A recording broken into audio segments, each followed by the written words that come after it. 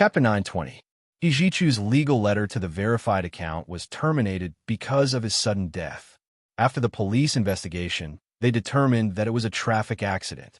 The bus driver was responsible, but the verified account himself was also partly to blame for crossing the road. Therefore, in the end, the matter was left unsettled. Ishihara Taro returned to his apartment with a faint smile on his handsome face.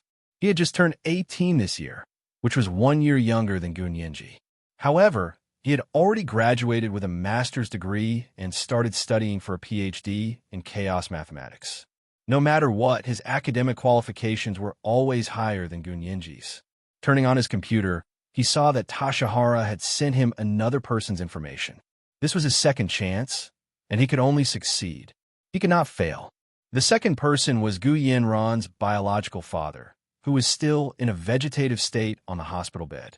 It was both easy and difficult to make a vegetative person die of natural causes. If it was easy, the vegetative person would definitely die of natural causes if he was in their hands. However, the vegetative person was now in a Xia Empire hospital, and according to their observations, there were people secretly monitoring him. If they really sent people to kill this person, they would be walking into a trap. Ishihara Taro thought for a long time and decided to open his program to calculate all kinds of possibilities. The chaos algorithm he designed could include all kinds of seemingly random events, then calculate the probability of these random events becoming related events, and finally find the best way to achieve his goal. For example, the first chance he wanted to achieve was to make the verified account die of natural causes. Finally, the sequence of events derived from his algorithm was successfully completed. Now he needed to calculate which events had the highest probability of happening and which combinations of events could achieve his ultimate goal. Gu Yenran's father was now in a vegetative state, but no one knew when he would wake up. Although this person's position was not very important, what if he woke up and spoke nonsense? It was better for him to die of natural causes. He spent 2 sleepless days calculating in his apartment before he found the best combination of events. If these events could happen, of course, he would need his butterfly wings. Ishihara Taro played with the coin in his hand, and a glimmer of light flashed across his eyes. After Christmas, it was soon New Year's Day. New Year's Day was a holiday celebrated by the entire Blue Planet, and the Xia Empire was no exception. On the morning of December 31st, the sky was gray and looked like it was going to snow. This year's winter in the capital was not too cold. There were small snowflakes, but there had not been any heavy snowfall. However, judging from the weather today, it was probably going to snow. As soon as they arrived at work, everyone became absent-minded and waited for a long vacation. In an ordinary hospital on the 4th Ring Road of the imperial capital, the doctors and nurses at work were in a good mood because the holidays were coming soon.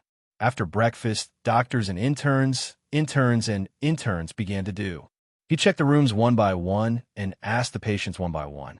Perhaps because it was the New Year's Day. The doctor was pleasant, the patient was polite, and the relationship between doctors and nurses was harmonious and loving. Gu Yenran's comatose father had been transferred to this hospital for a while. Gu and intern Ran had asked. Gu was Dr. Gu. Of course, the hospital could not make the decision.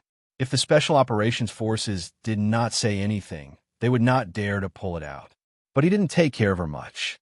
When they arrived at the vegetative ward where Gu Yenran's father was, the doctor frowned in disgust and said to the interns, "This patient has been in a vegetative state for 7 years and is about to enter his 8th year. You can take a look at him when you have time. It will help you understand vegetative patients." The interns looked at each other and nodded. Since it was almost New Year's Day, many people came to the hospital. In the hallway, a few teenagers were playing with each other. They pushed and shoved each other, but it was not intense. They were just playing with each other, so no one paid attention. They were tired, and their hands were itchy. They wanted to smoke, but this was a hospital. They did not dare to. They could only endure it. A nurse pushed a surgery cart from the other end of the hallway. She was wearing a white gown and a nurse's cap. She walked slowly. She was going to the operating room at the other end of the hallway to prepare for the next surgery. At this moment, A golden coin rolled over from nowhere. It was just a coin. It would not have caused any trouble for the cart, but it was too shiny. But the coin was too shiny. As soon as it rolled over, the nurse lowered her eyes, and a golden light flashed in front of her eyes. She was stunned and lost her footing, falling to the side. The surgical cart crashed into a teenager who was standing at the side. The teenager, who had been tortured by his addiction, immediately glared and kicked the cart over. The nurse was furious. She shouted, "What are you doing? This cart is prepared for surgery. You kicked it over. What about the surgery? I don't care what you're going to do." The teenager pushed the nurse impatiently, pushing her into Gu Xiangwen's ward. What happened? The doctor who was doing his rounds turned around and asked. The nurse immediately told him what had happened. In the end, she said pitifully, "I just told them to be careful, but look at them." The doctor was also impatient. He said to the teenagers, "This is a hospital. Stop causing trouble. Go back to where you came from. Go back. You hurt our comrade's waist. Who's going to pay for it?" A taller teenager spat in disdain. "Do you dare? You're talking nonsense. How heavy can a surgery cart be? And hurt his waist? Don't tell me you're pretending." The sharp-tongued nurse immediately retorted. "Huh? Pretending? Come on, take off your clothes and let this nurse have a look." The tall youth commanded his companion, commanding him in a very proper manner. The doctor was stunned. He was about to stop them when he saw one of the teenagers take off his shirt and pants. He was only wearing shorts in the ward. "Put them on. What are you doing?"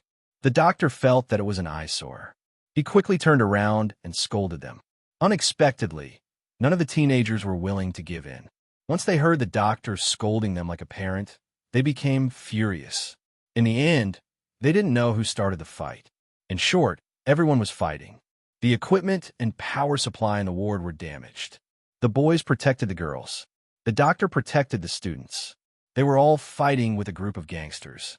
Of course, they couldn't beat this group of teenagers who were experienced in street fights. Soon, the lights in the ward flickered twice. They went out and lit up again. Only then did everyone stop. The surveillance equipment in the ward captured the scene of everyone fighting. No one knew when the nasal feeding tube on the vegetative patient on the hospital bed fell. Without the nasal feeding tube, the equipment was all over the place. Some of the equipment already had problems, and they had to call someone to fix it. When the light bulb was changed and the ward saw light again, the doctor who was doing the rounds realized that the vegetative patient on the hospital bed had stopped breathing. This is the second monthly vote of 4,500 plus updates. Today's third update is asking for recommendation votes and monthly votes. P.S. It's almost the end of the month.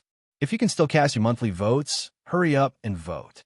If you've already cast 5 votes, at 7 p.m., the third update. Chapter 921. On the night of December 31st, Hua Xiaoheng received news that the person in a vegetative state that they had purposely placed in the general hospital as bait had just passed away.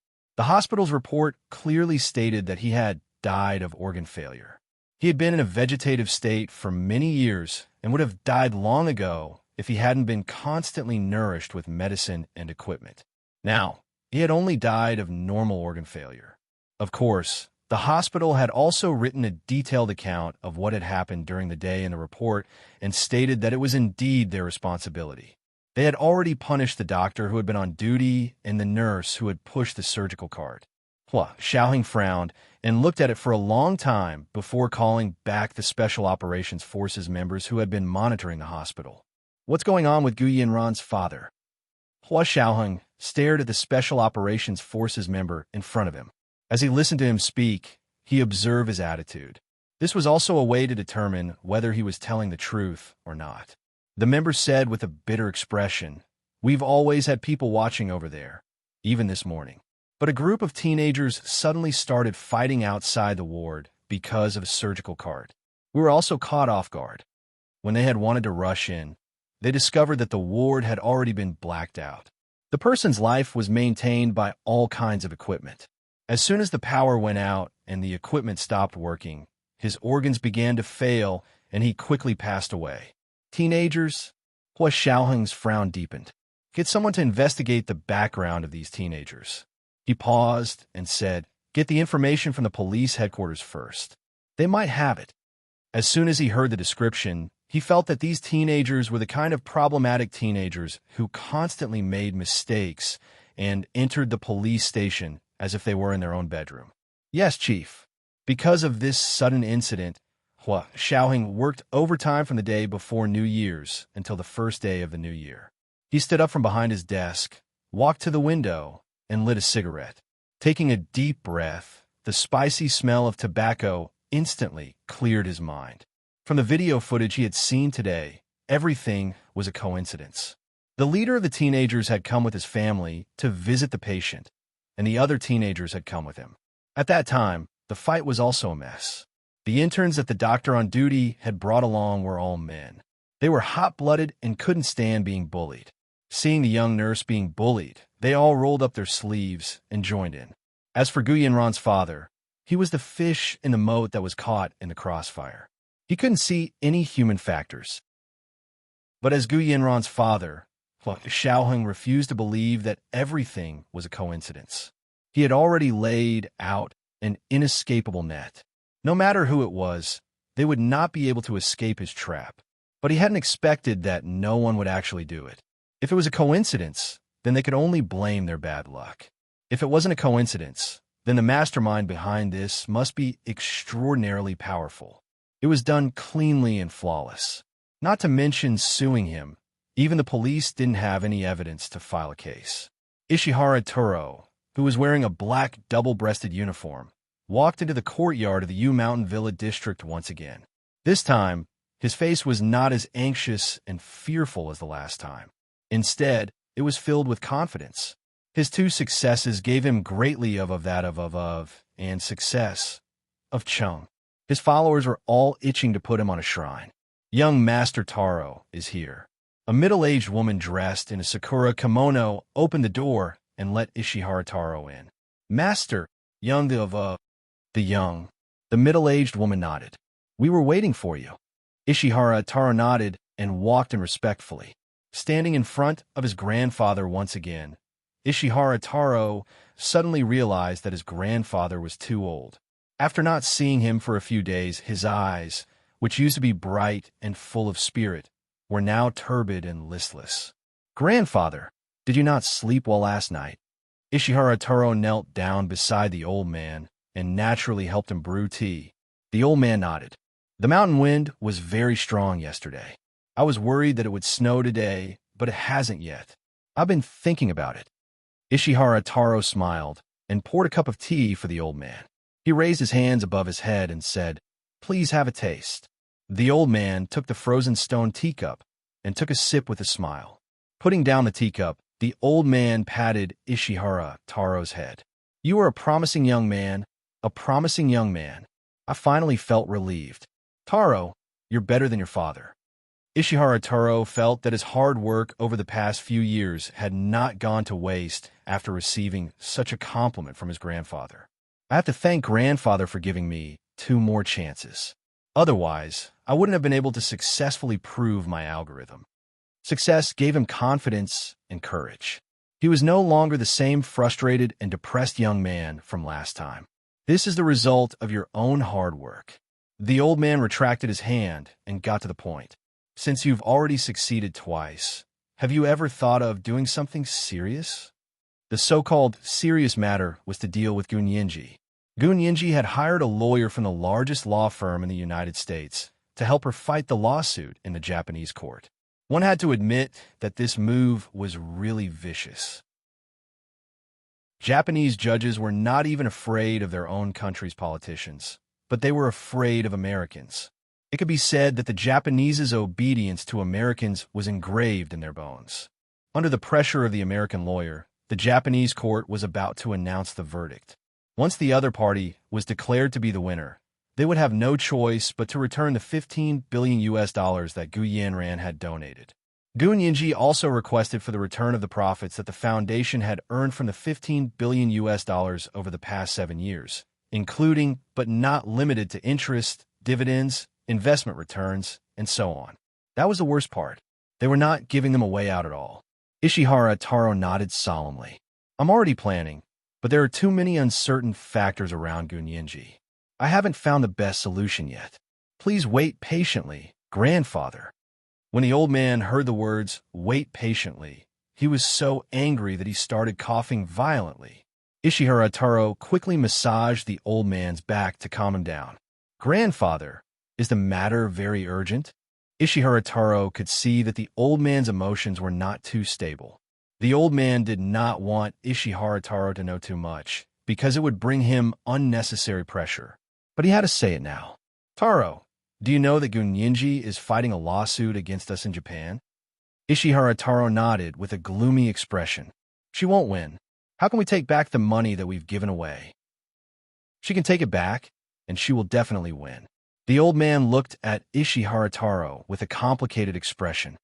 "So you have to plan for the worst and find the best solution as soon as possible." If Ishihara Taro wanted to find the best algorithm, he would need sufficient information.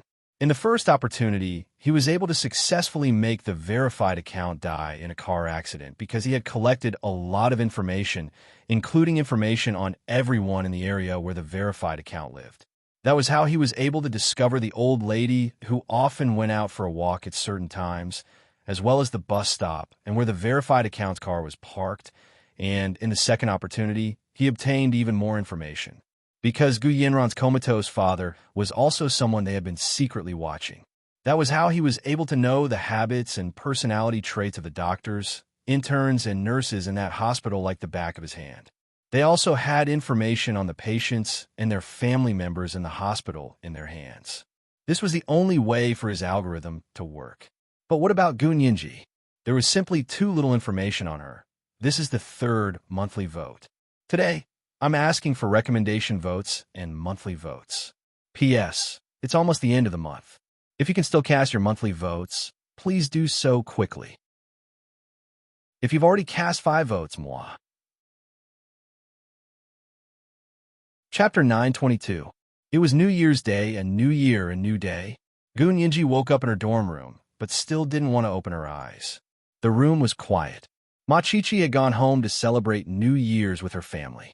In order to graduate early, she had crazily taken classes and had at least 3 times more homework than Machichi. Graduate students mostly had to write theses. She entered school half a year later than her peers and had to graduate a year and a half earlier than others, so she only had 1 year to study. She had to pay a higher price to finish what others took 3 years to complete in 1 year. But it was all worth it. If everything went smoothly, she would be able to graduate after the final exams this winter. But before that, she had to finish the first draft of her graduation thesis and show it to Hijichu. Then, she had to find a thesis defense teacher before the final exams. Only then would she be able to graduate. Counting on her fingers, she realized there weren't many days left. This year's New Year was in early February. The first day of a new year happened to be February 14th, which was Valentine's Day in the West. Festivals are all clumped together. Hashtag, I feel like my body is being hollowed out. Hashtag, Gunyinji sighed deeply and finally rubbed her eyes before sitting up in bed. She looked around groggily before picking up the phone on the bedside table to check it was already 10 in the morning. Gunyinji put the pillow on top of the bed and leaned back to pick up her phone to start her daily routine. She went on social media, checked the news, texted, and checked the progress of the cases she was following. When Hua Xiaoheng's call came in, Gunyinji switched back to her phone mode and said hi. Hua Xiaoheng didn't go back to sleep after working all night. Instead, he went for a run before showering and eating breakfast. He only called Gunyinji when he saw that it was past 10. He knew that Gunyinji had been busy with her graduation thesis and homework and had been staying up late every night. Although his heart ached for her, he also knew that if she didn't do this, she wouldn't be able to graduate early. Hua Xiaoheng, like Hijichu, also wanted her to graduate early. Today was New Year's Day, so he had to be on duty as usual. During New Year's, his subordinates could take turns to take time off. As the general commander, he had been on duty during New Year's without exception for 7 years. This was so that his subordinates and soldiers could have more time to rest after working hard for a year. He couldn't see Gunyinji, so all he could do was call her and wish her a Happy New Year. Gunyinji gripped her phone and smiled. Happy New Year to Hua Xiao too. Rising steadily, Hua Xiaoheng couldn't help but laugh. He flicked the ash in his hand and shook his head. You're getting more and more glib. He then asked her, Are you awake? Have you had breakfast? Gun Yinji quickly got up from the bed and tried to keep her voice steady as she said, You woke up early. What time is it now? Are you still eating breakfast? Hua Xiaoheng smirked and said nonchalantly, Okay, that's good. Then he suddenly asked, Did you brush your teeth? Gun Yinji subconsciously shook her head. Not yet. I'm going to do it now. As soon as he said that, he knew it was bad. Wasn't this a confession? She had just said that she had woken up early and had even finished breakfast. In the end, Hua Xiaoheng had tricked her into lying. Gun Yinji blushed and said frantically, Okay, I can't talk to you anymore. I have to go to the library.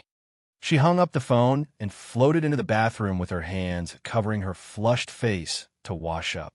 After washing her face, she was in front of the closet picking out clothes for the day when her phone rang again. She picked it up and saw that it was Yi Zhichu calling. She unlocked the phone and answered.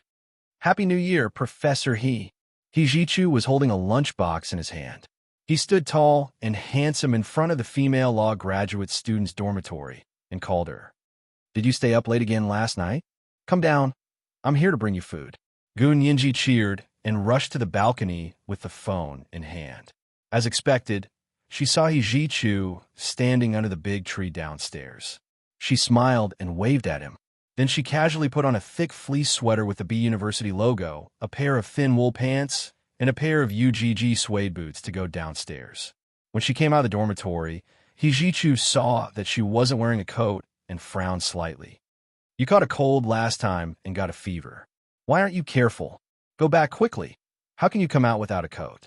He handed the lunchbox to her. I still have something to do. I'll be going now. Yi Zhichu turned and left without a moment's delay. Gun Yinji held the lunchbox and felt a warmth wash over her soul from the inside out. She stared blankly at Yi Zhichu's handsome back as he walked away and felt an indescribable sense of familiarity. This feeling wasn't because she had been in contact with him for a long time. It was because he had been in her mind for a long time. She closed her eyes, and suddenly a few fragmented images appeared in front of her. On a patch of green grass, she looked like she was only 5 or 6 years old. She stood under a big banyan tree and hugged a doll. She stared blankly at the back of a young man, gradually disappearing into the distance. In the blink of an eye, she was once again at a noisy birthday party. She was wearing a little princess tiara and was already about 10 years old. She looked at the young man's resolute back and suddenly burst into tears.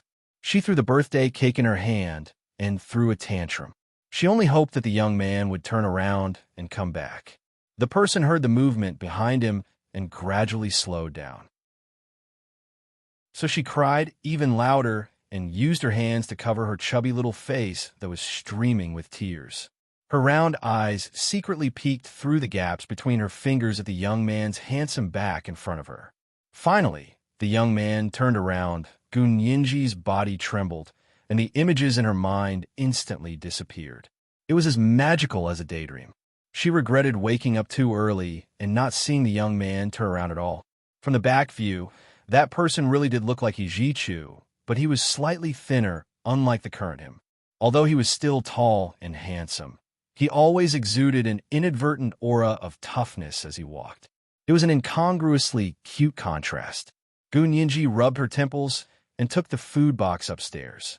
When she returned to the dormitory, she opened the lunchbox Yi Zhichu had given her and found 3 small lunchboxes inside. There was a bowl of steaming hot soup, 3 juicy and delicious soup dumplings, and a small lunchbox of shrimp dumplings. The shrimp dumplings were exquisitely made, and the shrimp filling was a little red. It looked like red bean paste inside a glutinous rice ball. It wasn't as heavy as the glutinous rice ball, but had the lightness of a crystal skin. It looked appetizing at first glance. However, Gun Yinji still resisted the desire to eat the shrimp dumplings and obediently drank the soup first. Then she picked up her chopsticks and ate one by one to taste the delicious shrimp dumplings. Although she really wanted to eat, she resisted the urge to gorge herself. She ate 4 shrimp dumplings and stopped eating. However, She finished all the soup dumplings and licked the corners of her mouth. She stretched as if she hadn't had enough. How nice! A new year and a new day began with a full stomach and warm clothes. Gun made a face at the mirror and found a small box to put the remaining shrimp dumplings inside. Then she washed the food box Hijichu brought, dried it, and packed it up. She planned to bring it back to him when class started. After a sumptuous brunch, Gun looked at her watch and realized it was almost 11 o'clock. If she went to the library at this time and came back at 5 o'clock in the afternoon, she could study for 6 hours. She packed her bag and took her laptop downstairs. She wrapped a scarf around her neck and rode her bike to the library. The campus was quiet on New Year's Day. Many students had gone to participate in the countdown to New Year's Day last night and only returned to the dormitory in the middle of the night. They were still sleeping at this hour. She was the only one riding on the spacious campus road. She instantly felt relaxed and happy. She even tried to ride the bike with one hand. When she arrived at the library, she parked her bike in the shed in front of the library and ran up the steps with her bag. At this moment, a tall young man wearing a gray coat came out of the library. He had his head down and was walking quickly. This person was Ishihara Taro. Gun was also adjusting her scarf and didn't pay attention to where she was going. The two of them almost bumped into each other. Fortunately, Gun was agile and realized something was wrong at the last moment when they were about to bump into each other. She took a step to the side in time and avoided crashing into the arms of this strange man. She quietly looked up and sized up the man. It turned out to be a handsome young man. He looked at most 15 or 16 years old. Ishihara Taro also looked up at Gun at this moment. He only felt that the girl's eyes were like dark black glass. They were full of brilliance and glowed like treasures. He couldn't help but be slightly stunned. Gun looked at him and suddenly remembered that she had seen him before. On Christmas Day, she was also coming out of the library and was almost hit by a bike. When she turned around, she saw this young man and even bowed to her. "Sorry to disturb you." Ishihara Taro bowed his head respectfully and looked very polite. Gun looked at him silently and ignored him. She walked directly into the library. When she was completely out of sight, Ishihara Taro finally turned around and stared at the library door. He snorted and muttered, "How rude. That's all there is to him." He shook his head and left B University to return to his apartment. As soon as he returned to his apartment, he opened his email on his computer and replied to a letter. "Can you help me get a place as a first-year master's student at B University's Faculty of Law?" After this letter was sent, he received a reply very quickly. "Of course, you're most welcome." B University's Faculty of Law had a cooperative relationship with Tokyo University's Faculty of Law. The Ishihara family was very influential in Japan, and he himself was the last disciple of the president of Tokyo University. It was completely effortless for him to use his connections to get a place as a first-year master's student at B University's Faculty of Law. Things that were very difficult for others were as easy as lifting a finger for him. After the new year, the students gradually returned to school. Gun attended classes with Hijichu, so she didn't interact much with her classmates. Therefore, she still listened to Ma Chichi when she heard about a very handsome and elegant Japanese exchange student from the first-year master's student at the Faculty of Law. "Ninji, I'm telling you, this kid is amazing. His IQ is off the charts. His looks are off the charts. And his poise and demeanor are off the charts." Ma Chichi sighed with a smile. "If he wasn't Japanese, I would have given him full marks." This was the first 3,100-word chapter, and it was still the third chapter today. Asking for recommendation votes and monthly votes. At 1 p.m., the monthly votes were 4,800-plus chapters. At 7 p.m., the third chapter. P.S. Dear friends, today is the last day of June. If you have monthly votes, hurry up and vote. If you don't, it will be invalid. Thank you. Chapter 923. Gun was amused and sat in front of the computer without looking up. "What about now? What's the score?" Ma Chichi sat down on a single sofa next to her and pulled her panda pillow over to hug. She sighed. Since he's Japanese, no matter how hot he is, he still doesn't pass. Gunyinji glanced at her and smiled. That's more like it. She saved the document and closed the computer before turning to Machichi. I believe there are good people among Japanese, but the percentage of good people is too low. It's so low that it's statistically negligible. So overall, I'm discriminating against this group of people in a politically incorrect way. Machichi extended her arm and patted her shoulder. Good job. I support you. Gunyinji pushed her hand away with a smile and winked at her. That's it? In that case, should I tell Brother Xiong that our Chi-Chi met a little fresh meat whose IQ is off the charts, looks off the charts, and manners off the charts? Don't you dare. Machichi panicked and threw the panda pillow away to pounce on Gunyinji. She scratched Gunyinji and laughed until she couldn't breathe. She begged for mercy. Chi-Chi, good Chi-Chi, I won't do it again. I won't do it again. Stop tickling me. Machichi knew she was ticklish, so she tortured her for a while before letting her go. She pretended to be fierce. Remember this, girl. You can eat whatever you want, but you can't say whatever you want. I won't hold back if you say whatever you want. As she spoke, Machichi blew on her fingers and acted as if she was going to continue tickling Gunyinji if she didn't agree. Gunyinji quickly hid to the side and smiled. I won't say it, I won't say it. I really won't say it. She paused and added, I'm not interested in Japanese young men. They don't have the guts to make me mention them. Only then did Machichi relax. She and Gunyinji went to the cafeteria to eat and whispered to her on the way, Nyinji, Brother Xiong is going to my house for New Year's this year, and then he's taking me to his house. Gunyinji was speechless. She was meeting his parents so soon. This was going so fast. You guys are serious? Gunyinji was nervous as well. Chi-Chi, have you really decided to marry Brother Xiong? Both of them wanted to meet each other's parents, so they probably had the idea of getting married. Machichi nodded solemnly. Yes, Ninji. I'll be 24 next year. I know what I'm doing. Brother Xiong is very nice, and he treats me sincerely. I understand him, and I know that marrying him is the right choice. Gunyinji was confused. How did you know? How long have you guys been together? Take her and Hua Xiaoheng, for example. She had known him for a whole 7 years and had been in love for a year since she was 12. Even then, she couldn't say that she completely understood this man. You can't say that. Machichi hugged Gunyinji and rested her chin on her shoulder. Haven't you heard of this saying? Some people were like strangers to each other their entire lives. Some people only met for the first time, but felt like they had known each other for a lifetime. That's how I feel when I'm with him. Although we haven't known each other for long, it feels like a reunion after a long time. The corners of Gunyinji's mouth twitched. Chi-Chi, you're done for. How can you say something so sour? Now I believe that you really love him. Otherwise, you wouldn't have said something so mushy.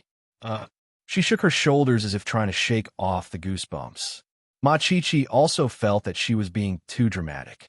Embarrassed, she looked up and hugged Gunyinji's shoulder. She murmured, Really? That's what I really think.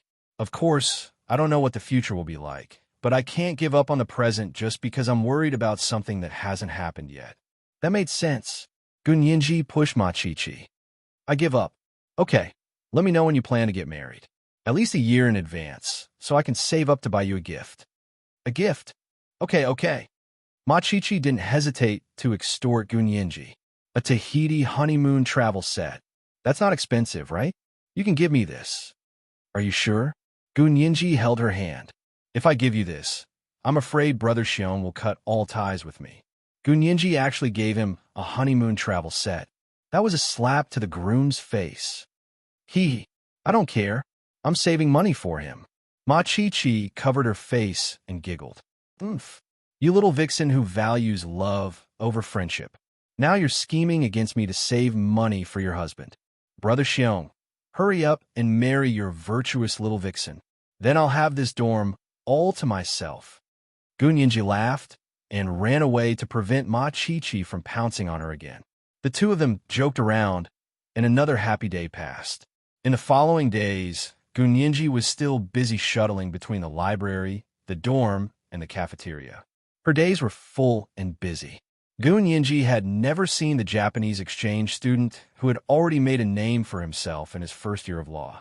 Because she didn't have classes, she woke up at 7 in the morning to study at the library and left at 6 in the afternoon. She went to the cafeteria for dinner, then returned to the dorm to continue writing her thesis and homework until the wee hours of the morning. She repeated this cycle without a break. He Ji-chu and Hui Xiaoheng had a tacit understanding not to disturb her and let her quietly finish the last month of her student life. Ishihara Taro personally approached Gun Yinji and observed her for half a month. The conclusion he came to was that this person's life was too monotonous and boring. Day in and day out, a young girl like her could actually endure the loneliness. One evening, Gun Yinji came out of the library to find that it had been snowing for the whole day. The weather was fine when she came in the morning, so why was it snowing now? Gun Yinji put her hand on her forehead and looked forward. There was already more than an inch of snow on the ground. The snow was loose and made crunching sounds as she walked on it. Students came out of the library in groups of 2s and 3s.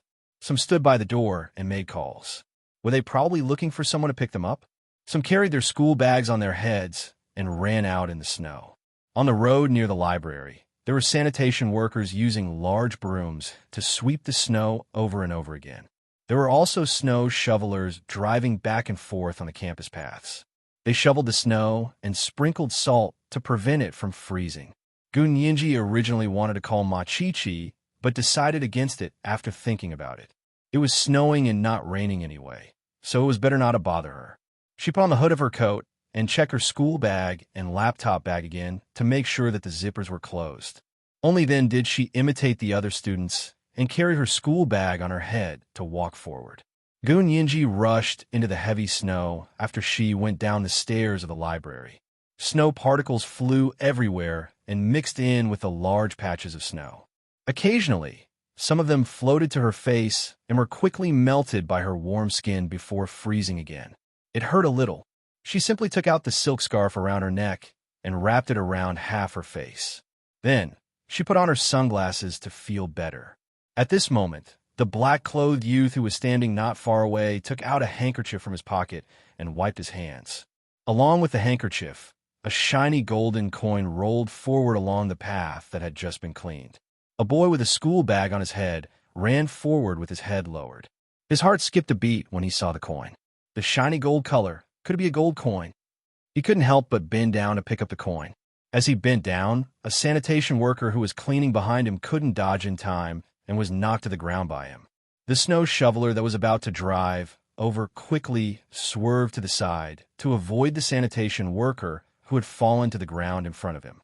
Gun Yinji carried her school bag and happened to walk to the blind spot of the snow shoveler's rearview mirror. The driver of the snow shoveler didn't expect a student to walk to his blind spot at that time.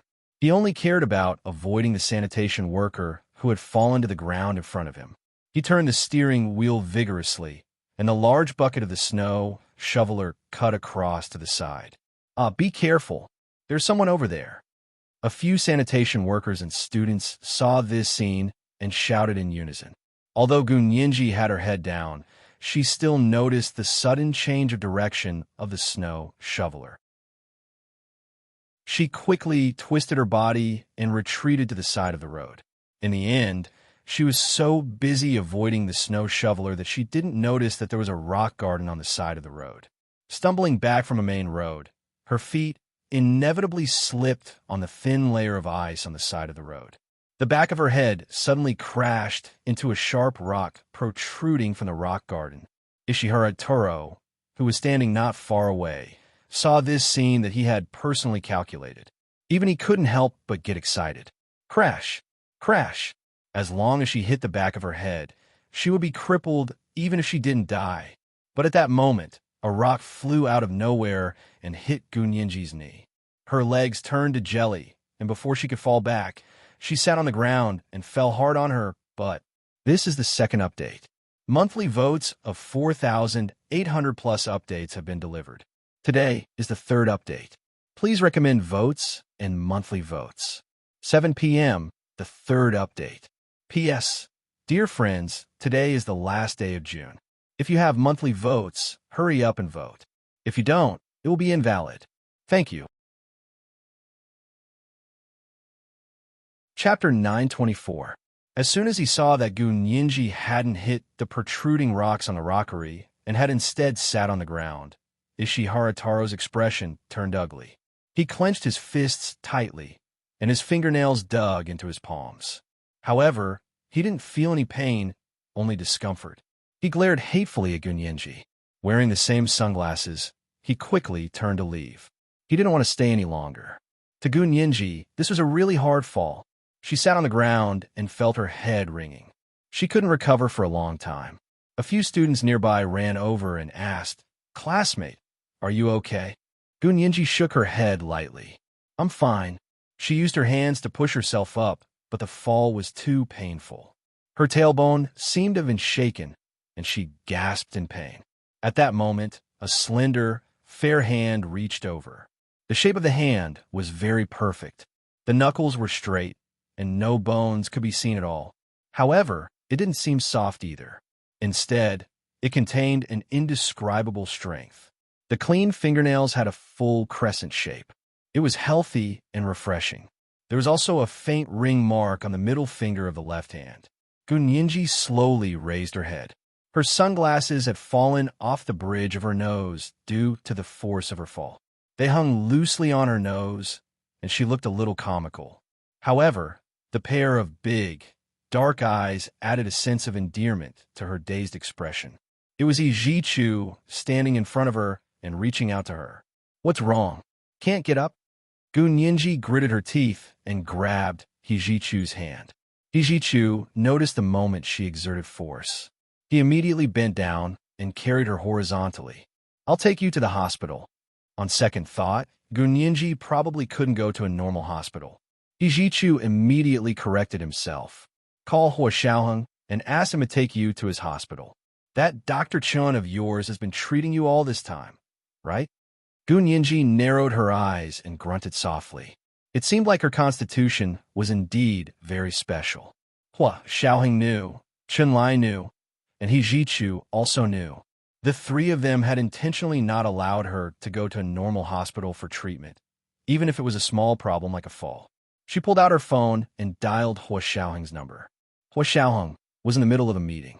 According to the rules, no electronic devices could be brought into the meeting, including smartphones. Therefore, the person who answered the phone was the operator from the headquarters of the Special Operations Forces. He heard Gunyinji's voice and immediately connected to Hua Xiaoheng's phone. Unfortunately, all he got was a voicemail. Gunyinji thought about it and called In Shixiao. In Shixiao wasn't in a meeting. He saw that it was Gunyinji's number and answered with a smile. "Nyinji? What is it? You actually took time out of your busy schedule to call Brother Xiong." Brother Xiong is flattered, haha. Gunyinji gripped her phone and saw that Hijichu was staring intently at her. She had no choice but to whisper to In Shixiao, "Brother Xiong, I fell just now. There might be some bone problems. Can you take me to Brother Chin's for a checkup?" Gunyinji volunteered to be examined, and In Shixiao immediately became serious. "How did you fall? Where did you fall? Could he move? If not, I'll send an ambulance." There was a stretcher in the ambulance, so it wouldn't aggravate her injury. Gunyinji felt the pain in her tailbone and thought it would be better to have a stretcher. She said quietly, "Okay, if it's not too much trouble." In Shixiao immediately called Chunlai. "Dr. Chun, Nyinji seems to be injured. Can you send an ambulance to her school to pick her up for a checkup?" Chunlai was also shocked to hear that an ambulance was needed. He quickly said, "Okay, I'll take the ambulance there myself." Chunlai hurriedly put on his coat and white lab coat, then left with his medical team. Hijichu carried Gunyinji to the car and laid her flat on the back seat. "Wait for a while. When Dr. Chen arrives, get in the ambulance directly." Lying in the back seat, it was difficult for her to nod, but she still nodded. It was just that when Hijichu carried her over, many students had seen them. If she wasn't mistaken, someone had taken out their phone to secretly take pictures of them. However, as soon as the ambulance arrived, everyone would understand. There were very few people who liked to make groundless accusations. Hijichu didn't get into the car. Instead, he stood outside the car door and scanned everyone with an indifferent gaze. It was still snowing, and the students who had been watching were a bit embarrassed. They gradually dispersed, but there was still a steady stream of students who expressed their curiosity. His car was parked on the snow-covered grass on the side of the road. Although it was winter and there was no grass on the grass, the ground here was still softer than other places. Gunyinji asked Hijichu in the car, "Professor, why did you drive here on such a snowy day?" Hijichu crossed his arms and crossed his long legs. He replied dryly, "I came to pick you up." Gunyinji was speechless. "Did you hit me with a rock just now?" Gunyinji couldn't help asking. "That was really hard." Hijichu turned to look at her. "No, but I have to thank the person who hit you. Otherwise, you wouldn't be lying here talking to me now." Hijichu's heart almost jumped out of his throat when he recalled what had just happened. He had just gotten out of the car and was behind Gunyinji. He could only watch as she fell backward. The protruding rock was so sharp that it looked like a sharp knife. If the back of Gunyinji's head had really hit the protruding rock, then the consequences would have been unimaginable. So when he saw that Gunyinji hadn't actually hit the rock, but for some reason her legs had slipped and she was actually sitting on the ground, he was able to gasp for air. It really felt like someone was strangling him.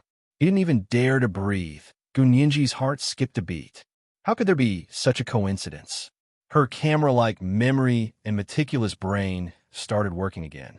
This time, the situation was so similar to the last time she had almost been hit by a bicycle. Last time, a boy on a skateboard had also rushed over and knocked the bicycle down. That was why she hadn't been hit. This time, it was also a stone that flew out of nowhere that hit her knee. Only then did she fall back to the ground. However, the recoil force was so strong that when she fell backwards, it was all on her tailbone. Gunyinji used a physics formula to calculate the pressure she had to bear when she fell backwards. It was roughly equivalent to someone hitting her back with a 10-kilogram hammer. Then again, the skateboard boy who had helped her block the car last time and the rock that had been hiding in the dark this time seemed to be a method that people from Xiaoheng's side often used. They were all quietly protecting you and getting you out of trouble. You usually couldn't feel their presence, but at the critical moment, they would definitely appear to save you from trouble. Could it really have been arranged by Hua Xiaoheng? She also remembered that when Hua Xiaoheng had forced her to get married, he had also said that if he said that, her security level would return to the highest level as soon as possible. She didn't know how long her imagination had been running wild, but she finally heard the sound of an ambulance approaching from afar. The door opened, and Chun Lai, wearing a white doctor's gown, jumped out of the car. Behind him was a stretcher team, and they rushed to Hijichu's parked car on the side of the road. This is the third chapter, and today is still the third chapter. Please vote for recommendation votes and monthly votes. P.S. Dear friends, today is the last day of June. If you have monthly votes, hurry up and vote. If you don't, it will be invalid. Thank you. P.S. Yesterday's chapter has been revised. It should be $15 billion US. Dear friends, you can see it when you download that chapter again. The chapter at noon has also been revised with a small detail. Dear friends, you can see it when you download it again. Moi. Chapter 925. Hijichu stepped to the side and opened the door. He bent down to carry Gunyinji out. Chun Lai froze and turned to call for a stretcher. Hijichu ignored Chun Lai's scrutinizing gaze and carefully placed Gunyinji on the stretcher. His gaze was gentle and loving, as if she was his most precious treasure. Chun Lai pursed his lips and thought to himself that he was the one who saw this. If it had been Hua Xiao, he shuddered. Hua Xiao had always been a man of few words.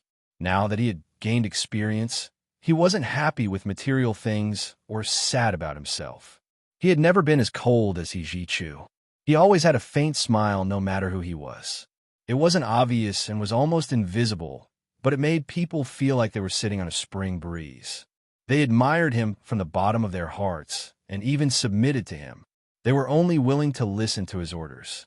He didn't seem unapproachable, but his calm and unperturbed appearance was even more unfathomable, causing others to be unable to make head or tail of him.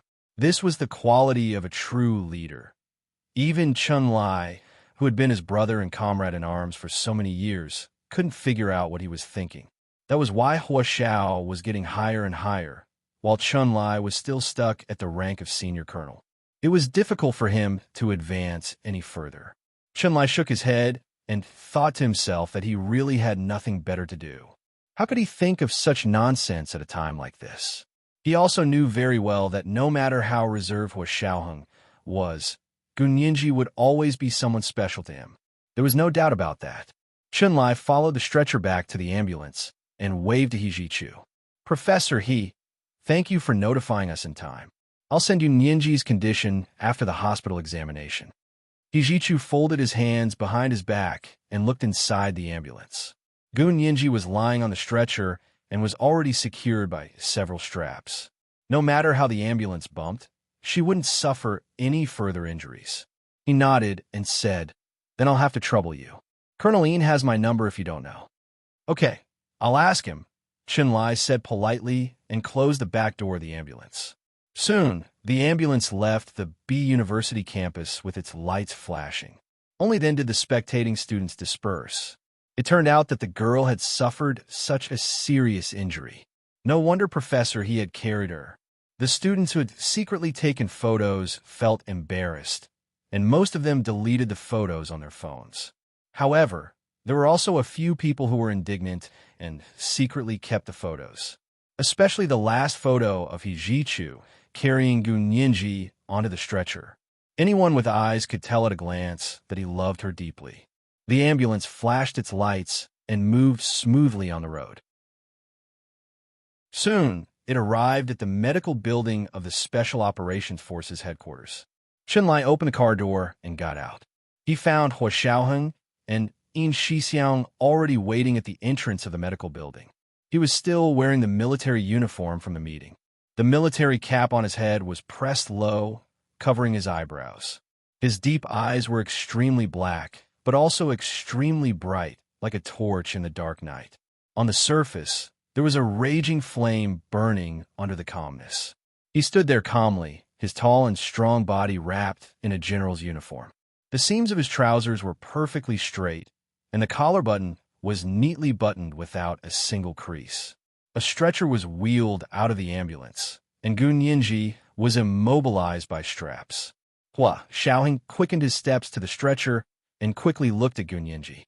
"Where are you hurt?" Hua Xiaoheng reached out to touch Gun Yinji's forehead out of habit. When she was young, whenever she felt unwell, Hua Xiaoheng would always touch her forehead to see if she had a fever. This habit was deeply ingrained and had remained until now. But she had hurt her tailbone, not a headache or fever. Gun Yinji curled her lips and wanted to laugh. But when Hua Xiaoheng's warm palm touched her forehead, she couldn't laugh anymore. An iron-blooded and unyielding man occasionally revealed a trace of warmth. No matter how strong her defenses were, she was completely defeated by his gentle touch that brought back memories of the past. Gun Yinji lay on the stretcher and smiled at Hua Xiaoheng. As she smiled, she realized tears were flowing down her cheeks. Hua Xiaoheng thought Gun Yinji was crying from the pain. Although he was extremely anxious, he only took out a tissue to wipe her tears. He then said to Chun Lai calmly, "Don't delay. Get her to the operating room now." Chun Lai shuddered and didn't dare to joke with Hua Xiaoheng anymore. He quickly turned to his medical staff. "Get into the elevator and get her to my special infirmary." His medical staff were all well-trained experts. He didn't need to say anything else. They had already worked together to send Gun Yinji to Chun Lai's special infirmary. Chun Lai performed a full-body CT scan on Gun Yinji as soon as she arrived to be safe. He was worried that other than her tailbone, there might be other problems. But Gun Yinji's foundation was too good. Although the fall had caused her tailbone to hurt unbearably, only her tailbone was severely fractured. Everything else was fine. Chun Lai's CT results came out, and he carefully checked it twice to make sure there were no other problems before letting her return to the bed. Because it was a bone problem, she was in a special bed this time. It was like an inverted human body. She could lie in it and maintain a motionless posture. Under normal circumstances, Someone with a severe fracture like Gu Nianji's would have to lie in a bed like this for at least 3 months to wait for the bone to heal. But because of Gu Nianji's special constitution, Chen Lai felt that 2 weeks should be enough. Hua Xiaoheng had been waiting outside the ward the whole time. He didn't speak.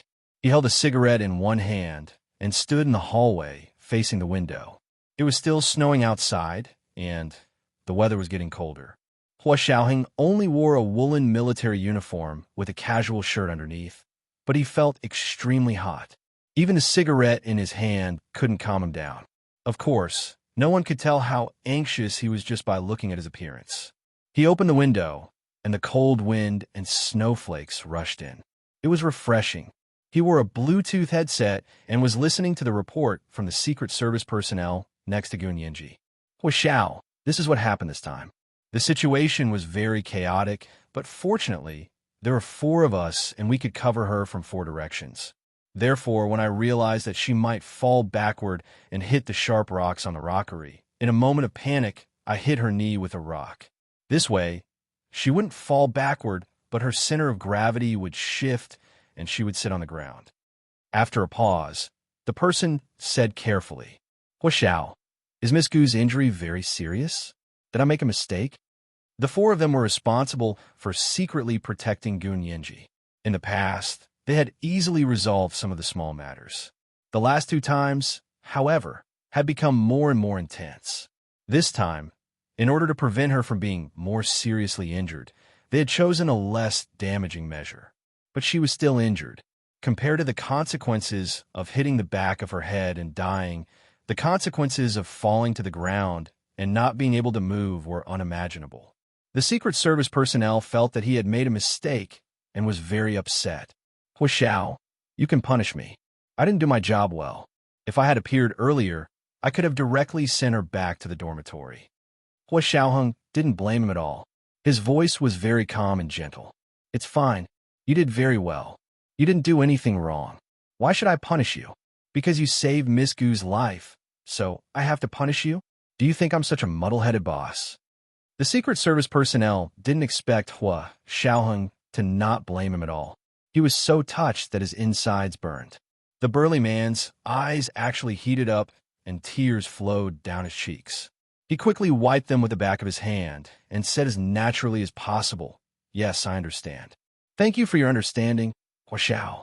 I'll be more careful in the future. You did very well. Don't blame yourself. Hua Xiaoheng didn't continue the topic. Instead, he said, From your report, Nianji has been in a lot of situations recently. Did you compare the frequency of these situations with the previous ones? The person quickly said, The 4 of us were planning to have a meeting. It's been a bit strange recently. We'll write a report for you after we've summarized all the situations. Hua Xiaoheng nodded. Okay, send it to my email when you're done. He paused and reminded them, the sooner the better. As soon as he hung up, Chen Lai called. Hua Xiao, the situation has been checked. You can come in now. Hua Xiaoheng immediately threw away the cigarette in his hand and turned to return to Chen Lai's special infirmary. He glanced at Gu Nianji, who was lying on the hospital bed. He didn't walk over directly. Instead, he entered Chen Lai's office. How's the injury? Hua Xiaoheng sat in front of his desk and picked up the CT report to look at. Chen Lai displayed the CT image and explained to him, the fracture of the tailbone is very serious. To be honest, most people with this kind of injury will have difficulty moving for the rest of their lives. Hua Xiaoheng looked up at Chen Lai. He didn't say anything, but his gaze was so heavy that Chen Lai almost couldn't breathe. He could only say, Of course, Nianji is an exception. It's not like you don't know about her constitution. Hua Xiaoheng looked down and grunted. What will happen to her? She'll be in bed for 2 weeks. She should be able to heal, Chen Lai said tentatively. The truth was, he wasn't sure how much it would heal. After all, this was Gu Nianji's first time having such a serious fracture. It was just like the old scars she had when she was young. Although they had healed, they inevitably left scars. Hua Xiaoheng's grip on the CT report tightened, and he almost tore the report into pieces. The corners of Chen Lai's mouth twitched. His heart ached as he looked at the data in his report. He wanted nothing more than to pounce on Hua Xiaoheng and snatch his treasure from his hands. Hua Xiaoheng sat for a while before putting the report back. He stood up and straightened his military uniform. When she recovers, this report must be destroyed. Yes, Chief. Chunlai nodded solemnly. He wasn't joking about something like this. Hua Xiaoheng nodded and turned to walk out of Chunlai's office. He even closed the door to block his view. Chunlai was speechless. Rubbing his nose, Chunlai silently turned off the camera in the ward. Hua Xiaoheng came to Gun Yinji's bed and sat down. He held her hand and said in a hoarse voice, "What does it hurt? This is the first 3,200-word chapter. Today is the first day of July, and the new guaranteed monthly votes have been dropped. Dear friends, you can vote now. At 1 p.m., the monthly votes for June will increase by 5,100. At 7 p.m., the third chapter. P.S. Dear friends, you were amazing yesterday. Thank you for your monthly votes. Thank you to the leader, I am Master Rashi, for the 10,000 Qidian coins yesterday. Moi." Chapter 926. Of course, a fractured bone was painful. People who had never experienced it couldn't imagine what kind of pain it was. If he didn't know about Gun Yinji's special constitution, Chunlai would definitely have given her painkillers because that kind of pain wasn't something an ordinary person could endure. However, Gun Yinji rarely complained about pain in front of him. Even if she said it hurt a lot, when Chunlai asked her if she needed painkillers, she would say, "Bear with it. If I can't take it anymore, I'll take the painkillers." Up until now, there hadn't been any pain she couldn't endure, physical pain. To her, emotional pain was much harder to endure than physical pain. Seeing Hua Xiaoheng's forbearing gaze, Gun Yinji smiled slightly. "It's okay, it's not that painful." It was much better than the high-voltage shock she'd suffered in the blue hole. It was about the same pain as when she'd been electrocuted by ALS in Germany. Although that was the case, it was still unbearable for most people when the pain was reduced from 10% to 80%. Because she was enduring it, her palms began to sweat. Xiaoheng felt the wetness in her palms and knew very well that she was in so much pain that she was sweating. Yet she still insisted it didn't hurt, staring at her forehead that was gradually drenched in sweat. Xiaoheng closed his eyes. "Sleep. It won't hurt anymore after you sleep. I'll stay here with you." It was actually very difficult to fall asleep with so much pain. However, since Hua Xiaoheng said that, Gun Yinji still closed her eyes and tried to sleep. After a while, Hua Xiaoheng saw Gun Yinji's eyes roll slightly under her tightly shut eyelids. He tried his best to smile, but couldn't. He gently put her hand back under the blanket. "Can't sleep?" Gun Yinji opened her eyes and answered honestly. Seeing that Hua Xiaoheng's expression was too cold and stern, as if he would pull out a gun and kill her the next second, Gun Yinji thought about it and said slowly, "Sing me flying bugs, and I'll fall asleep." Hua Xiaoheng was speechless.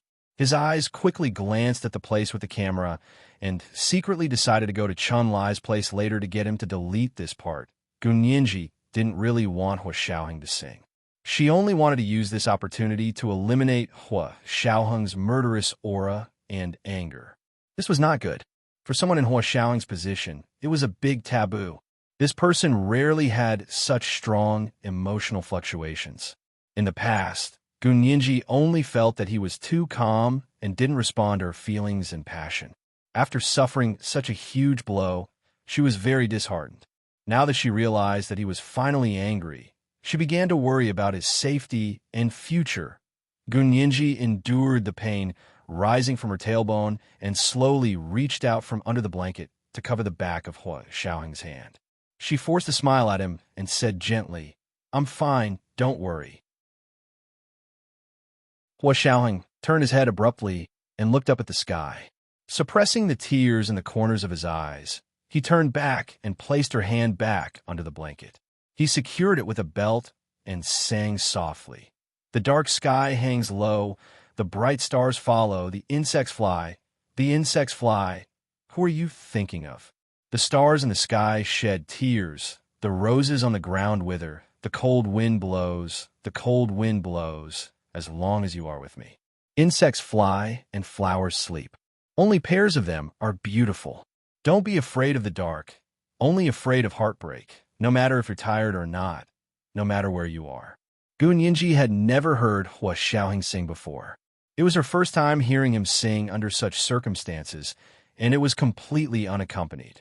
There was no accompaniment or beat, but it was extremely beautiful. Hua Xiaoheng's voice was already on the low side. Now that he had lowered his voice to sing without any accompaniment, the heavy impact of the subwoofer on the scene made Gu Yinji, who was a fan of sound, want to kneel down. She looked at Hua Xiaoheng almost obsessively. Her eyes were filled with longing, which greatly encouraged Hua Xiaoheng and pleased him. He sat on the edge of her bed and sang Flying Bugs over and over again until she gradually fell asleep. Chunlai worked in the office for a while and remembered to send He Jichu a message. He found Yin Shixiang's number and called. He asked for He Jichu's number and sent a message saying that Gu Yinji was fine. She only had some broken bones and needed a rest. After sending the message, he was hungry. He looked at his watch and wanted to go out to find something to eat. He opened the door and saw Hua Xiaoheng sitting by Gu Yinji's bed. His body leaned forward slightly, his hands clasped together to support his chin. He looked at Gu Yinji intently and sang to her over and over again. Chunlai's knees went weak, and he really slid down the door. He finally steadied himself by holding on to the door frame and immediately crawled back to his office. He decided that even if he was so hungry that he could only eat dog food, he would never leave the office. What a joke. If Hua Xiaoheng found out that he had eavesdropped on him singing to Gu Yinji, he would die. The office door quietly closed, and Chunlai began working again. It was not until it was dark that he thought he would not sing again, so he secretly opened the office door to take a look. Fortunately, Gu Yinji was already asleep, and Hua Xiaoheng was not singing again. Thank God he could go out to eat. Chunlai clutched his stomach as he walked out of the office. He followed the corner of the wall and wanted to slip out without attracting attention. But even if Hua Xiaoheng did not look away, he knew he had come out. Stop! Chunlai immediately stopped in his tracks and smiled apologetically. Hua Xiao, what's the matter? Hua Xiaoheng looked down and adjusted the blanket for Gu Yinji. Is there a camera in this ward? Yes, of course there was. Chunlai replied excitedly. But Hua Xiao, don't worry, I turned it off just now. Ever since Yinji came, the camera has been turned off. Hua Xiaoheng turned to look at him. Really? I can make a military pledge. Chunlai almost pointed to the heavens and swore. At least you know what's good for you. Hua Xiaoheng snorted and waved his hand. You can leave. Chunlai felt like he had been pardoned and quickly ran out. He only remembered after he left. What the hell? That was his office. What was with Hua Xiaoheng acting like the host was chasing his guest away? Chunlai cursed Hua Xiaoheng indignantly, but he did not dare to say a word in front of Hua Xiaoheng. After Chunlai left, Gu Yinji began to have a fever. Hua Xiaoheng knew that this should be normal. Gu Yinji's body seemed to need a fever to stimulate the body's immunity and recovery ability. Every time she was seriously ill or seriously injured, it would be accompanied by a high fever. He just didn't know how long the fever would last this time. Hua Xiaoheng began to pay attention to the changes in Gu Yinji's body temperature. The special hospital bed was fully equipped, and Gu Yinji's body temperature and heartbeat were all monitored by special equipment. Chunlai returned from dinner and brought Hua Xiaoheng a box of food. Hua Xiao, it's time for dinner. Chunlai placed the box in front of Hua Xiaoheng. At that moment, he noticed that Gu Yinji's body temperature was rising rapidly. He was surprised and said, "This curve is rising faster than before. It looks like we'll have to take turns sleeping tonight. We can't be without people here." Hua Xiaoheng did not turn his head. "Go to sleep. I'll watch." It was the second night, and the June monthly tickets had been delivered at 5,100 plus night. Today was the first day of July, and the new guaranteed monthly tickets had already been dropped. Dear friends, you can vote now. The third night at 7 p.m. P.S. Flying Bugs was a children's song written by Mr. Lin Shi and composed by Mr. Chen Guangro. It was very nice, especially with a male voice singing in a low voice. The effect was simply Chapter 9:27. Hua Xiaoheng really hadn't closed his eyes the entire night. He had been monitoring Gun Yinji's condition. In the middle of the night, Gun Yinji's temperature had risen so high that the equipment was beeping alarms. Hua Xiaoheng suppressed his anxiety and whispered to Chun Lai, who had come to check on Gun Yinji, "She's burning up so badly. Will she be okay?" "That's hard to say. Maybe she'll burn herself into a retard." Chun Lai deliberately dragged out his tone to play the official tone with Hua Xiaoheng to get back at him for scaring him with her singing today. Hua Xiaoheng was speechless. His sword-like eyebrows were just about to rise when Chun Lai immediately backed down. "Ha ha, Hua Xiao, I was just joking with you. No, Ninji won't become a retard. But why is her temperature so high? It's even higher than the last time." Hua Xiaoheng was talking about a year and a half ago when Gun Yinji was infected with H3Ob7 and had a high fever that lasted for 2 weeks. Even that time's temperature wasn't as high as this time. Chun Lai was also puzzled, but didn't dare to pat his chest and say she was definitely fine. But looking at Hua Xiaoheng's eyes, if he dared to say something was wrong, then he would definitely be in trouble before Gun Yinji. "Hua Xiao, you still don't believe me?" Chun Lai puffed out his fat chest. "My medical skills may not be world-class, but they're renowned both at home and abroad. If I say she's fine, then she's fine." But as soon as Hua Xiaoheng turned around, Chun Lai pressed his palms together and silently prayed to the unconscious Gun Yinji, "Yinji, you have to be fine. You have to be fine." Hua Xiaoheng suddenly turned around. Chun Lai immediately folded his hands behind his back and shook his head as he looked around the equipment. He looked confident and busy. Hua Xiaoheng believed half of it, but couldn't relax the other half. He and Chun Lai both sat by Gun Yinji's bed and didn't speak. One watched the changes in the equipment, while the other watched Gun Yinji's expression. Both of them had a tacit understanding that the other wasn't confident either. After a night of anxiety, the sky finally brightened and the temperature and heartbeat displayed on the equipment gradually returned to normal. Chun Lai sighed and got up to wipe his sweat. He didn't tell Hua Xiaoheng that he was drenched in sweat. If he took off his shirt and wrung it, he would be sweating profusely. Hua Xiaoheng didn't sweat, but he was no less nervous than Chun Lai. The last time Gun Yinji was in danger in Germany, he didn't know. By the time he found out, she had already escaped safely. For this, Hua Xiaoheng felt guilty for a period of time. But now that Gun Yinji was in the Huaxia Empire and under his close protection, something like this still happened. He couldn't forgive himself. Of course, no matter how angry he was, he had to ensure Gun Yinji's health first.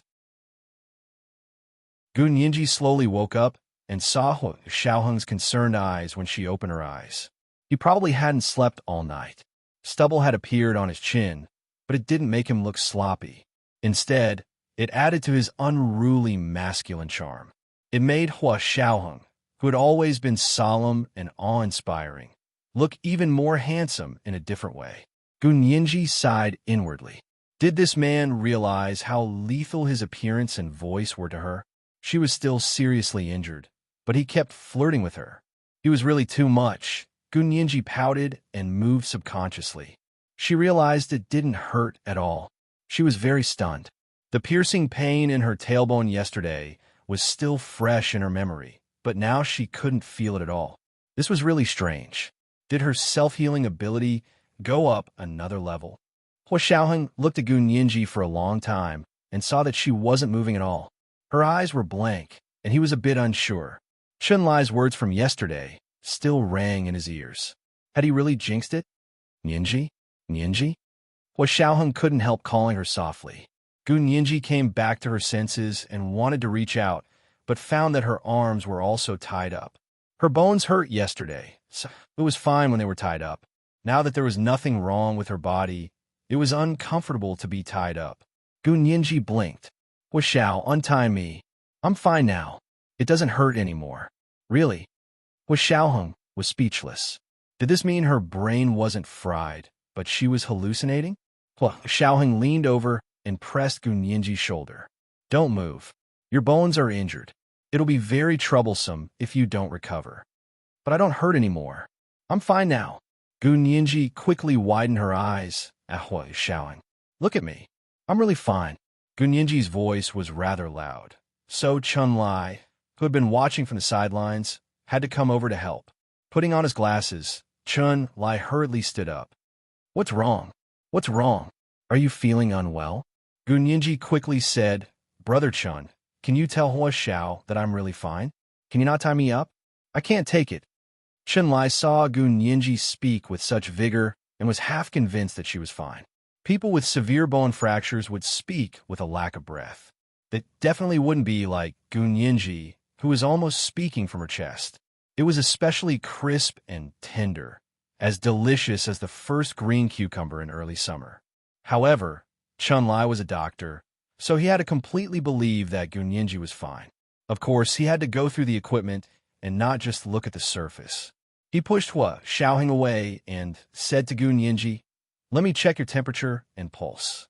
After checking the equipment, he found that everything was normal. Her temperature, heartbeat, pulse, and blood pressure were no different from a normal person. Compared to the sky-high temperature last night, the current temperature data looked like a cute little angel. Chun-Lai reached over and pressed a button to unbuckle all the belts on the bed. He said to Gunyinji, Take another CT scan. Can you walk over by yourself? Gunyinji sat up with a grunt. Yes. Hua Xiaoheng's brows were already furrowed. He watched Gunyinji jump up from the bed, and his heart couldn't help but skip a beat. He walked over with a solemn expression and carried her horizontally. He asked Chun-Lai, Where's the CT? Chun-Lai pretended not to see that Hua Xiaoheng had already carried Gunyinji. He said to the confused Gunyinji nonchalantly, It's over there. You went there yesterday. He turned around and walked away. Hua Xiaoheng carried Gunyinji to the CT room and placed her on the conveyor belt. Chun-Lai started the equipment and performed a second full-body examination on her. After the examination, Chun-Lai looked at the CT data and the radiographic films. He couldn't believe his eyes. One night, only one night, the severe bone fracture from yesterday had completely healed. He had originally estimated that it would take at least 2 weeks. And this time, he didn't know if it was because the new injury had been treated in time, but it had healed especially well. There were no scars at all. It was completely different from a normal bone fracture patient's condition after recovery. It was as if she had never been injured in the first place. Chun-Lai's hands trembled as he looked at the data. He placed it side by side with yesterday's report in front of him. He was so shaken that he almost couldn't sit still. After Gunyinji left the CT room, Chun-Lai called out to Hua Xiaoheng. He said dreamily, Hua Xiao, you must protect Ninji well. Don't let her have any chance of getting hurt again. I'm really afraid that we won't be able to hide it anymore. He felt that Gunyinji's self-healing ability was already a perfect recovery at the genetic level. It wasn't an ordinary enhanced self-healing ability of the human body. And as she grew older, this self-healing ability became stronger and stronger. After Chun-Lai said this, he took the initiative to burn both reports in front of Hua Xiaoheng. He also destroyed all the temporary data that had been kept in the CT. Hua Xiaoheng saw Chun-Lai destroy the data that he had always regarded as a treasure. He finally understood the seriousness of the matter. It was the third watch. Today was the first day of July. The new guaranteed monthly votes had already been dropped. Dear friends, you can vote now. Good night, dear friends. Chapter 928. How could this be?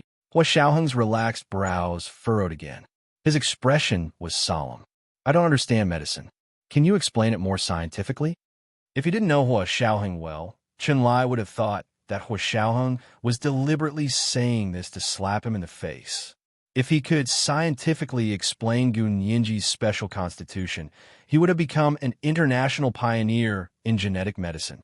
How could he be scared out of his wits by a set of test data?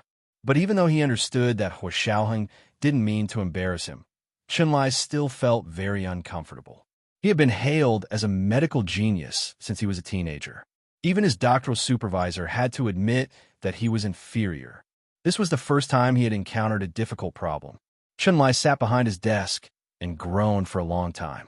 His eyelids drooped as he said, nonchalantly, I'm inexperienced and ignorant. I can't scientifically explain what's going on for now. He threw his pen away angrily and turned his head to the side to stare at the stainless steel trash can in the corner. Hua Xiaoheng didn't know whether to laugh or cry. He relaxed a little and reached out to knock on Chun Lai's desk. I was just asking if you could explain Nianji's condition from a medical perspective. Why are you throwing a tantrum? Chun Lai was silent for a while. He also felt that his anger was a little strange. He scratched his head and chuckled.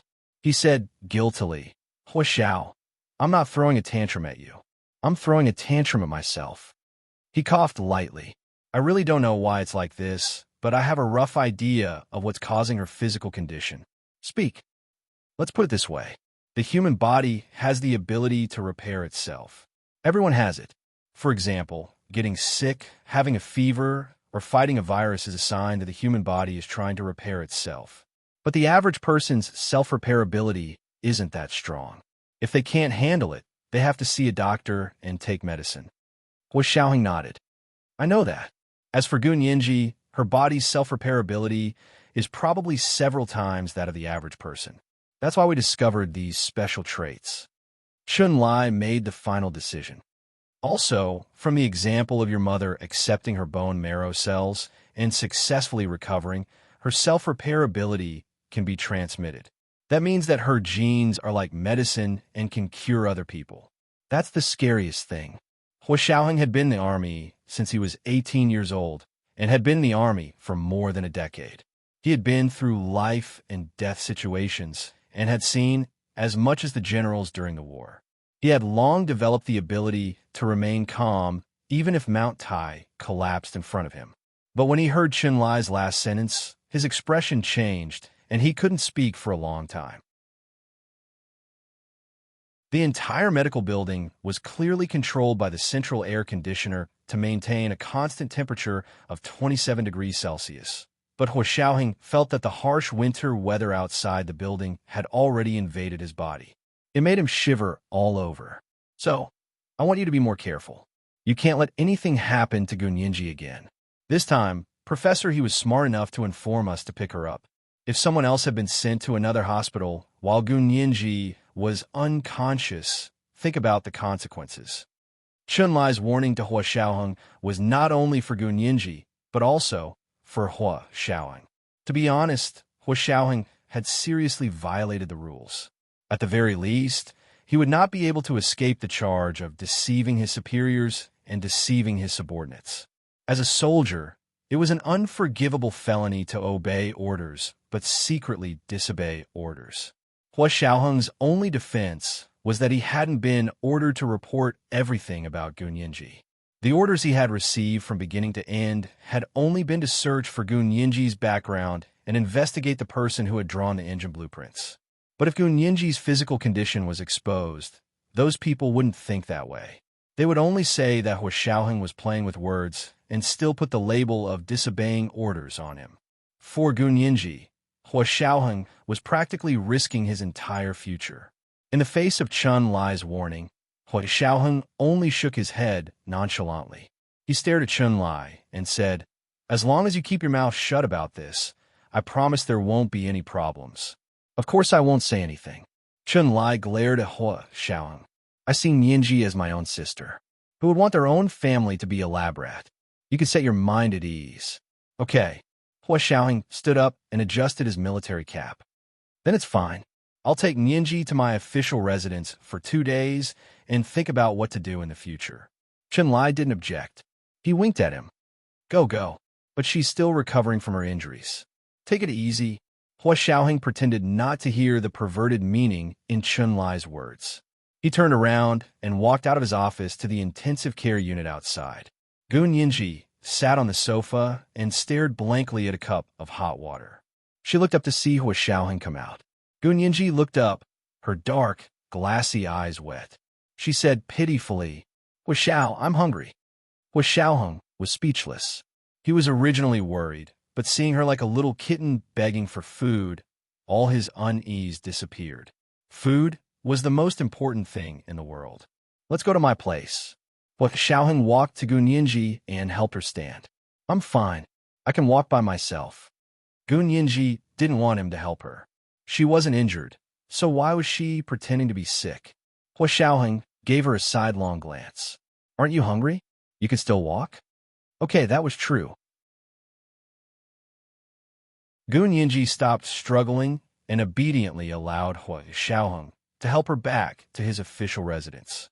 On the way there, Hua Xiaoheng called the kitchen to prepare food for her. The official residence's kitchen was stocked with all kinds of ingredients all year round, and all kinds of broth were constantly simmering. Hearing that Gun Yinji hadn't eaten for a day and night, the orderly in the kitchen gave her a bowl of chicken soup with silver thread noodles made from Romania. The Romania chose free-range hens that were less than a year old and had been simmered in a slow cooker for an entire day. The oil had been skimmed off, and even the chicken had melted in the soup. 2 handfuls of green vegetables, some bean sprouts, and some salt were put in a small white porcelain bowl. Gun Yinji smelled the chicken soup as soon as she entered. Following the smell, she ran to the dining room first. Hua Xiaoheng followed her in and saw that Gun Yinji was already holding a small bowl of silver thread noodles. Her eyes were squinted as she ate, so he was relieved to return to his room. His room was on the 2nd floor. It was a suite that was connected to the study, office, bedroom, and living room. After entering, he immediately turned on the computer to receive the work reports sent by the Secret Service personnel. After the meeting, the 4 Secret Service personnel summarized the situation during this period and wrote a detailed report. Hua Xiaoheng opened the email and read it attentively. The report wasn't long, only 3 pages, but Hua Xiaoheng read it for a full 15 minutes. The report detailed the various situations around Gun Yinji over the past few days. Aside from the daily trivial matters, there were a few things that made Hua Xiaoheng vigilant. For example, the time she was almost hit by a bicycle on campus. Also, there were some strangers who appeared around Gun Yinji recently. They didn't do anything out of line, but as long as Gun Yinji appeared on campus, these people would follow her inconspicuously. When it came to secretly following people, if the Special Operations Forces claimed to be second best, no one would claim to be first. These people's actions couldn't be seen by ordinary people. Even Gun Yinji didn't notice that there were people spying on her. But to the Secret Service personnel of the Special Operations Forces, it was nothing. It was just that these people really only paid attention to Gun Yinji and didn't do anything at all. Therefore, the Special Operations Forces personnel only watched them and didn't expose their own whereabouts. And in the past few days, these people had disappeared from the B University campus and hadn't come back since. Therefore, they weren't sure if they were targeting Gun Yinji. The Secret Service personnel of the Special Operations Forces were preparing to report these situations to Hua Xiaoheng at the next regular meeting, but this situation happened to Gun Yinji. They usually had a regular meeting every 15 days. Hua Xiaoheng and his subordinates had the same intuition that these people weren't simple. But why didn't they do anything? It seemed like they were only secretly observing. Could it be that they were being paranoid? Hua Xiaoheng fell into deep thought. Gun Yinji finished a bowl of fragrant chicken soup with silver thread noodles and instantly felt her vitality return. She wiped her mouth and returned to her room on the 2nd floor to take a shower. Lying in bed for a day and night, she also had a high fever. She felt like she was rotten. But Hua Xiaoheng didn't look disgusted at all. Gun Yinji sat in the bathtub and took a bubble bath. She thought about Hua Xiaoheng's deep and magnetic voice when he sang Flying Bugs to her before she fell asleep yesterday. Oh my, it was so beautiful. Why was she so smart yesterday? She really wanted to give herself a thumbs up. She remembered that when she first started working for Hua Xiaoheng, he used to make her some nursery rhymes. When he wasn't home, Gun Yinji could listen to them and hypnotize herself. Out of so many nursery rhymes, Gun Yinji only remembered Flying Bugs because the melody was very beautiful, but the lyrics didn't sound like a nursery rhyme. She had cursed it when she was young, so she remembered it clearly. Now that she thought about it, Hua Xiaoheng probably became familiar with it at that time, so he could sing it. Even soldiers could sing. Gun Yinji had a deep understanding of this. Military songs were loud and clear. It wasn't a simple phrase. However, Hua Xiaoheng had never sung before. At least, Gun Yinji had never heard him sing before. This time, she used her injury as an excuse to ask, and it actually worked. Gun Yinji was a bit regretful that she had recovered so quickly. Otherwise, she could have asked him to sing again. She let her imagination run wild in the bathtub, and before she knew it, the water in the bathtub was about to turn cold. Hua Xiaoheng was already knocking on the bathroom door. Yinji, are you done? Gun Yinji snapped back to reality and quickly stood up from the bathtub. She turned on the shower and rinsed before coming out with a towel wrapped around her. As soon as she opened the bathroom door, Gun Yinji looked at Hua Xiaoheng like she had never seen him before. Hua Xiaoheng felt a bit uncomfortable under her gaze. What's wrong? Gun Yinji rolled her eyes and put her hand on her waist. Hua Xiao, my bone still hurts, Hua Xiaoheng actually looked relieved. Then it's not healed yet. Gun Yinji was speechless. She continued, yes, it still hurts.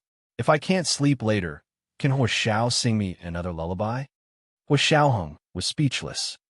Are you going to kiss, hug, and raise me up high? Hua Xiaoheng looked at her coldly and folded his hands behind his back.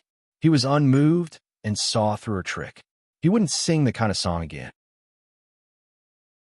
Gun Yinji rubbed her nose awkwardly. That's not necessary. When she walked back to the bedroom, Hua Xiaoheng had already put the Secret Service personnel's work report on her desk. Look at this material and think about whether there have been any unusual people around you recently.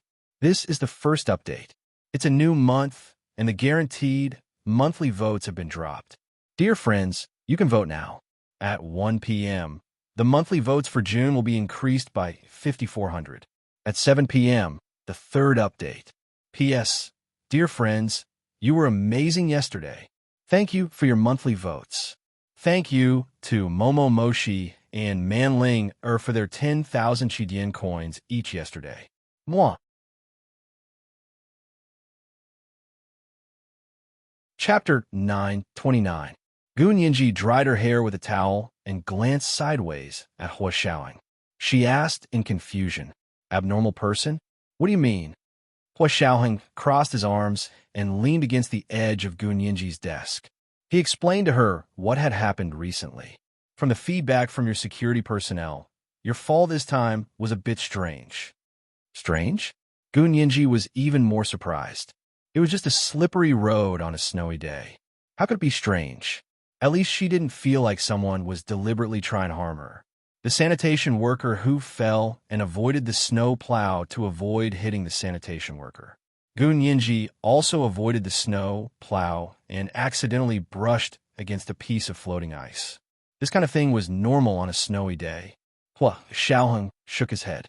We're not very sure either, so it's just a suspicion. Take a look at this material and tell me if there's a problem. Hua Xiaoheng left after speaking, leaving Gun Yinji alone in the room. Gun Yinji picked up the hairdryer and dried her hair as she quickly read the material. The material wasn't long, only 3 pages, but it was very informative. Gun Yinji knew that she had security personnel around her, but she was still a bit surprised to see that her daily activities were clearly observed. She silently read through the entire document, and her brows furrowed. Hua Xiaoheng was right. There really was something fishy. If it weren't for these people secretly observing her, it wouldn't have been easy to find clues. Gun Yinji recalled the last 2 accidents. The first was the bicycle. There were no suspicious people on the road at the time. She clearly saw 2 groups of people walking from both ends of the road. When she passed between them, no one deliberately pushed her. The accident could almost be described as when the conditions are right, success will follow. Later, she was saved by a young man on a skateboard. It was an accident because that person turned out to be her security personnel. And this time, the accident that seriously injured her tailbone was the same. A series of seemingly unrelated events finally led to her injury. According to the situation described in the material, if her security personnel hadn't stepped in and sat her down, the back of her head would have hit the rock garden. Gun Yinji knew very well how important the back of the brain was to the human body. If something really happened to that part of her body, she would be a cripple even if she lived. If Gun Yinji's previous bicycle incident could be described as an accident, then this snowy fall could be described as intentional murder. But if it was really murder, then the mastermind was too powerful. It was as if he hadn't made a move at all, and had only cleverly made use of some unexpected events to lead to the final result. Gunyinji rubbed her knees with lingering fear. Who could be so powerful? What method did he use to make use of this chain of events to achieve this result? Naturally, Gunyinji also thought of the word probability. Her computer skills were very solid, and she didn't just know how to apply them. In order to master computer science, one must not be bad at mathematics. Gunyinji's mathematics was completely self-taught in the Special Operations Forces base. However, from the age of 13, it only took her 2 years to learn all the mathematics subjects by herself, including advanced mathematics, such as calculus during her university days.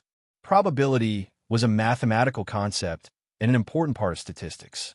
She was no stranger when she realized that these seemingly scattered events could actually achieve an unexpected result when combined. Gunyinji subconsciously wanted to calculate the probability of various events happening. In statistical terms, it was the probability of various events happening. Then, she used a formula or algorithm to link the probability of these different events happening and calculated under what circumstances which events could happen in a coherent manner. When they happened in a coherent manner, what would be the result? Gunyinji was fascinated by her own thinking. She didn't care that her hair was still wet and immediately turned on the computer in the house. She opened the program and began to write a computer program to calculate. At that moment, in a small building in the U Mountain Villa district, Ishihara and his grandson were sitting opposite each other and drinking. There was a short, long table in front of each of them. It was filled with Japanese snacks, fruits, and sake. Ishihara knelt behind the long table and raised his glass to the old man. "Grandfather, Gunyinji can escape this time, but she won't be able to escape next time. Don't worry, when we find the hospital she's staying in, I will have an even more powerful backup waiting for her." The old man was full of smiles and said emotionally, "Taro, you were really too powerful this time. Is Gunyinji's injury very serious?" Although she didn't die immediately, it was said that she was seriously injured and was dragged away by an ambulance. Many people saw it with their own eyes. It was said that her tailbone was severely damaged and she couldn't move. She was tied up with a belt on the stretcher in the ambulance. There were photos as proof. Ishihara Taro said proudly, "I calculated the reaction force she received at that time. It was almost enough to make her entire spine pop out of her body. A serious spinal dislocation and a serious bone fracture will make her spend the rest of her life in a hospital bed." They had already skillfully killed a person in the hospital. It was too easy to kill a paraplegic like Gunyinji. The old man obviously thought so too and praised Ishihara Taro. "Taro, if your father was still alive, I don't know how happy he would be. Grandfather, you're too kind. I spent 5 years to figure out the pattern and came up with a preliminary algorithm. There's still a long way to go," Ishihara Taro said sincerely. "But I will come up with an algorithm that will never be wrong as soon as possible. That way, we can use it to do more things." If he could find all the mistakes, they wouldn't have to worry about money anymore. The problem with his algorithm was that it couldn't cover everything, so it worked sometimes. This wasn't a big problem when it came to dealing with people, because if it failed, they could just try again. As long as they succeeded once and killed the other party, everything would be fine. But it couldn't be used in other areas, such as the stock market. That was because even if they succeeded 99 times, as long as they failed once, they could very well go bankrupt. Therefore, at the moment, his algorithm was not enough to create real wealth for the company. He could only help the company clear the obstacles first before he could fight for precious time and funds for his research to perfect his algorithm. He had to have zero tolerance for mistakes. Hua Xiaoheng was in his room dealing with work. He lost track of time when he was busy. He raised his wrist to look at his watch. It was already 5 in the afternoon. It was time for dinner. It should have been 7 or 8 hours since he brought Gunyinji back in the morning, right? Gunyinji hadn't come to look for him even once. Hua Xiaoheng was a bit puzzled. He turned off the computer and stood up from his desk. Hua Xiaoheng first turned on the intercom to call the orderly. "Did Miss Gu go out today?" Hua Xiaoheng asked. The orderly quickly replied, "No, Hua Xiao. Miss Gu didn't even eat lunch." Hua Xiaoheng froze. He often forgot to eat lunch, but Gu Nianji rarely did. What was going on? Hua Xiaoheng strode out of his room and went to Gu Nianji's room across the street. Opening the door to Gu Nianji's bedroom, Hua Xiaoheng saw Gu Nianji sitting in front of the computer and staring intently at the screen. The computer flashed with a blue light, and a series of numbers and symbols jumped on the screen. Gu Nianji's delicate fingers quickly typed out a long formula. She seemed to be calculating. It was the second update, and the monthly votes had been delivered at 5,400 plus updates. The guaranteed monthly votes had been dropped, so you can vote now, dear friends. It was the third update at 7 p.m. P.S. Although the melody of the song Flying Bugs sounded like a children's song, the lyrics weren't children's songs at all because it was used to coax big babies to sleep, not little babies. You guys understand?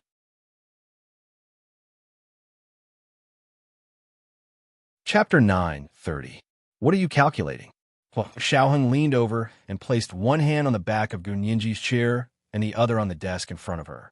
Gu Nianji was immersed in the world of mathematics and didn't hear what Hua Xiaoheng said at all. Hua Xiaoheng didn't mind either. His eyes stopped on the iPad next to the desk. The page on the iPad was called Chaos Mathematics. Looking at the formulas and programs Gu Nianji was calculating, Hua Xiaoheng felt like he understood something. He silently took the iPad and sat on the sofa next to Gu Nianji to start reading. Gu Nianji worked hard and used almost 10 hours to finally come up with a preliminary calculation formula. Hua Xiao, when did you get here? Gu Nianji touched the back of her stiff neck and was surprised to see Hua Xiaoheng sitting next to her. He was supporting his head with his hand and looking at the iPad on his knee. Hua Xiaoheng looked up and glanced at the computer screen. I just got here not long ago. He asked her again, what are you calculating? Gu Nianji immediately became happy and said excitedly, I'm using chaos mathematics to calculate probability. Brother Zay taught me before, but he uses chaos mathematics to make artificial intelligence programs. I think I can borrow it to try. As she spoke, she pointed to the formulas and data on the computer and explained one by one. Look, I first assumed that these events happened by chance and were not the result of human intervention. So I categorized the events listed on the materials and estimated the probability. Then I found a suitable algorithm to loop them in and see what the result would be. Oh, what result? Hua Xiaoheng was also a little interested. If this algorithm could be used, it would save a lot of trouble. The result is that the probability of these events happening is the highest among all random events. Hua Xiaoheng said, explain clearly. Let me put it this way. In theory, as long as it is not deliberately arranged, then the probability of everything happening should be random. There is no such possibility that it will happen. But from the results of my calculations, in order to achieve the final result, such as the result of the most recent fall, the probability of the series of events happening before was the highest. Isn't that obvious? Hua Xiaoheng was confused. If the probability wasn't the highest, it wouldn't have happened. Yes. Gu Nianji laughed. That's true, but one thing can be explained this way. But if all the connected events are the ones with the highest probability, then it's not a coincidence. Hua Xiaoheng understood a little and looked at Gu Nianji thoughtfully. You mean these incidents were deliberately selected? However, who could be so powerful as to be able to pick out the highest probability among thousands of complicated events and link them together? How are they connected? That's right. This is actually the opponent's weakness. This proves that these events are fake randomness. Gu Nianji raised her chin proudly, revealing her slender, swan-like neck. Hua Xiaoheng was mesmerized by Gu Nianji's high spirits. Ever since the incident in Germany, how long had it been since he had seen Gu Nianji this proud and lively? This was his Nianji. Hua Xiaoheng smiled. Seeing that Gu Nianji had finally gotten over the knot in her heart and was able to once again display her charm and ability, he sighed softly. His voice was still low and gentle. Fake randomness? How can I prove it? It's very simple. Gu Nianji turned around and picked up the mouse to point at one of her formulas on the computer. Look here, these events with the highest probability are picked out in order. There must be a trigger, which is an opportunity. With this opportunity, The subsequent events will naturally happen. Hua Xiaoheng sat up straight, his eyes never leaving Gu Nianji's beautiful and confident face. So what you're saying is that this opportunity isn't random, but man-made. All right. Gu Nianji couldn't help clapping for Hua Xiaoheng. It was so easy talking to smart people. Hua Xiaoheng leaned back on the sofa and thought. Then how can we find this man-made opportunity? Have you thought about it? Gu Nianji nodded. Of course I have. I want to prove whether my theory and algorithm are correct. So I must find this opportunity that will trigger the subsequent events. How do I find it? Hua Xiao, you'll help me, right? Gu Nianji walked over and sat cross-legged on the carpet in front of the sofa. She leaned against Hua Xiaoheng's leg and looked up at him with a smile. Help me find this opportunity, right? How do you want me to help you? Gu Nianji pushed his leg. Can you get the surveillance footage of those places? Hua Xiaoheng pinched her delicate little nose. Okay, I'll go look for it. Gu Nianji rubbed against his leg happily. Go. The sooner the better. Hua Xiaoheng let her go down for dinner and returned to his office to give Yin Shixiang in order to get the surveillance footage of those 2 places from B University. Yin Shixiang accepted the order and left. Hua Xiaoheng casually opened the surveillance footage of the hospital where Gu Yanran's father was hospitalized. He had already obtained a long time ago. Hua Xiaoheng had never believed that Gu Yanran's father's death was an accident. However, there was no evidence. Therefore, he retrieved the surveillance footage from that day and watched it repeatedly. However, he couldn't find any traces of a man-made attack. In Gu Yanran's father's ward, no matter how he looked at it, no matter how fast or slow, it showed that it was an accident. No one tried to take advantage of the situation to kill him. However, after reading the introduction to chaos mathematics and talking to Gu Nianji, Hua Xiaoheng suddenly had a different idea.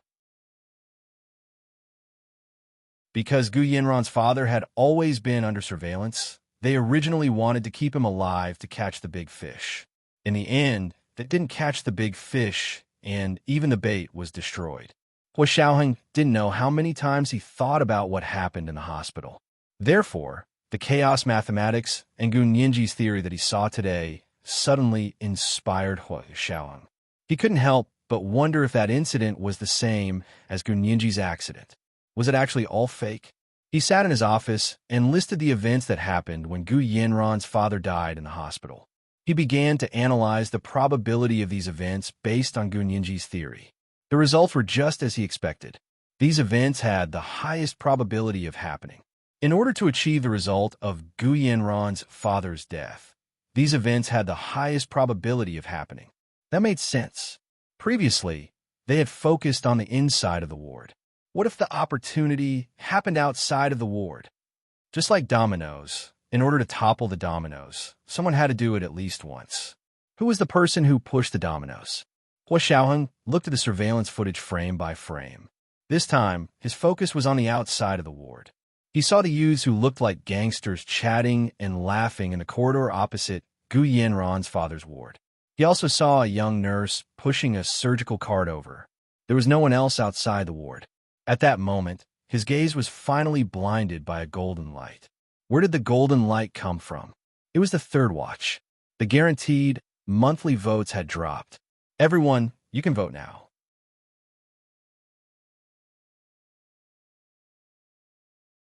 Chapter 9:31. Hua Xiaoheng's slender and powerful fingers paused on the mouse for a moment before continuously clicking the rewind button.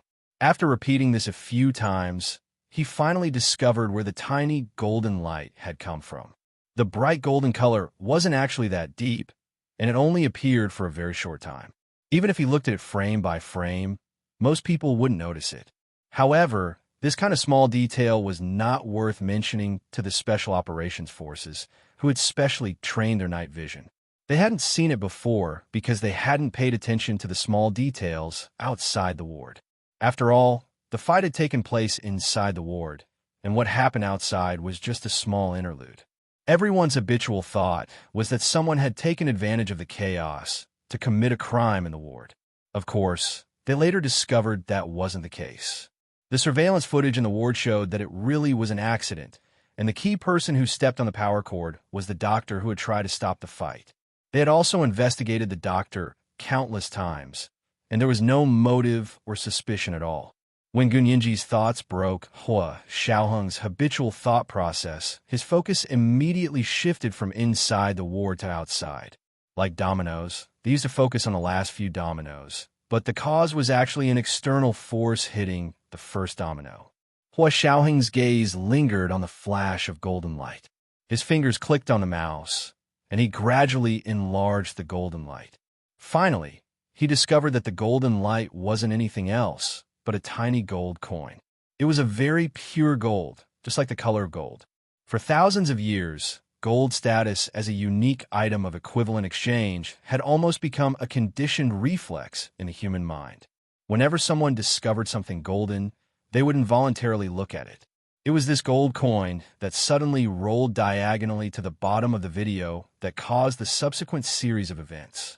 Was this coin the opportunity? No. Hua Xiaoheng shook his head. It should be the person who tossed the coin that was the real trigger, the opportunity. However, no matter how he played the video, he couldn't see the person who tossed the coin. It seemed that the person had done his homework. He cleverly chose the camera's blind spot and stood there to toss a coin. Since then, he had changed many people's lives. Hua Xiaoheng watched the video silently and cut that part. Gunyinji waited downstairs for a long time, but Hua Xiaoheng didn't come down for dinner. She was hungry, but she refused to eat alone. The orderly came over several times and finally couldn't take it anymore. He went upstairs and knocked on Hua Xiaoheng's door. "Chief, Miss Gu is waiting for you for dinner." Hua Xiaoheng froze and said into the intercom, "Let her eat first." "We told her, but Miss Gu refused." "She's still waiting." The orderly outside the door scratched his head helplessly. Hua Xiaoheng glanced at the files on the computer. It was almost done, so he logged out and turned off the computer. Standing up, he said, "I'll be right down." The orderly laughed and said happily, "Yes, Chief." He quickly went downstairs and said to Gunyinji, "The chief will be coming down soon. Do you want the food served?" Gunyinji quickly nodded. "Hurry up. I'm going to faint from hunger." As soon as Hua Xiaoheng walked into the dining room, he took off his military cap and hung it on the wall hook as he said, "Eat if you're hungry. Why are you being so polite with me?" Gunyinji blinked. "If I didn't do that, would you have come down for dinner?" She had long known that the only way to deal with people like Hua Xiaoheng was to use the tactic of, "I won't eat if you don't eat."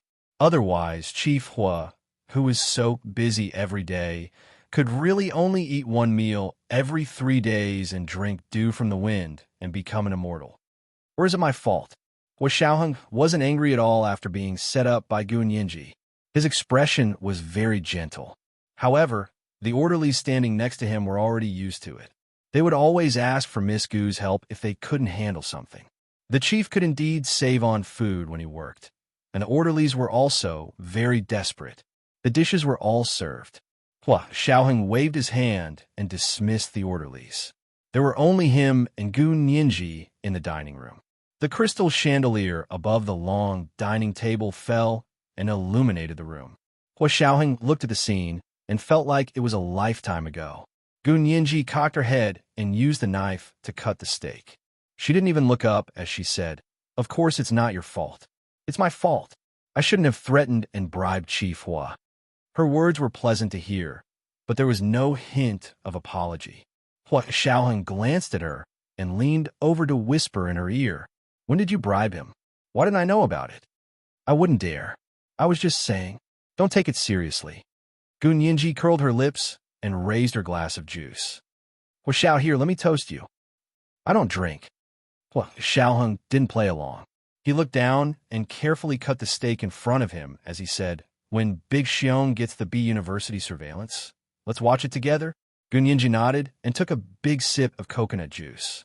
This was her favorite juice at this stage of her life.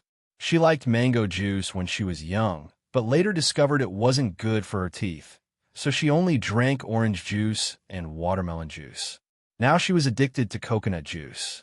Hua Xiaoheng always had coconut juice at his place, and it was fresh. They didn't speak anymore and finished dinner in silence. The orderlies saw that they had finished eating and came in to clear the table. They also gave each of them a cup of tea. Gunyinji wanted Bilyuakun tea, and Hua Xiaoheng wanted pure tea. In Shixiang returned from B University before they finished their cups of tea. Hua Xiao, Ninji, did you just finish dinner? I haven't eaten yet. He didn't stand on ceremony and sat down casually. What are we eating tonight? I can eat a whole cow. In Shixiang looked at the orderlies and asked. The orderlies was a new recruit this year. He smiled and said, Perfect, we're having steak today. How do you want it, Colonel? Medium well. In Shixiang snapped his fingers and turned to look at Gunyinji and Hua Xiaoheng. You've already finished eating? Don't you want some dessert? Gunyinji shook her head and rushed him. Brother Xiong, hurry up. I can't wait. Hua Xiaoheng stood up. Ninji, let's go up first. Big Xiong, come up after you're done. Okay. In Shixiang waved his hand. Please help yourselves. I'm a fast eater. Gunyinji also stood up and giggled at In Shixiang. Brother Xiong, don't eat so fast. Be careful not to choke. In Shixiang glared at her, but Gunyinji had already turned around and followed Hua Xiaoheng with light steps.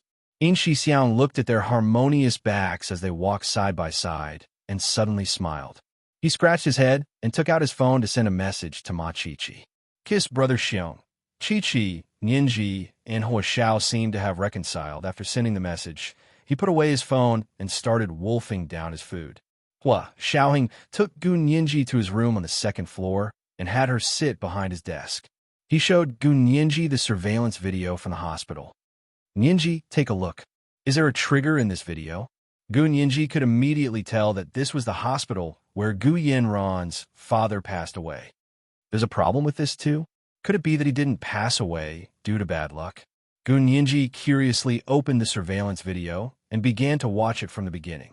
Hua Xiaoheng sat next to her and watched the surveillance video with her. At the spot where Hua Xiaoheng found the golden light, Gunyinji also pressed pause and murmured, What is this? Her slender and soft fingers clicked on a mouse and quickly zoomed in on the target. A gold coin? Am I seeing things? This is a murder case caused by a gold coin?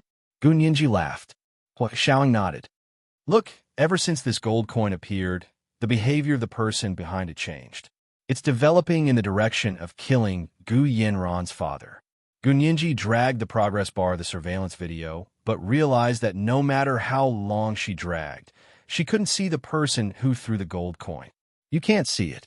This person must have investigated the location of the surveillance cameras in the hospital, so he just happened to be standing in the camera's blind spot.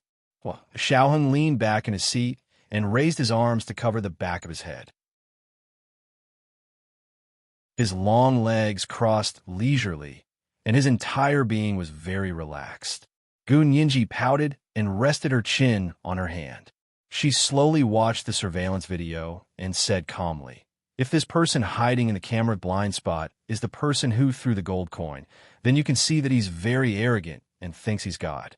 God threw dice to create the world, and this person threw a coin to control other people's lives just to enjoy the fun of being able to do whatever he wants.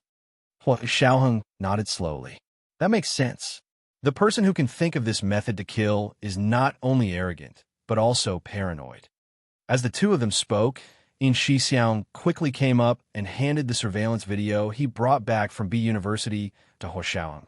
Hua Xiaoheng took the USB and inserted it into the computer to watch with Gunyinji and In Shixiang.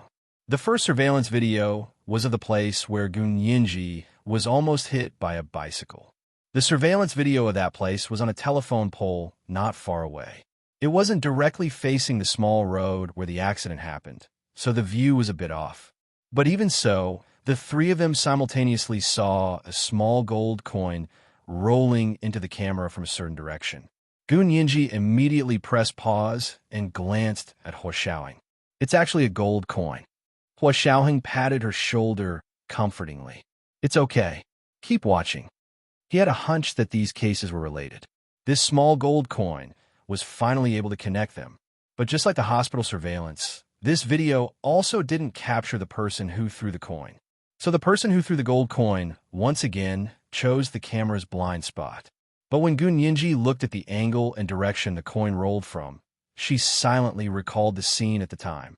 Her heart skipped a beat, and she immediately remembered the handsome young man in the black double-breasted uniform. If she remembered correctly, the young man had been standing in the same direction as the coin had rolled from. Hua Xiaoheng had already started playing the second surveillance video. It was the place where Gun Yinji almost fell to the ground and became paralyzed. In the surveillance video, snowflakes danced and the snow on the ground began to thicken.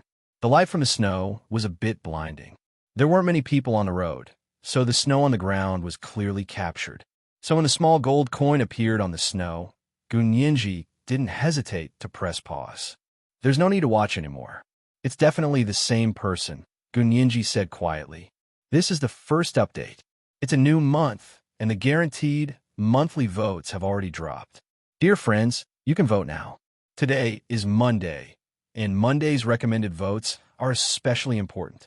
At 1 p.m., the June monthly votes will be 5,700 plus updates. All the June monthly votes and updates will be paid off. At 7 p.m., the third update.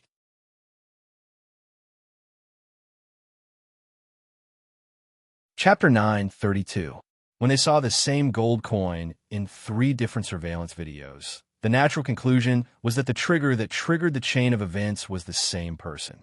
Gun Yinji's eyes flashed, but she didn't mention the handsome young man in the black double-breasted uniform. In Xixiang was extremely regretful. Why didn't we get this person? What a pity. Gun Yinji shook her head and turned around on Hua Xiaoheng's swivel chair.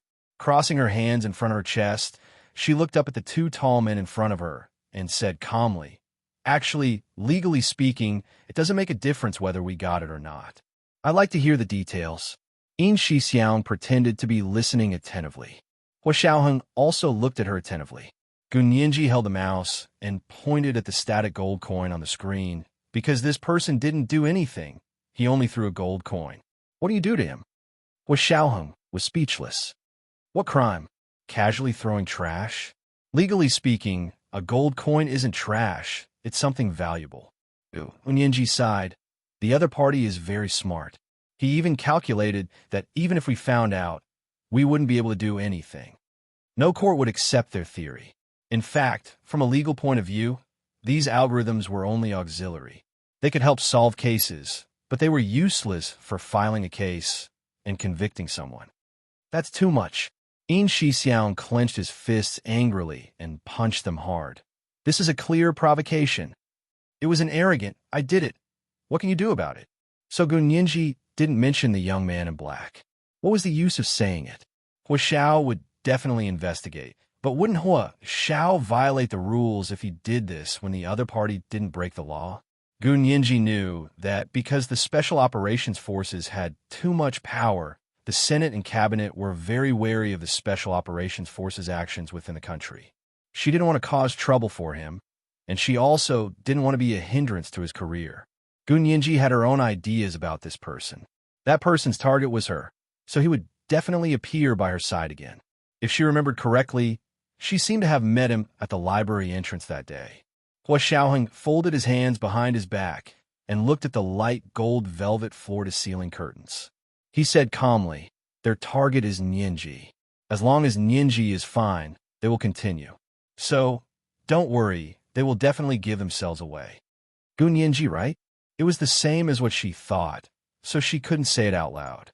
Gun Yinji returned to her bedroom thoughtfully and sat on the sofa in a daze.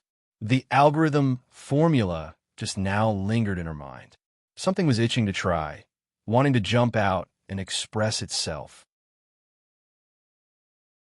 She clutched her wildly beating heart, curled her lips, and said softly, "If the law can't punish you, then let's have a fair competition and see whose algorithm is better." Gun Yinji knew her idea was crazy, but if the other party really wanted to kill her silently and didn't have to bear any legal responsibility, she was sorry, but she couldn't take it lying down. She didn't want to sit around and wait for her death. She didn't want to wait for the other party to set another trap for her. She could only escape under the protection of others. Because when the other party triggered the domino effect again, it would be even tighter and more intense than this time. At that time, Even if Hua Xiaoheng could send people to secretly protect her, it would only be a life for a life. Gun Yinji didn't want anyone on her side to sacrifice themselves, especially for her. She was very grateful for this kind of act of using their lives to protect her, but she also felt that it was very heavy and suffocating. Moreover, she also had accumulated anger in her heart and wanted to vent it. Everyone only had one life. What right did that person have to think that he was superior and had the ability to transcend the law and dictate the life and death of others? If he wanted to be God, he had to see if he had the ability to do so. Gun Yinji thought about this and sleepwalked to her desk. She turned on the computer and began a series of calculations. Late at night, Hua Xiaoheng's work for the day temporarily came to an end. He turned off the computer and rubbed the space between his eyebrows. He walked around the office twice to relax his muscles before going to Gun Yinji's room. Gun Yinji was typing on the computer and seemed to be calculating. But this time, Gun Yinji turned off the computer as soon as Hua Xiaoheng walked in. She turned around uncomfortably and forced a smile at Hua Xiaoheng. Hua Xiao, why aren't you asleep yet? I should be asking you that. Hua Xiaoheng walked behind her. Why did you turn off the computer as soon as I came in? Gun Yinji didn't know how to answer and muttered, "That's my privacy." Hua Xiaoheng raised his brows. Privacy? You? Of course I have privacy. Gun Yinji turned around and saw Hua Xiaoheng's meaningful gaze. She suddenly became angry from embarrassment and stood up. You have to respect my privacy. I'm going to sleep now. Please go back. Hua Xiaoheng curled his lips and put his hands in his trouser pockets. His sharp and deep gaze slowly looked her up and down. Gun Yinji suddenly felt like she was naked in front of Hua Xiaoheng. Seeing that Gun Yinji was about to explode, Hua Xiaoheng finally withdrew his gaze and patted her head. Okay, I respect your privacy. Go to sleep. With that, he turned around and left Gun Yinji's bedroom. He left so quickly that Gun Yinji was confused, but she didn't chase after him. She stood in the middle of the bedroom with a frown and watched Hua Xiaoheng's figure disappear outside the door. She quickly locked the bedroom door, then slipped onto the bed and continued her calculations on her phone. The phone wasn't as powerful as a computer, but her algorithms didn't need too much memory. After optimization, the phone's core could also handle it. Gun Yinji hid under the covers and tinkered with all kinds of permutations. She didn't even know when she fell asleep. When she woke up the next day, she found that the phone was completely out of battery. She only stayed in Hua Xiaoheng's official residence for a day. When she woke up that morning, she pestered Hua Xiaoheng to go back to school. Hua Xiaoheng still had a few meetings after breakfast. It was almost the end of the year, and they were also very busy. Unable to resist Gun Yinji's pestering, Hua Xiaoheng finally agreed with a headache. However, he made her promise that she couldn't leave the Secret Service's sight. Gun Yinji blinked her large, glassy eyes and said very sincerely, Hua Xiao, it's almost the new year. You should think about how to celebrate it. I can graduate before the new year. Will you come to the graduation ceremony? As soon as she said that, Hua Xiaoheng's mind turned to Gun Yinji's post-graduation matters. He patted her head. Study hard and take a break for 6 months after graduation. Gun Yinji smiled and didn't comment. She waved at him and called Ji Chu to ask him to pick her up and take her back to school. Hua Xiaoheng was a bit distracted during the meeting, but he only came back to his senses when it was lunchtime. He had actually been tricked by Gun Yinji. She didn't answer his questions directly at all. Instead, she changed the topic to graduation and completely diverted his attention. Hua Xiaoheng understood and chuckled. He continued the meeting after lunch. Ji Chu drove to pick up Gun Yinji. She was waiting for him outside the yellow line at the entrance of the Special Operations Forces. As soon as the car arrived, Gun Yinji got in and said, Professor He, can you take me back to the house I bought first? Aren't you going back to school? Ji Chu didn't understand. Gun Yinji paused and smiled. Yes, but for the last 3 weeks, I want to be a day student and live in my house in Epingli. It was the second update. The June monthly tickets had arrived at 5,700 plus updates. The guaranteed monthly tickets have been dropped. Dear friends, you can vote now. Today was Monday, and recommendation tickets were also very important. It was the third update at 7 p.m.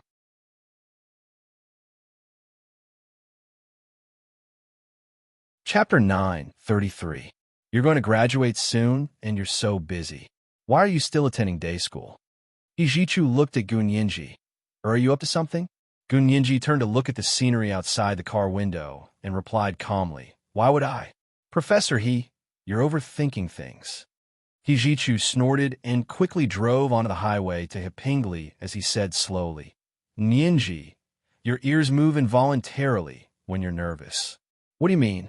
Gunyinji instinctively touched her ears. You're still denying it? You've exposed yourself, haven't you? Why would you touch your ears if you're not guilty? Hijichu saw through Gunyinji's pretense. Gunyinji laughed mischievously. I'm trying to prove that my ears didn't move and refute Professor E's claims. What are you thinking? Hijichu glanced at her, his shimmering, sultry eyes flashing. That's good. He then continued to persuade her. No matter what you're thinking, you have to wait until after you graduate. You only have 3 weeks left. You don't want to fail at the last step, right? Gunyinji nodded repeatedly. I know, Professor Don't worry. I'm going back to my own house for the convenience of studying. Stop bullshitting. Hijichu refused to believe her lame excuse. If it's for the convenience of studying, the school dormitory is the most convenient. If you're afraid of disturbing your roommates, you're living in a room alone, so there's no problem. Gunyinji sighed. The older, the wiser. I can't argue with you, so let's go back to school. That's more like it. Hijichu turned the steering wheel and got off the highway to head towards B University. After driving for a while, Hijichu said dryly, The older, the wiser? Am I that old? She didn't expect Hijichu to care about age. Gunyinji blinked and quickly said, You're not a ginger, I wasn't talking about you. Hijichu gripped the steering wheel tightly and said pointedly, I'm the same age as Huoshao. Gunyinji was embarrassed and awkwardly turned on the car's audio and visual system and changed the topic. Are there any good radio stations these days? Hijichu didn't say anything and let her change the channel herself. Soon, they arrived at the B University female graduate student dormitory. Hijichu dropped her off at the entrance and said, Next time, if you're late at the library, remember to call me. I'll pick you up. Gunyinji quickly pressed her palms together. Thank you, Professor Thank you, Professor Hijichu waved his hand. Study hard. There are only 3 weeks left. His expression when he said this was almost identical to Hua Xiaoang's. Gunyinji nodded sheepishly and watched Hijichu's car leave. Just as she was about to turn around and enter the dormitory building, she saw the black-shirted young man she had seen before standing beside the dormitory building door, talking to a girl. The girl's fair face blushed as she raised her head to look at the youth. Her eyes revealed an infatuated expression. Gunyinji, she wasn't interested in romance, but because the girl was also from the law faculty and seemed to be a third-year master's student, she took a few more glances at her. As expected, the black-robed youth looked over. His nose was as straight as a mountain peak, and his face was too pale, giving him a weak sense of beauty. He looked at Gunyinji with a gentle and polite expression, but there was an indescribable sense of arrogance in the depths of his eyes. Gunyinji retracted her gaze and deliberately acted as if she didn't know the person at all. She directly entered the building. The black-shirt young man was Ishihara Taro. Ever since Gunyinji had been taken away by the ambulance, he had mobilized the Ishihara Corporation's power to search for Gunyinji's whereabouts in all the major hospitals in the imperial capital.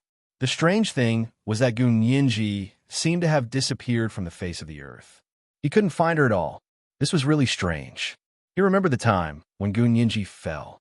The reaction force from the fall usually killed or paralyzed her, so he refused to give up and searched everywhere. In the end, it was his grandfather who was worried that he would alert the enemy and make it more difficult for them to be on guard. He ordered them not to move again, so he finally gave up. However, only 2 days later, Gunyinji actually appeared on her own, and she seemed to be completely fine. Ishihara Taro fell into deep thought. Could it be that there was still a problem with his algorithm? Could it be that her fall wasn't as severe as he had expected? Ishihara Taro was in a hurry to go back and verify his algorithm, so he left the school in a hurry. When he returned to his apartment in the imperial capital, he found his grandfather there. "Grandfather, you're not staying in the U Mountain Villa district anymore?" Ishihara Taro asked curiously. Ishihara Taro's grandfather's name was Ishihara Wakashi. He sat on the recliner in the living room by the French windows and said calmly, "I want to stay with you for a few more days. I'll be returning to Japan next month. What about you? Do you want to go back with me?" Ishihara Taro understood what his grandfather meant. "Don't worry, I'll definitely settle this matter before you return to Japan." After saying that, he remembered Gunyenji he had seen today. "Grandfather, Gunyenji returned to school today." Ishihara Wakashi opened his eyes suddenly. "Return to school? She was so badly injured. How could she return to school? Who sent her back?" Ishihara Taro was a little ashamed. He gritted his teeth and said, "I don't know if there was a problem with the algorithm, but her injury wasn't as serious as I had expected." Ishihara Wakashi couldn't hide his disappointment. How could this be? After a moment of silence, Ishihara Wakashi said tiredly, "Then prepare well. You can't make a mistake next time." "Yes." Ishihara Taro knelt on the cold marble floor in the living room and kowtowed to Ishihara Wakashi. After Ishihara Wakashi left, Ishihara Taro threw himself into a frenzy of calculations. He didn't even go to class at B University. Machichi was very happy that Gunyenji had returned. She pulled her over and looked her over. She smiled and said, "Thank goodness you're fine. When I heard you were taken away by the ambulance that day, I was so shocked that I called Brother Xiong more than 10 times to ask him if he knew where the ambulance took you. Luckily, Brother Xiong told me not to worry." Gunyenji patted her shoulder. "All right, I know you and Brother Xiong love each other, so stop showing off your affection. My injury looked especially serious, but it was actually nothing. It was just a dislocated ankle. Professor, he was worried for nothing. I want to get an x-ray and reconnected the bone, then I'll be fine." "Dislocated? Then be careful. It'll be very uncomfortable if it becomes a habitual dislocation." Machichi quickly smoothed it out. Everyone knew that Gunyenji had fallen and was taken away by the ambulance, but they couldn't tell how serious it was. After all, no one saw her bleed at the time. They only saw her sit on the ground. Therefore, after the ambulance arrived, there were also people who took the opportunity to mock Gunyenji's condition and say that she was deliberately making a big deal out of it to avoid the final exams. "I'll be careful," Gunyenji said as she stretched. She wouldn't explain her real condition to others. "I'm going to rest for a while. Don't disturb me." I know. Go to sleep. No matter who comes, they won't wake you up." Machichi expressed that she wanted to keep an eye on her. Gunyenji smiled and hugged her before turning to go back to her room.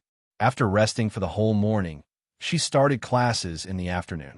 The first 2 days were fine, but the third day was Friday. There was a compulsory law class at 2 in the afternoon.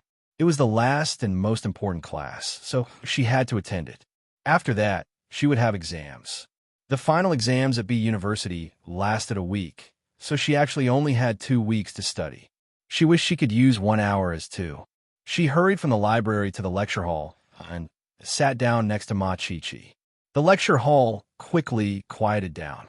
The teacher of the compulsory class walked in leisurely. Behind him was a handsome young man wearing a short gray coat. It was Ishihara Taro. Gunyenji was stunned. This guy was also a B University student. She quickly nudged Machichi. "Who's that?" Machichi looked up. "Oh, that's the Japanese transfer student from our faculty, Ishihara Taro." It was the third period. The guaranteed monthly votes had been dropped. "Dear friends, you can vote now. Today is Monday." Recommendation votes are also very important. Good night, dear friends.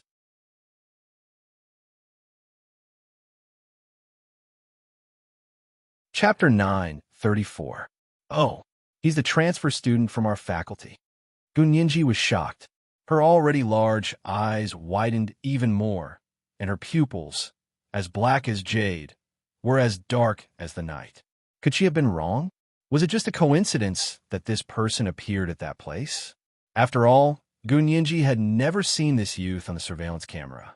All the clues were connected because of her preconceived notions. Well, she was wrong. Gunyinji was well-versed in the law and knew the importance of evidence. She was also willing to give the benefit of the doubt to any incident. In other words, she should believe that the other party did not do such a thing when there was no concrete evidence. Gunyinji quietly looked away and looked at her notes. After the class, Gunyinji and Ma Chi-Chi left the classroom together and went to the library to study. At that moment, Ishihara Taro followed them and called out to them. "Chi-Chi, where are you going?" His voice was a typical baritone. He enunciated clearly, but his pronunciation was a little strange. It was a typical Japanese accent. Ma Chi-Chi turned around in surprise and frowned. "Ishihara, what's the matter?" She had clearly only seen this Ishihara Taro once at the class meeting. What was he trying to do by calling him so intimately? Ishihara Taro had one hand in his semi-long coat pocket and the other holding a folder. His tall and slender figure attracted the attention of many girls. However, his gaze was only on Ma Chi-Chi. "Chi-Chi, I have some homework that I don't understand. Do you have time to help me with it?" His voice was gentle and pleasant, and his posture was handsome and polite. Ishihara Taro was very aware of the power of his appearance. He was like a male peacock, constantly displaying his masculine charm to Ma Chi-Chi. Gunyinji secretly took out her phone and recorded this scene, especially Ishihara Taro. Gunyinji practically used the highest resolution HD camera lens to capture his entire body. However, from Ishihara Taro's point of view, she was very impolite and playing with her phone while others were talking. Although the angle at which she was playing with her phone was a little weird, Ishihara Taro's attitude towards Ma Chi-Chi was unprecedentedly warm as he looked at Ma Chi-Chi coldly from the corner of his eye. Ma Chi-Chi could not take it anymore, and the smile on her face froze. "Ishihara, I'm very busy too. It's going to be the final exam soon, and I really don't have time. How about this? I'll introduce you to a cram school, and you can go to the teacher of the cram school for tutoring, okay?" Gunyinji snickered and twirled her phone lazily. Her dark eyes sparkled like the stars in the night sky. "Chi-Chi, is this the legendary Japanese transfer student with an off-the-charts IQ? If your IQ is off the charts, doesn't that mean your IQ is off the charts? My IQ is even higher than the Milky Way." Ma Chi-Chi was also amused by Gunyinji and pushed her. "Stop joking around. I was just being polite. Don't you know how to be polite? You really thought I was complimenting you." Ma Chi-Chi glared at Ishihara Taro as she said the word compliment. Ishihara Taro had originally wanted to get her attention by ignoring Gunyinji. He had not expected that she would actually discriminate against the intelligence that he was most proud of. This time, he had really poked a hornet's nest. Ishihara Taro's gaze immediately turned to Gunyinji, and he said somewhat stiffly, "Your IQ is off the charts?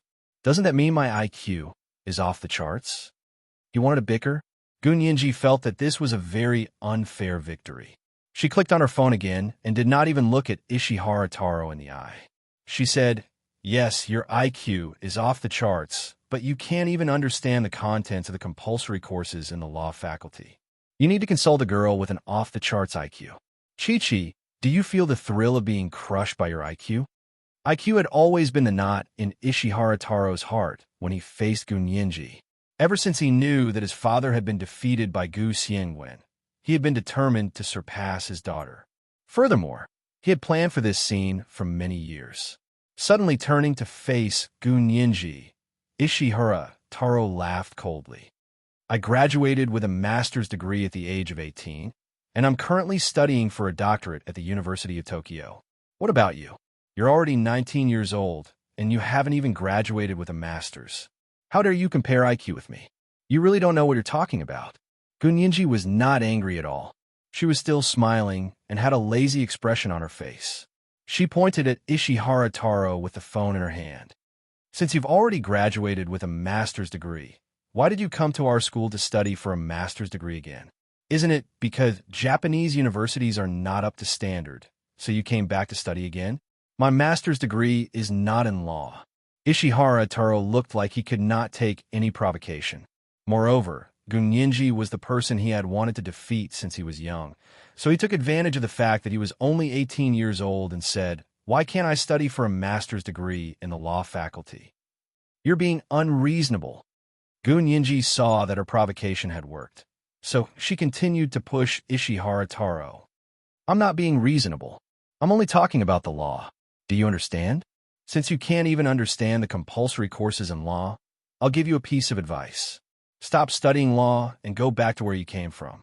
If you continue to be arrogant here, someone will teach you a lesson anytime." Gunyenji's sharp tongue trampled on Ishihara Taro, and her mood instantly improved. It had been a long time since she had met someone who came forward to be beaten up by her, even though bullying a little kid seemed like an unfair advantage. Actually, she did not consider that she was only half a year older than Ishihara Taro. Ishihara Taro had been pampered in the Ishihara Corporation since he was young and was treated like a treasure. Also, because his IQ was much higher than the average person's, he had never been bullied like this before. This was the first time he had seen someone speak and suppress him. Although Ishihara Taro was mentally prepared, he was still so angry that he lost all of his poise. He pointed at Gunyenji angrily and shouted, "My master's and doctorate degrees are all in the most cutting-edge chaos mathematics. So what if you know the law? Compete with me in chaos mathematics if you can." Chaos mathematics. Gunyenji's expression changed. She had never expected to hear this term from this Japanese guy's mouth. She had originally wanted to give him the benefit of the doubt, but now she did not need to. He had already given her the evidence with both hands. Gunyenji suppressed the excitement in her heart and carelessly twirled the diamond earrings on her earlobes. She said nonchalantly, "I'm not even a chaos mathematics major. Why should I compete with you on this ridiculous thing? I really don't know whose backdoor you got into our faculty." Haha, the prestigious B University Faculty of Law also cannot avoid the ways of the world. Ha ha. Machichi was very happy listening from the side. This D** Ned Ishihara Taro actually tried to break things up the moment they met. Did he think that her friendship with Nyenji was so easily shaken? Moreover, she had a boyfriend. Why would she want to be intimate with this Japanese guy? He was degrading her. To think that she had praised him in all sorts of ways before. She must have been blind. Machichi made a gesture of stabbing her eyes at Gunyenji and said, "Nyenji, I was wrong. Let's go back to study. We don't need to go to the library anymore." Gunyenji smiled and shook her head. "How can I do that? I have obsessive-compulsive disorder. I'm used to going to the library. I'll feel uncomfortable if I don't. Let's go. If you don't want to go, I can go alone." Machichi looked at Ishihara Taro, who was glaring at them from behind. She muttered, "Why is he so angry? Isn't he a little princess? Who does he want to be supported by? What a drama." Gunyenji pulled her hand. "Then let's go to the library?" "Yeah." Machichi followed Gunyenji obediently and turned to leave. Only Ishihara Taro stood where he was. His light brown eyes gradually turned pitch black. After Gunyenji and Machichi had walked far away, his entourage emerged from hiding and said worriedly, "Young master, won't you attract their attention by saying that?" "I want to attract her attention," Ishihara Taro said proudly. "If she doesn't know that I'm the one scheming against her, how boring would that be? I like to see her hate me to the point where she can't do anything to me." He was very confident that his method was completely outside of the law. Even if they knew it was him, they wouldn't sue him. It was just like a point he had recently learned in law class. He knew that what he had done couldn't be made into a case. In other words, the court couldn't even file a case. What did he do? All he did was throw a coin. Was there a law against throwing coins? Ha! The Ishihara Corporation wasn't a pushover. Even if they knew he was the one who did it, they wouldn't do it in the open. Would the elites of the Tokyo Secret Service be pushovers if they dared to play dirty tricks on him? Then he would see who would dare to use dirty tricks on a foreigner like him. Ishihara Taro was very clear about the deep-rooted bad habits of some Huaxia Empire bureaucrats. They were afraid of offending foreigners. They usually couldn't wait to protect foreigners. How would they dare to use dirty tricks on him? Do you still want your international reputation? Ishihara Taro dared to swagger in front of Gunyinji because he had planned everything from start to finish. Gunyinji and Ma Chi-Chi arrived at the library and found a quiet place to sit down to study. After the small episode, just now, Gunyinji couldn't learn anything at all. She looked at the notebook and reference books in front of her, but her thoughts were completely on the words chaos mathematics that Ishihara Taro had just said. It really was that little brat. Why'd he do that? Gunyinji couldn't help but take out her phone and secretly change the IP address. She entered her hacking program and searched for the Japanese name Ishihara Taro. Only a few papers published in the top international mathematics journals were signed with the English translation of this name. She didn't see any other clues. Just like her father, Gu Xiangwen, everything other than academics seemed to have been wiped clean. This is the first update. It's a new month. The guaranteed monthly tickets have dropped. Dear friends, you can vote now. At 1 p.m., the monthly tickets for July will increase by 300 updates. At 7 p.m., the third update. P.S. Thank you to Momo Moshi for the 10,000 Chidian coins yesterday. Congratulations to Momo Moshi for becoming the 18th leader of Hello, Major General. Thank you to Assistant 9 for tipping 100,000 Chidian coins this morning.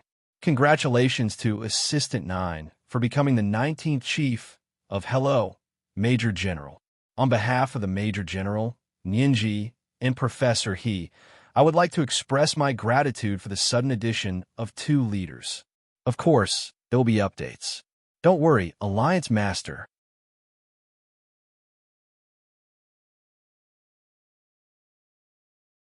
Chapter 9:35. Gunyinji looked at the results of the search and felt slightly unhappy. Ishihara Taro had published articles in those magazines and had a simple resume.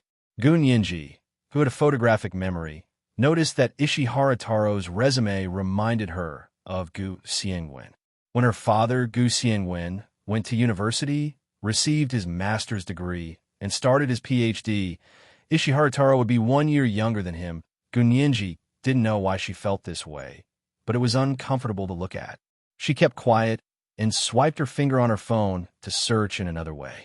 This time, she used the relevant search engine.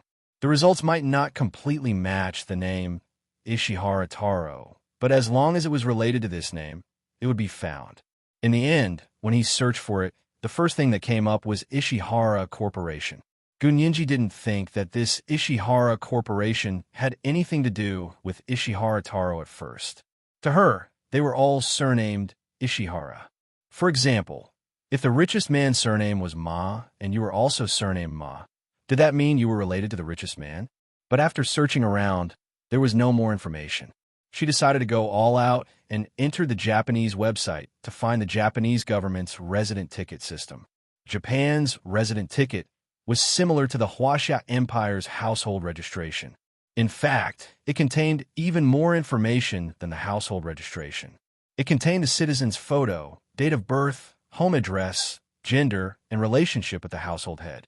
According to Japanese law, before a citizen turned 20, they didn't have an independent household registration. They could only live on the same resident ticket with their elders. The security measures of the Japanese resident ticket system were nothing to Gunyinji. She only spent 5 seconds to crack the website's password and successfully entered the back end of the resident ticket system. All the records were managed using SQL. People who were familiar with this software could easily search through the huge amount of data. Gunyinji only needed to search the Japanese name Ishihara Shintaro for Ishihara Taro, and an accurate search result appeared. Ishihara Shintaro was under the name Ishihara Wakashi. In other words, Ishihara Wakashi was the household head, and Ishihara Taro was his grandson.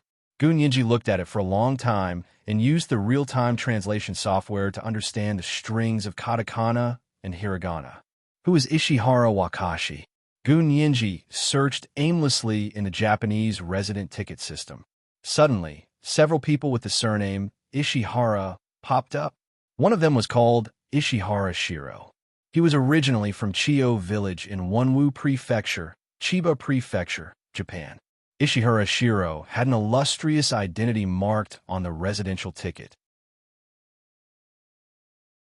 He used to be a lieutenant general in the Japanese army and the head of the Epidemic Prevention and Water Supply Department of the Guangdong Army, which was also a notorious numerical unit. Gun-Yinji's eyes widened. This Ishihara Shiro was actually Ishihara Wakashi's father, who was also Ishihara Taro's great-grandfather. Gun-Yinji hastily searched for information on Ishihara Shiro and discovered that it was actually this person who had conducted research on bacterial biological weapons in the Huaxia Empire. Then, he had used the data of the biological weapons, which contained the blood and lives of the Huaxia Empire citizens, to privately trade with the United States. That was how he had escaped the International Court of Justice's judgment as a war criminal. Her fingers almost trembled. Gun-Yinji immediately remembered that Gu Yanran's maternal great-grandfather, Kasahara, was also one of the core members of the military. Could there be a connection between the two? Her hands were trembling as she clumsily swiped on her phone. She switched to the internet and started searching for Ishihara Shiro and Ishihara Wakashi. This time, the Ishihara Corporation once again appeared on her search page. She simply opened the real-time translation software and did a full translation of the Ishihara Corporation's official website. She was shocked to discover that Ishihara Shiro was the founder of the Ishihara Corporation. However, Ishihara Shiro had died of cancer not long after the founding, and his son, Ishihara Wakashi, had taken over. Ishihara Wakashi had another son, and he was Ishihara Taro's father. He was also a famous physicist, but for some unknown reason, he committed suicide at a young age. Therefore, Ishihara Taro was the Ishihara of the Ishihara Corporation. Although Gun-Yinji didn't have much experience in society, she knew that the Ishihara Corporation in Japan was a large enterprise. A war criminal who had committed uncountable war crimes in the Huaxia Empire had founded a corporation and returned to the Huaxia Empire after the war. Yes, there was nothing wrong with that. If she believed that he had repented and turned over a new leaf to contribute to the development of the Huaxia Empire, she might as well believe that pigs could fly. Then what kind of connection did the Ishihara Corporation have with Kasahara, Gu Yanran? After all, both of them had once served in the same military unit and could be considered comrades. Gun-Yinji frantically searched the internet, but she couldn't find any more information. She even hacked into the internal system of the Ishihara Corporation's official website in Japan, but she couldn't find any clues related to Kasahara, Gu Yanran. Could it be that the two really weren't connected? Gun-Yinji pondered as her fingers kept rubbing Hui Xiaoheng's number. Should she tell Hui Xiaoheng and let him investigate?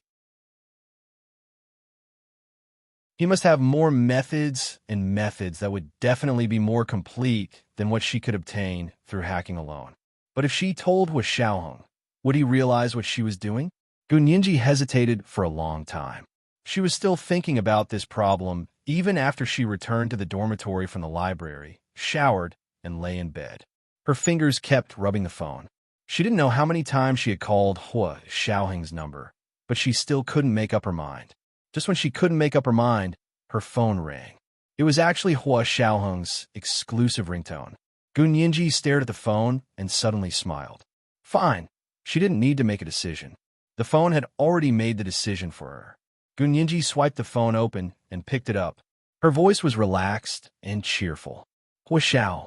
Hui Xiaoheng had just finished work and put on his Bluetooth headset to go for a night jog. The winter weather in the imperial capital was very cold, but Hui Xiaoheng only wore a short-sleeved army t-shirt and camouflage pants as he jogged on the small road. Still awake, Hui Xiaoheng's voice was very relaxed. Haven't you finished your thesis? I've already finished it. I'm making the final edits now. Gun-Yinji held the phone and chatted with him. Her earlier nervous mood instantly relaxed. But there are still a few compulsory exams that require written exams. I haven't started reading yet. Hui Xiaoheng wasn't worried about Gun-Yinji's exams at all. He was only worried about her health. Does your body still hurt? Did you do any rehabilitation exercises? Gun-Yinji, she was no longer in pain. She didn't feel any pain at all. She could do any movement without any problems. Hui Xiao, I'm really fine. Why won't you believe me? Gun-Yinji flipped over and made a rustling sound under the blanket. Hui Xiaoheng could tell. You're already in bed? Yeah, I was just about to sleep when your call came in. Then I'll hang up. Hua Xiaoheng didn't want to disturb her sleep. He knew that she often stayed up late, so it wasn't good for her health. Gu Nianji quickly said, "Don't hang up. I have something to tell you." Hua Xiaoheng remembered how Gu Nianji had tricked him the other day and warned her again, "Don't run around. It's best if you stay in school until you graduate." Gu Nianji giggled and flipped over again. "Hua Xiao, can you help me check if the Ishihara Corporation in Japan has anything to do with the Kasahara family? Does it have anything to do with Gu Yanran?" Hua Xiaoheng paused. "Ishihara Corporation? Yes, can you check it? Why are you investigating them?" This is the second update, and the monthly tickets have been delivered with 300 more updates. The guaranteed monthly tickets have been dropped, so everyone can vote now. There are also recommendation tickets. At 7 p.m., the third update. Mwax.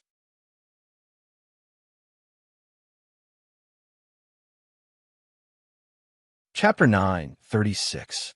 Gu Nianji quickly weighed the pros and cons based on her understanding of Hua Xiaoheng. The moment she hesitated, alarm bells would go off in his mind. I discovered that the founder of this company is Ishihara Shiro.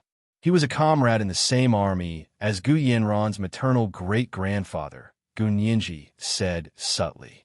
And the Ishihara Corporation has been in our country for more than 10 years. Hua Xiaoheng stopped in his tracks.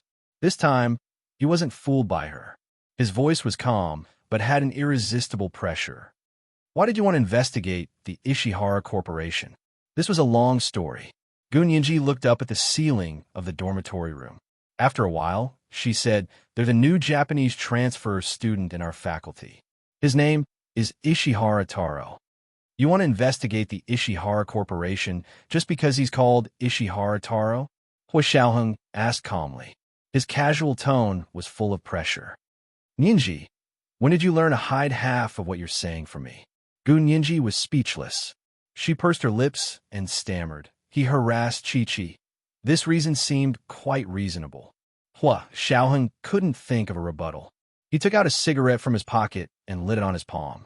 Hua Xiaoheng folded his hands and lit the cigarette with the lighter Gu Nianji had given him.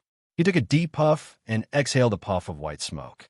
The smoke quickly dissipated in the cold winter air. "That's all." Hua Xiaoheng squinted and looked at the empty training ground. He found a metal chair and sat down. He leaned forward and rested his arms on his knees. He held the cigarette between his fingers. His eyebrows didn't seem to change, but there was a faint indent between his brows. This girl was becoming more and more troublesome. Hua Xiaoheng silently took another puff. Seeing that Gu Nianji didn't reply for a long time, he didn't continue asking. He said, "I'll get Big Xiong to investigate tomorrow. Go to bed early." With that, he hung up the phone. It was clean and clean, without a single worry. Gu Nianji pouted and threw her phone away unhappily. She wrapped the blanket around her head and curled up in the darkness. Although she felt uncomfortable, she had a tiring day and had just passed on her worries to Hua Xiaoheng. Gu Nianji pounded the bed for a while before falling asleep. Hua Xiaoheng did not sleep the entire night. He returned to his office, turned on his computer, and personally investigated the Ishihara Corporation. Gu Nianji entered the external network, but Hua Xiaoheng could enter the internal network. But after browsing through the intranet, although there was quite a lot of news about the Ishihara Corporation, none of it had anything to do with Kasahara. Under such circumstances, there were usually two reasons. The first was that it really didn't matter. One was that they had a very close relationship, but they didn't want others to know, so they deliberately hid it. If it was the former, there was nothing to investigate. However, if it was the latter, the meaning behind it was even deeper.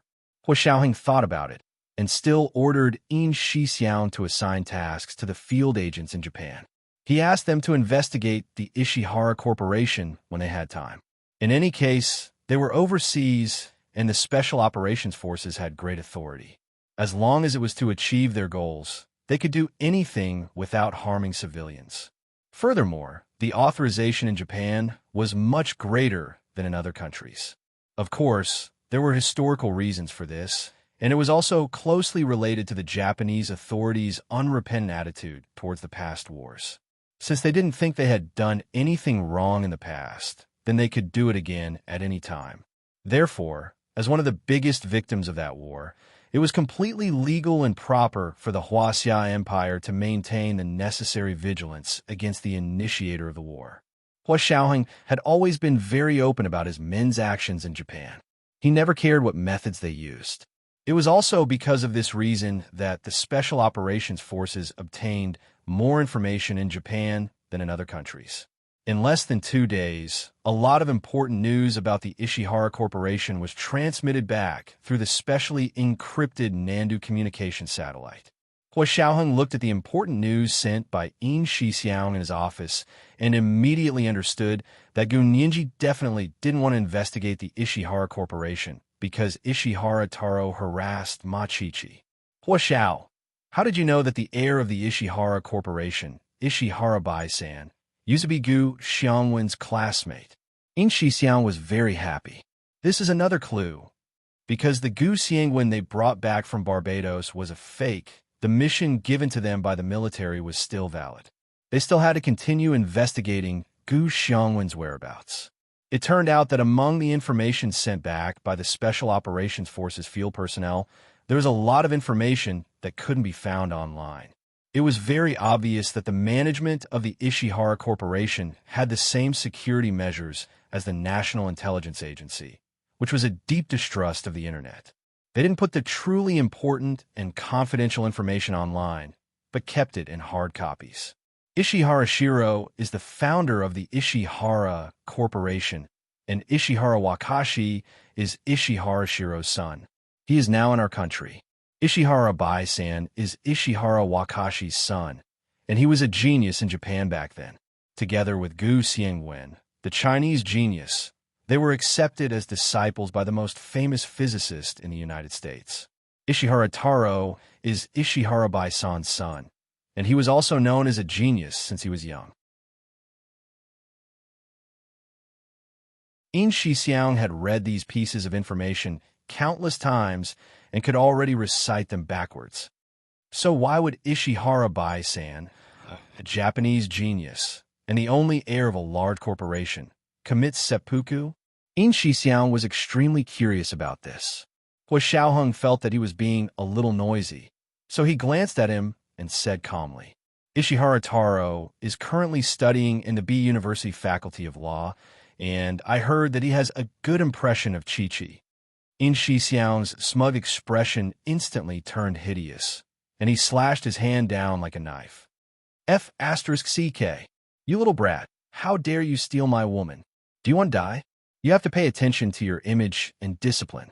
Hua Xiaoheng flipped through the information in front of him without batting an eyelid. Ishihara Taro is an international friend. Yin Shixiang's face turned red. I can't stand it if I'm a man. Hua Xiao, how do you know that Ishihara Taro has a good impression of Qiqi? Nianji is obviously smarter and prettier than Qiqi. So why doesn't he have a good impression of Nianji? Why does he have to look for my Qiqi? Is he blind? Hua Xiaoheng glanced at him, and his voice deepened. So you're saying that you're blind? If Qiqi finds out about this, I'll consider my loss if she doesn't break up with you. Yin Shixiang was speechless. He immediately realized that he had said the wrong thing and almost wanted to kneel in front of Hua Xiaoheng. Hua Xiao, Chief, you can't treat your loyal subordinate like this. Hua Xiaoheng flipped through another page of information non-committally. The only sound in the quiet office was the rustling of papers. Yin Shixiang held it in for a long time before saying, Hua Xiao, the person I love is Qiqi. In my eyes, of course she's better than anyone else, even Nianji. But objectively speaking, when Qiqi and Nianji are together, the first person people see is Nianji, not Qiqi. So if someone still likes Qiqi under these circumstances, it's either true love for her, or they're really trying to harm her. No matter what the situation is, they'll be ruthlessly beaten to death. Good, domineering. You're indeed my soldier. Hua Xiaoheng looked up at him and said calmly, All right, get up. From the looks of it, isn't it time for you to submit your marriage report? This is the third update. The guaranteed monthly votes have been dropped, so my dear ones can vote now. There are also recommendation votes. Moi.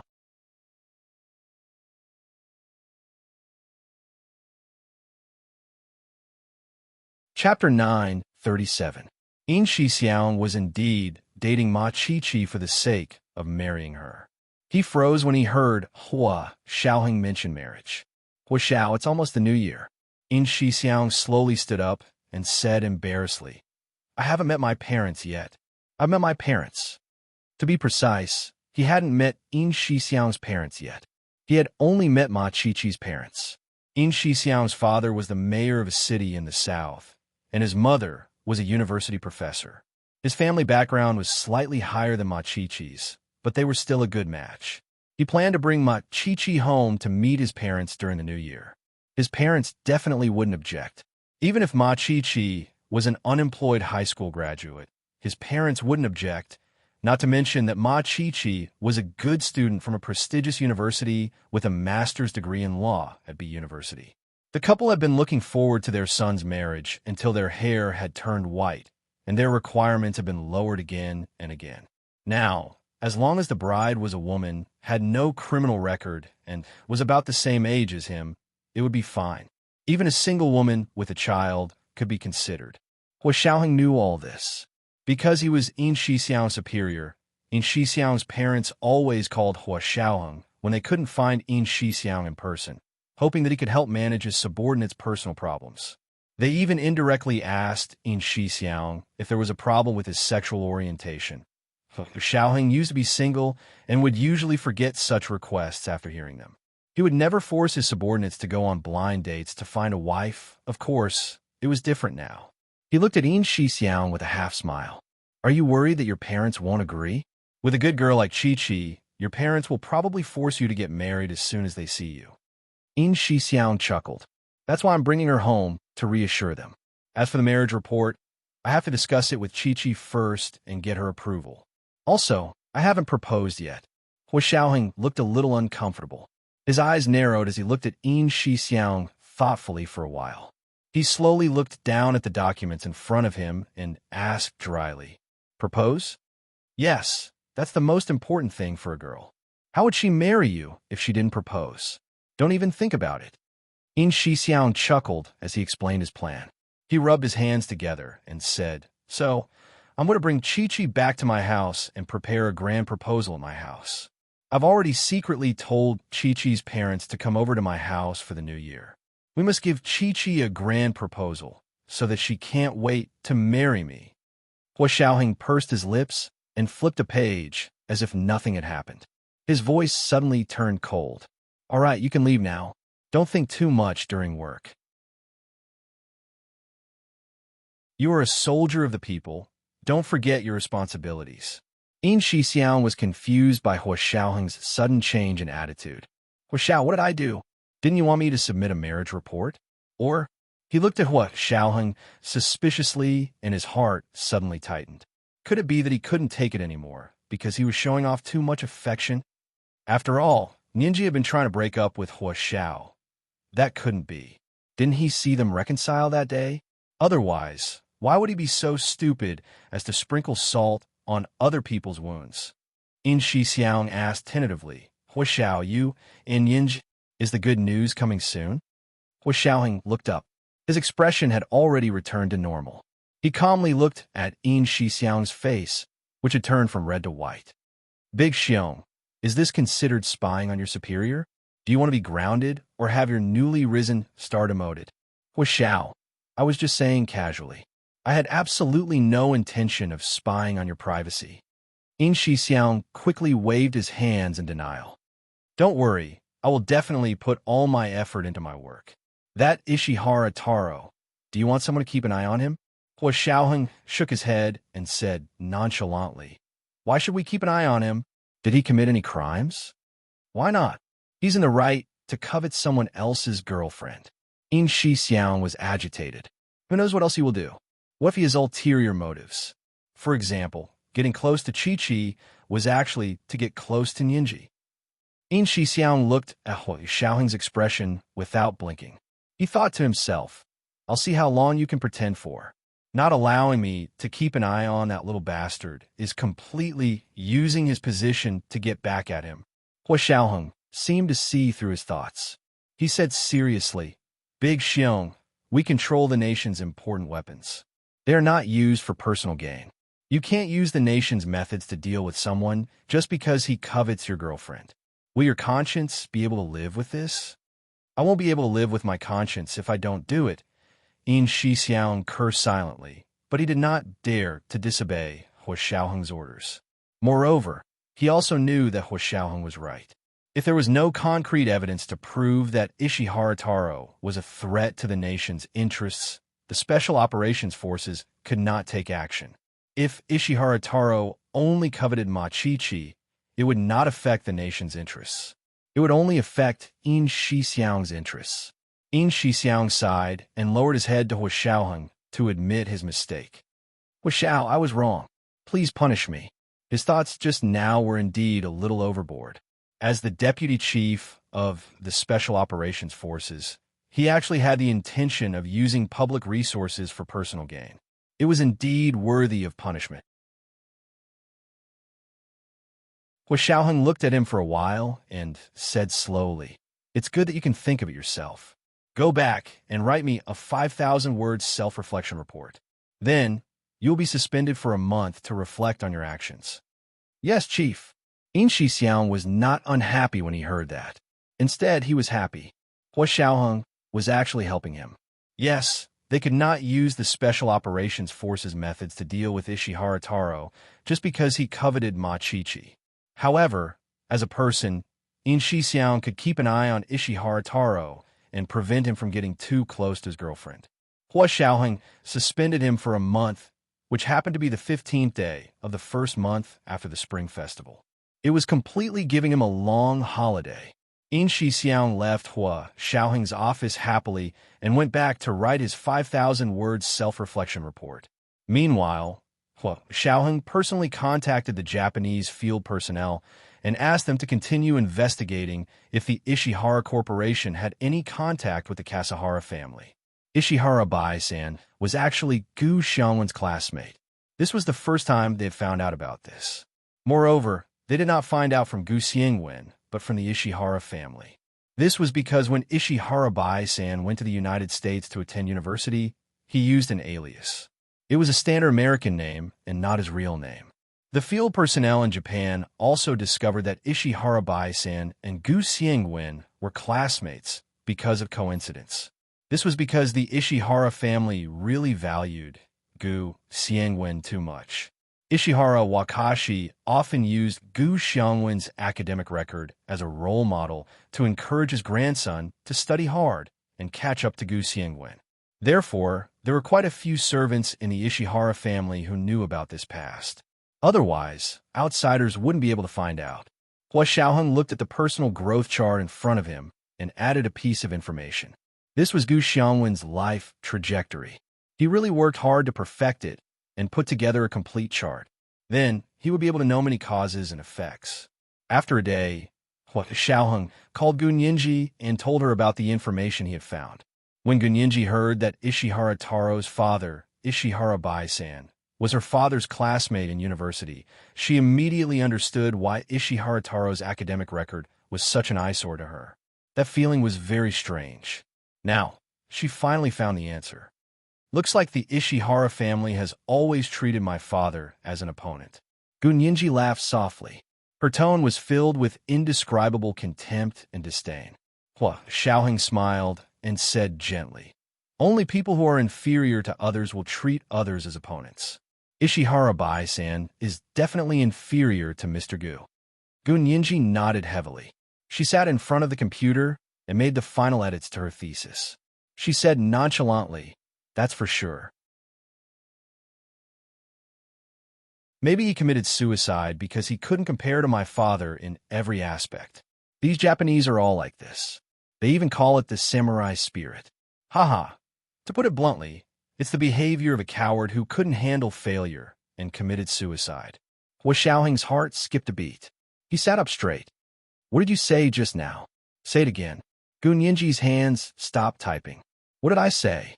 The sentence before. Because he couldn't compare to my father in every aspect, he committed suicide? Gu Nianji was stunned.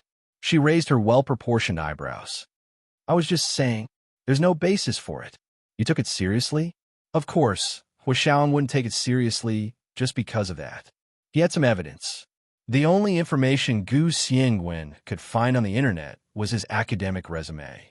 After that, he didn't even publish academic articles, so there was no more news about him. And in his academic resume, his first major achievement was a major breakthrough in the research of the blue planet's magnetic field. And it was in the year that Gu Xiangwen made this major achievement that Ishihara Bai-san committed suicide. That year, Gu Xiangwen was only in his 20s. Ishihara Bai-san was already in his early 30s. Although they were classmates, Gu Xiangwen's level of genius was obviously more outstanding than Ishihara Bai-san's. Hua Xiaoheng told Gu Nianji about this discovery. Gu Nianji clicked her tongue. Ishihara Bai-san really couldn't afford to lose? Was he also doing research in this area? Hua Xiaoheng looked at the information sent back by the Japanese field agents and nodded. Not only was he doing research in this area, but he was also doing it with the support of the Japanese military. Gu Xiangwen, on the other hand, was completely relying on his own abilities to do research in this area. He didn't have as many resources as Ishihara Bai-san, but his achievements surpassed Ishihara Bai-san's. What did this mean? It meant that Gu Xiangwen's talent also surpassed Ishihara Bai-san's. Ishihara Bai-san might really have become angry out of humiliation and couldn't take it anymore. So he committed suicide. As soon as Ishihara Bai-san died, the Japanese military's Blue Planet magnetic field project was completely nullified. This was because breakthroughs in high-energy physics were different from biology. Biology could use human wave tactics, and countless people would put in endless time and effort to achieve a little bit of progress. But high-energy physics was a discipline that completely relied on geniuses to push forward progress. Every major discovery in high-energy physics was a major contribution of genius scholars. And it was already good enough for a country to have one such genius for a period of time. Therefore, after Ishihara Bai-san committed suicide, the magnetic field experiment couldn't continue, and the Japanese military had no choice but to cancel the entire project. At this point, Hua Xiaoheng suddenly fell silent. He remembered that the Huaxiao Empire's military had once cooperated with the Institute of High-Energy Physics on a project that also seemed to be related to magnetic fields. This is the first update. It's a new month, and the guaranteed monthly tickets have already been dropped. Dear friends, you can vote now. There are also recommendation tickets. Monthly tickets will increase by 600 updates at 1 p.m. Third update at 7 p.m. P.S. Thank you to Yunhan Yuqin and Steamed Bun Face Meow for each tipping 10,000 Chidian coins yesterday. Mwah!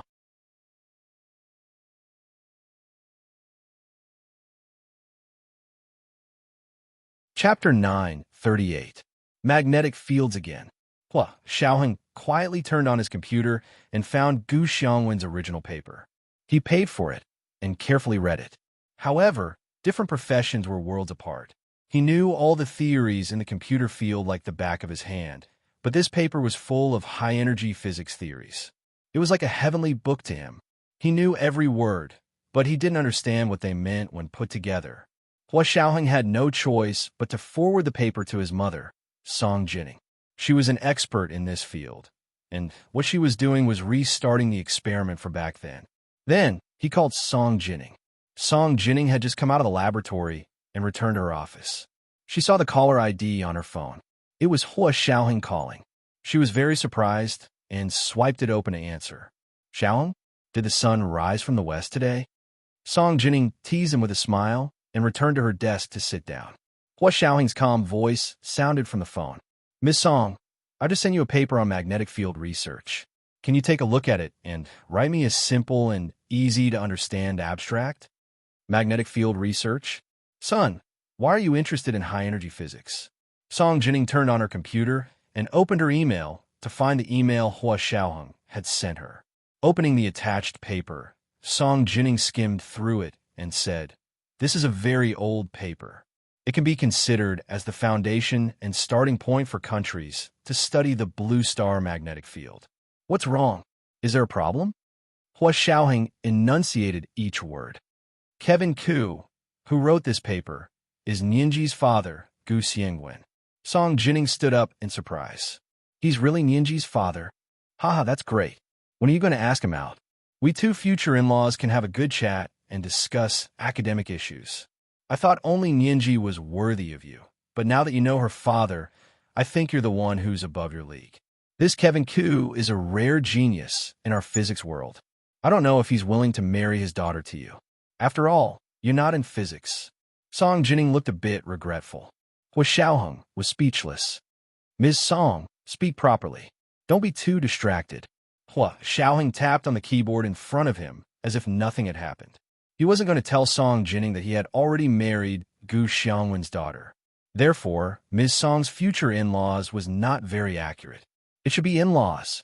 For confidentiality reasons, Hua Xiaoheng had never told Song Jining about Gu Xiangwen. Therefore, Song Jining knew Kevin Ku, but she didn't know that Gu Xiangwen was Kevin Ku. Similarly, Hua Xiaoheng didn't know that the internationally renowned Kevin Ku was Gu Nianji's father, Gu Xiangwen. The first time he found out that Gu Xiangwen was Kevin Ku was from Xiedazhao. Hua Xiaoheng admired Gu Xiangwen even more. This person was extremely intelligent. He was actually able to leave traces of himself in the world, but he also scattered these traces. If it wasn't by chance, no one would be able to get news of him. These things seemed to be coincidences, but who knew if there was a connection? Just like the person who used a gold coin to change the random status. Perhaps Gu Xiangwen was also an expert. Gu Xiangwen's thesis was groundbreaking and foundational. It didn't seem very technical at the moment, but all the countries were already doing research based on his thesis and had already made great progress. Song Jining explained it to Hua Xiaoheng in a few words, and he quickly understood. Ishihara Bai-san and Gu Xiangwen must have done the groundbreaking research at the same time. However, Gu Xiangwen was the first to make a breakthrough and published a thesis in the most famous international physics journal, becoming the father of magnetic fields. Ishihara Bai-san, who had always been secretly competing with him, couldn't accept such an achievement. However, they were both in academia, yet he couldn't even accept this. Could it be that Ishihara Bai-san had always been first, so he couldn't bear to be surpassed by Gu Xiangwen? Hua Xiaoheng shook his head and stopped thinking about why Ishihara Bai-san committed suicide. His death was beneficial to the Huaxia Empire anyway. Who cared why he died? A dead Japanese right wing was a good right wing. Gu Nianji immersed herself in her intense final revision. She finally finished her thesis, printed it out, and sent it to He Jichu. He was her tutor and was in charge of the final round of review. After dinner, she and Ma Chi-Chi carried their backpacks and went to the library to revise. They planned to hug Ishihara's leg one last time. They met Ishihara Taro in the library, but he didn't speak to them. It was as if he didn't know them. Instead, he was chatting and laughing with their tutor, Gue Suyao. The two of them brushed past Gu Nianji and Ma Chi-Chi. Gue Suyao was completely focused on Ishihara Taro and didn't notice that the students passing by were Gu Nianji and Ma Chi-Chi. Ishihara Taro recognized them, but he didn't speak to them. He only raised his eyebrows and smiled faintly. His eyes glanced at them. Gu Nianji's heart skipped a beat. She pulled Ma Chi-Chi and asked softly, Chi-Chi, did Tutor Gay know this Ishihara Taro a long time ago, or did she only know him recently? Do you know? Ma Chi-Chi had a good relationship with her classmates, so she knew the gossip more quickly. Hearing Gu Nianji's question, she whispered into her ear and said very softly, I heard that they met before Christmas. It was outside of school, not in school.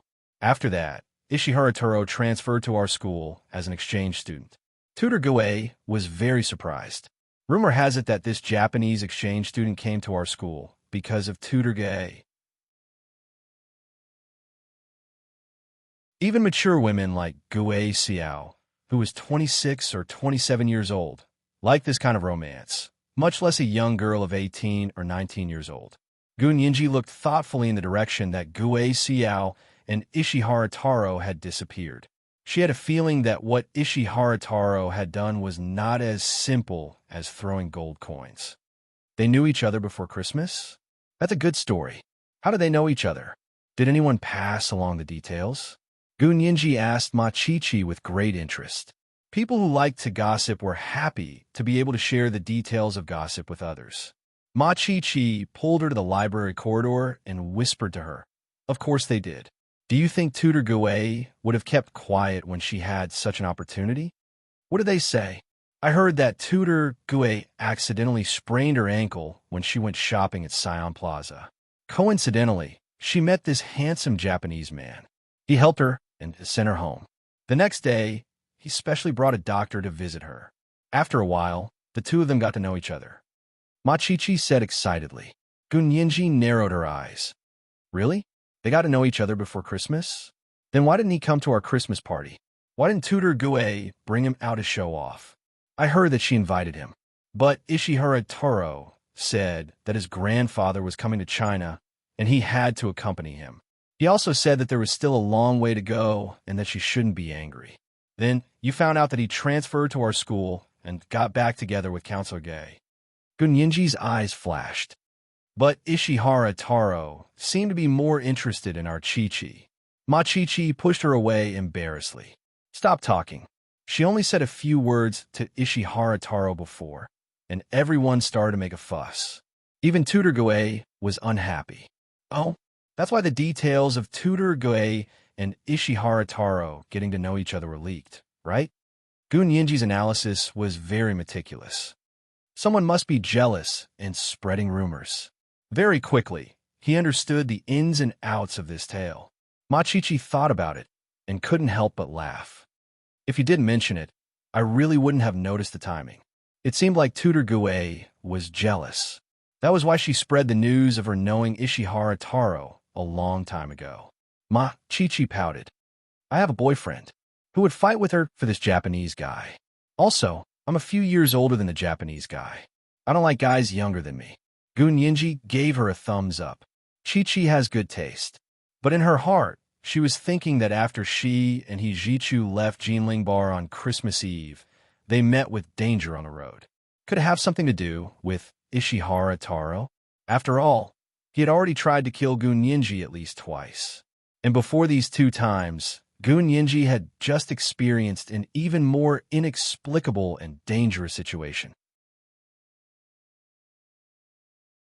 They only managed to escape because Hijichu's car was a little special. Originally, she didn't connect Ishihara Taro with the car brake malfunction on Christmas Eve. That was because before today, the two didn't seem to be related at all. But from what Machichi said just now, Gue Suyao actually became familiar with Ishihara Taro just before Christmas. That was more suspicious. And there was a possible connection between her accident and Ishihara Taro, which meant that it was Gue Suyao. It was the second update, and the monthly tickets were 600 plus updates. It was the new month, and the guaranteed monthly tickets had dropped. Dear friends, you can vote now. There were also recommendation tickets. The third update at 7 p.m.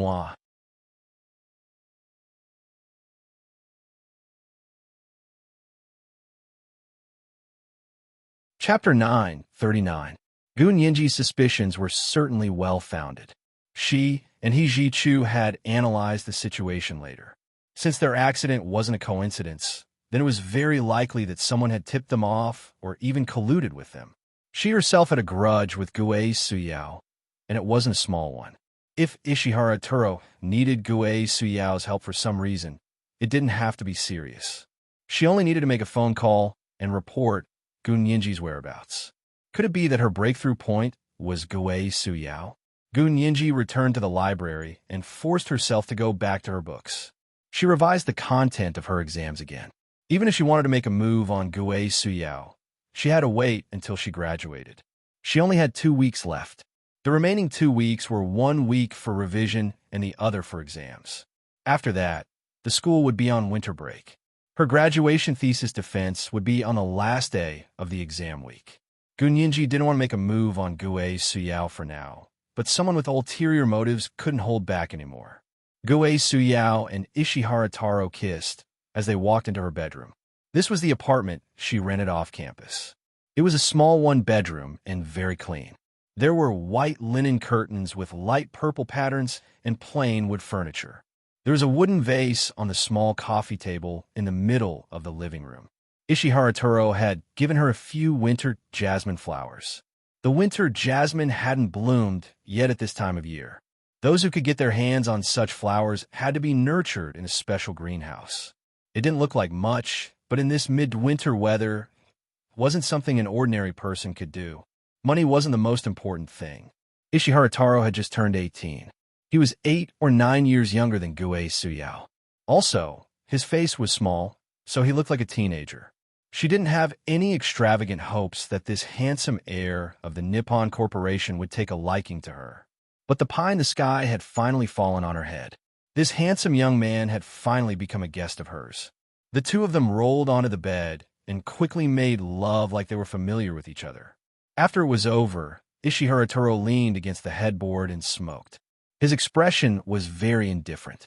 Gue Suyao wrapped herself in a blanket and propped her head up against the pillow. She looked at him in fascination and asked, "Ishihara, can you really convince your grandfather?" Ishihara Taro blew a puff of white smoke at her, squinted his eyes, and smiled. "Of course, I'm my grandfather's only grandson. He'll listen to whatever I say." Gue Suyao was relieved and leaned on Ishihara Taro's shoulder. The 18-year-old Ishihara Taro had a frail figure. His skin was pale, and his collarbones were distinct. Even so, Gue Suyao still felt good because of the explosive power. This man was good-looking, had a powerful family, and loved her. It would be strange if she let him go. At that moment, Gue Suyao had even forgotten about Hijichu. She only had eyes for Ishihara Taro. She was Hijichu's in-service doctoral student, so she had to take her final exams as well. However, she had been hanging out with Ishihara Taro for the past few days and had no time to study at all. Maybe she would fail, but she didn't care anymore. As long as she could marry Ishihara Taro, it didn't matter whether she got her PhD or not. Ishihara Taro finished his cigarette and turned around to see Gue Suyao's infatuated expression. He smiled and leaned down again. After another round of lovemaking, Gue Suyao hugged Ishihara Taro and didn't allow him to roll over. She whispered in his ear, "Gunyinji is already back. She's fine." Ishihara Taro's body stiffened. He slowly pushed her away and sat up. He said coldly, "What does it have to do with me, whether she's fine or not?" Gue Suyao was stunned and quickly sat up. She asked anxiously, "Don't you want her to die?" "Shut up." Ishihara Taro suddenly raised his voice and shouted at her. "When did I want her to die? Don't talk nonsense." Gue Suyao understood and quickly expressed her loyalty. "Ishihara, don't worry. I won't betray you. Besides, if you can really let her die, I'll be happier than you." Ishihara Taro glanced at her and didn't say anything. He slowly leaned against the bed and wanted to smoke again. He searched the bedside table for a long time and found a pack of cigarettes. He looked at it and took one out to put it in his mouth. After a while, he said calmly, "I don't want her to die, but if God wants her to die, no one can stop him. Don't you think so?" Gue Suyao smiled happily. "Of course. It has nothing to do with us. That was the best. Otherwise, she would have to think about how to create an alibi." The two of them talked for a while more. Only after Gue Suyao agreed to help Ishihara Taro keep an eye on Gunyinji's whereabouts did Ishihara Taro leave her house. During the weekend, Gunyinji decided to go back to the house she bought in Hippingli. Machichi was very surprised. "There's only 1 week left before the final exams. Isn't it a waste of time for you to run around?" Gunyinji smiled at her mischievously and said something that was very annoying. "I've already done my revision. There's only 1 week left. I want to relax before the exams." "Gunyinji, go away." Machichi was very angry when she heard that. "I'm also a straight-A student, but I'll be crushed by a straight student like you. I don't want to see you again." "It's okay, my dear Chichi. I'm just a day student. Every morning, I'll bring you breakfast and have dinner with you at night. I'll only go back after that. Don't worry, I won't leave you alone. As Gunyinji said that, she even winked at Ma-Chi-Chi. Ma-Chi-Chi was captivated by Gunyinji's sudden flirtatious behavior. She smiled and flicked Gunyinji's forehead. Okay, I'll let you off this time. If you're so arrogant again, I'll punish you to draw out the key points for the exams. No problem, no problem. Gunyinji finally calmed Ma-Chi-Chi down.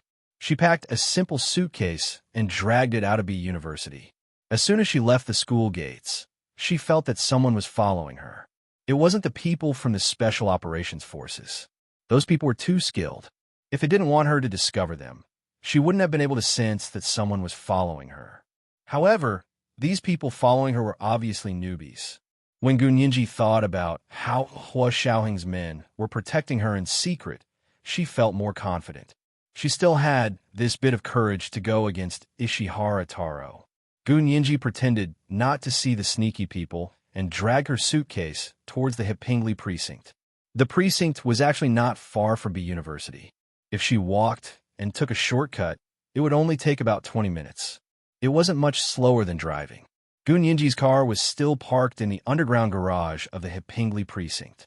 She planned to drive her car to and from school in the future. 20 minutes later, she walked through the main gate of the Hepingli precinct. The people who were following her shook at the door and scattered in all directions. This precinct was more strictly managed. Anyone who wasn't a resident of the precinct had to show their identification and register before they could enter. Gunyinji used the key card to open her room. She looked at the warm sunlight pouring down on the floor and gradually calmed her nerves. She took a deep breath. The game had officially begun. Between Ishihara Taro and her, who would be the one to control the storm? It was the third watch. It was the new month, and the guaranteed monthly votes had dropped. Dear friends, you can vote now. There were also recommendation votes. Moi.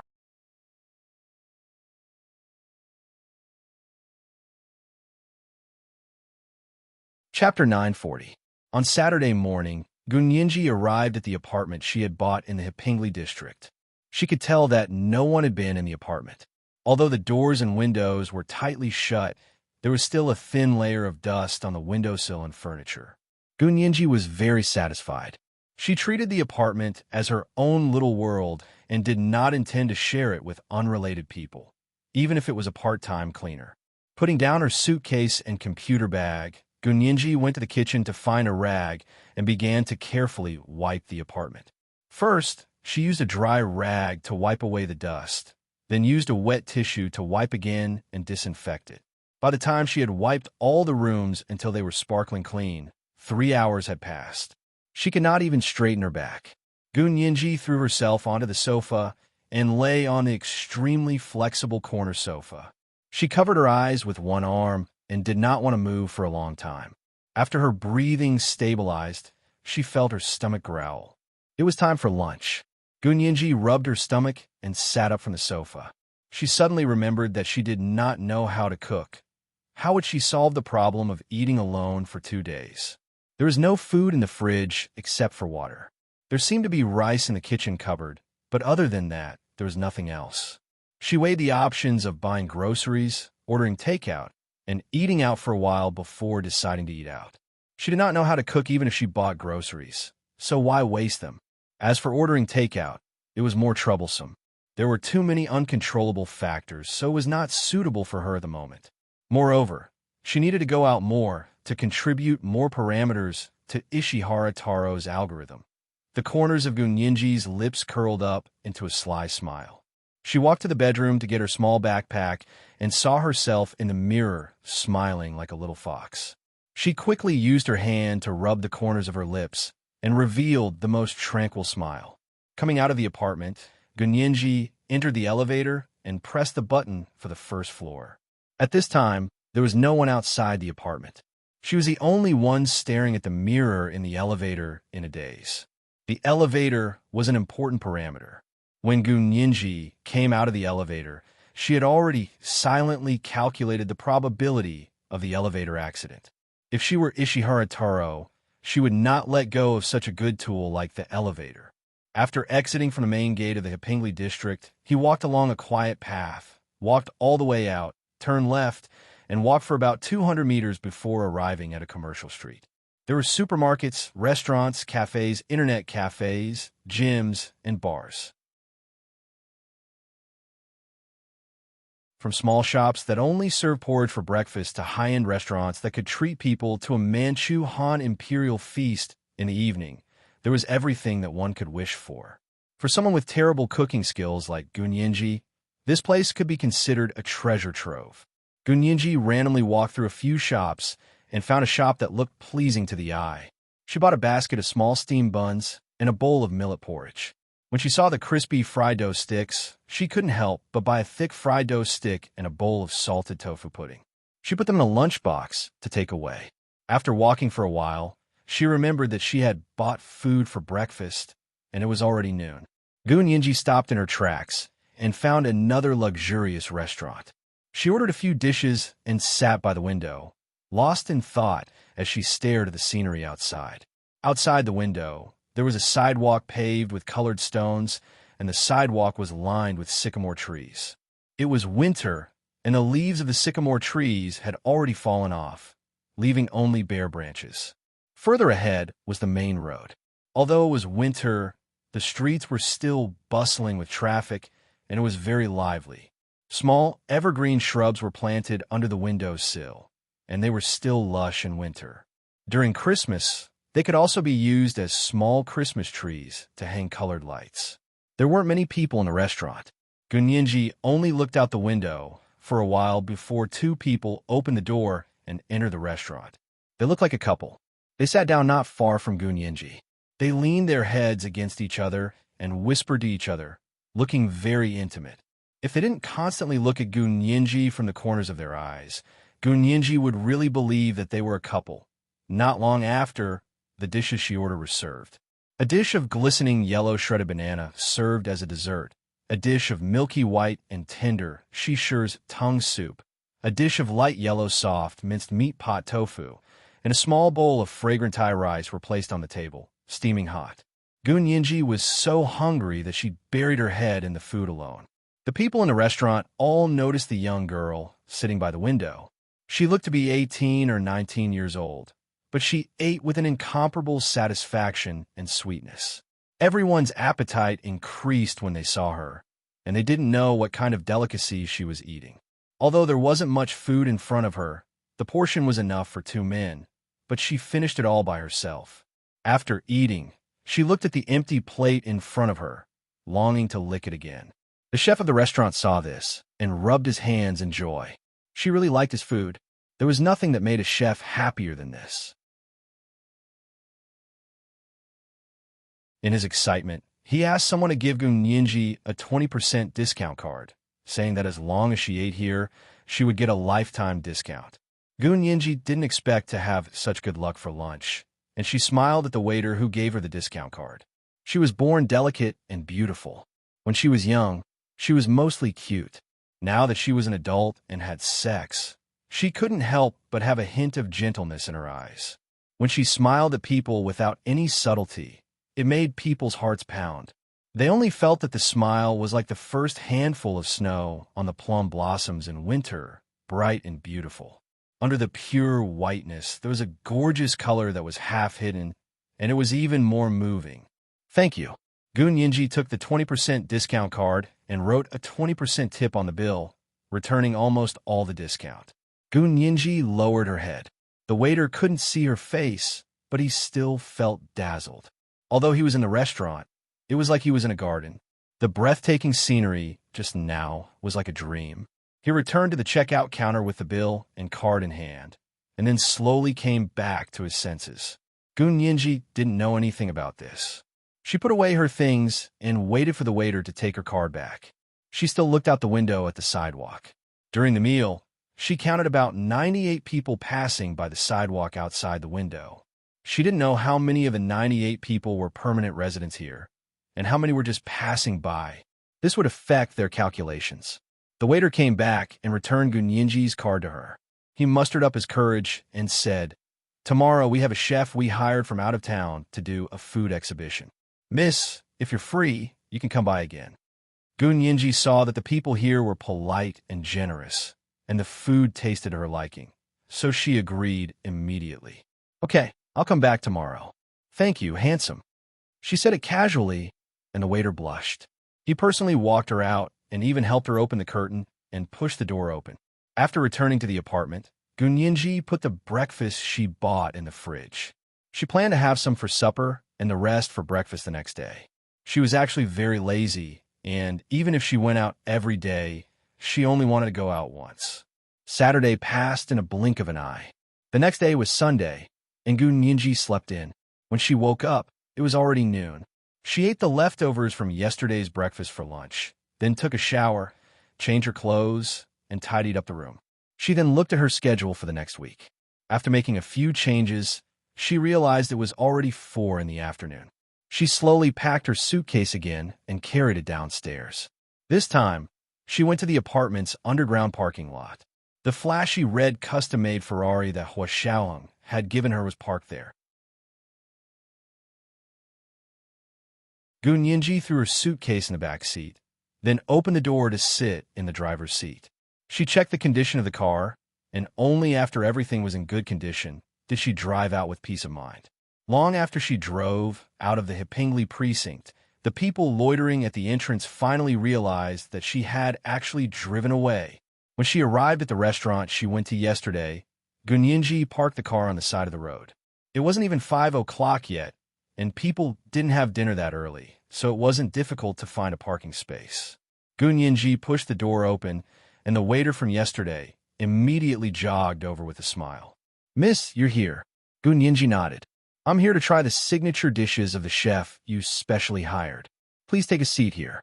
This is today's special menu. The kitchen has already started preparing. What would you like? This is the freshest dish." The waiter enthusiastically introduced the day's special dishes to her.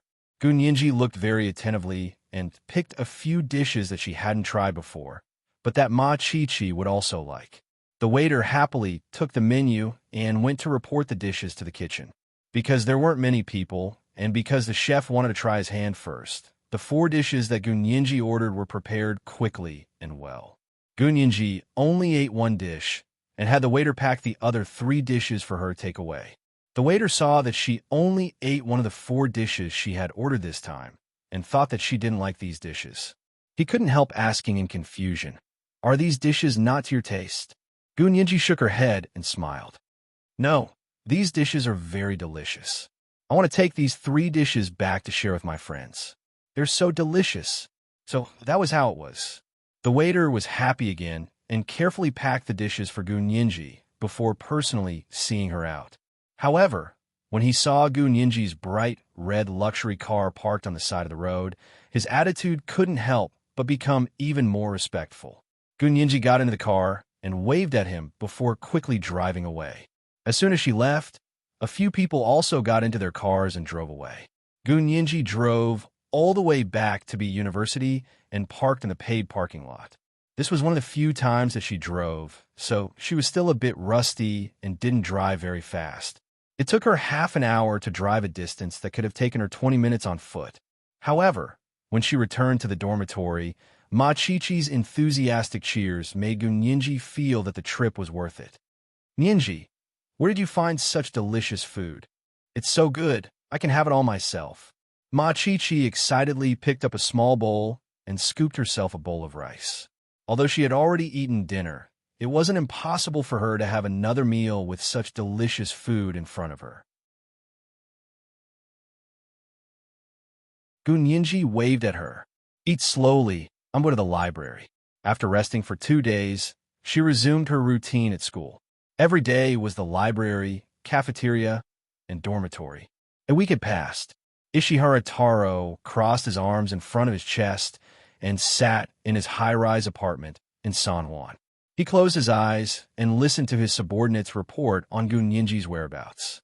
"Young master, Gun Yinji's schedule this week has changed. She didn't stay at school all the time, but went to her apartment in Hepingli during the weekend and stayed there alone. She went out for a meal during the day and spent the rest of the time in the neighborhood. The security in the neighborhood is very tight, so we didn't sneak in for the time being to avoid alerting the enemy." Young master, Gunyinji has a fixed restaurant. She went there for 2 days in a row, and the people there even gave her a 20% discount card. Young master, Gunyinji returned to school from her apartment. This time, no one picked her up. She walked to her apartment and drove a Ferrari sports car back. Ishihara Taro suddenly opened his eyes. A Ferrari sports car? Her? Yes, it's a very luxurious custom-made Ferrari sports car. According to the information that Miss Guyenran sent, this Ferrari sports car was a Valentine's Day gift from her ex-lover, Hua Xiaoheng, when they were still together. However, they broke up after the incident in Germany. This is the first update with 3,600 words. It's a new month, and the guaranteed monthly votes have been dropped. Dear friends, you can vote now. There are also recommendation votes. Monthly votes will increase by 900 updates at 1 p.m. Third update at 7 p.m. P.S. Thank you to the leader of the alliance, Momo Moshi, for tipping 10,000 Shidian coins yesterday. Thank you to Yunhan Yuqin and 1 Yin Shidian for tipping 10,000 Shidian coins each yesterday.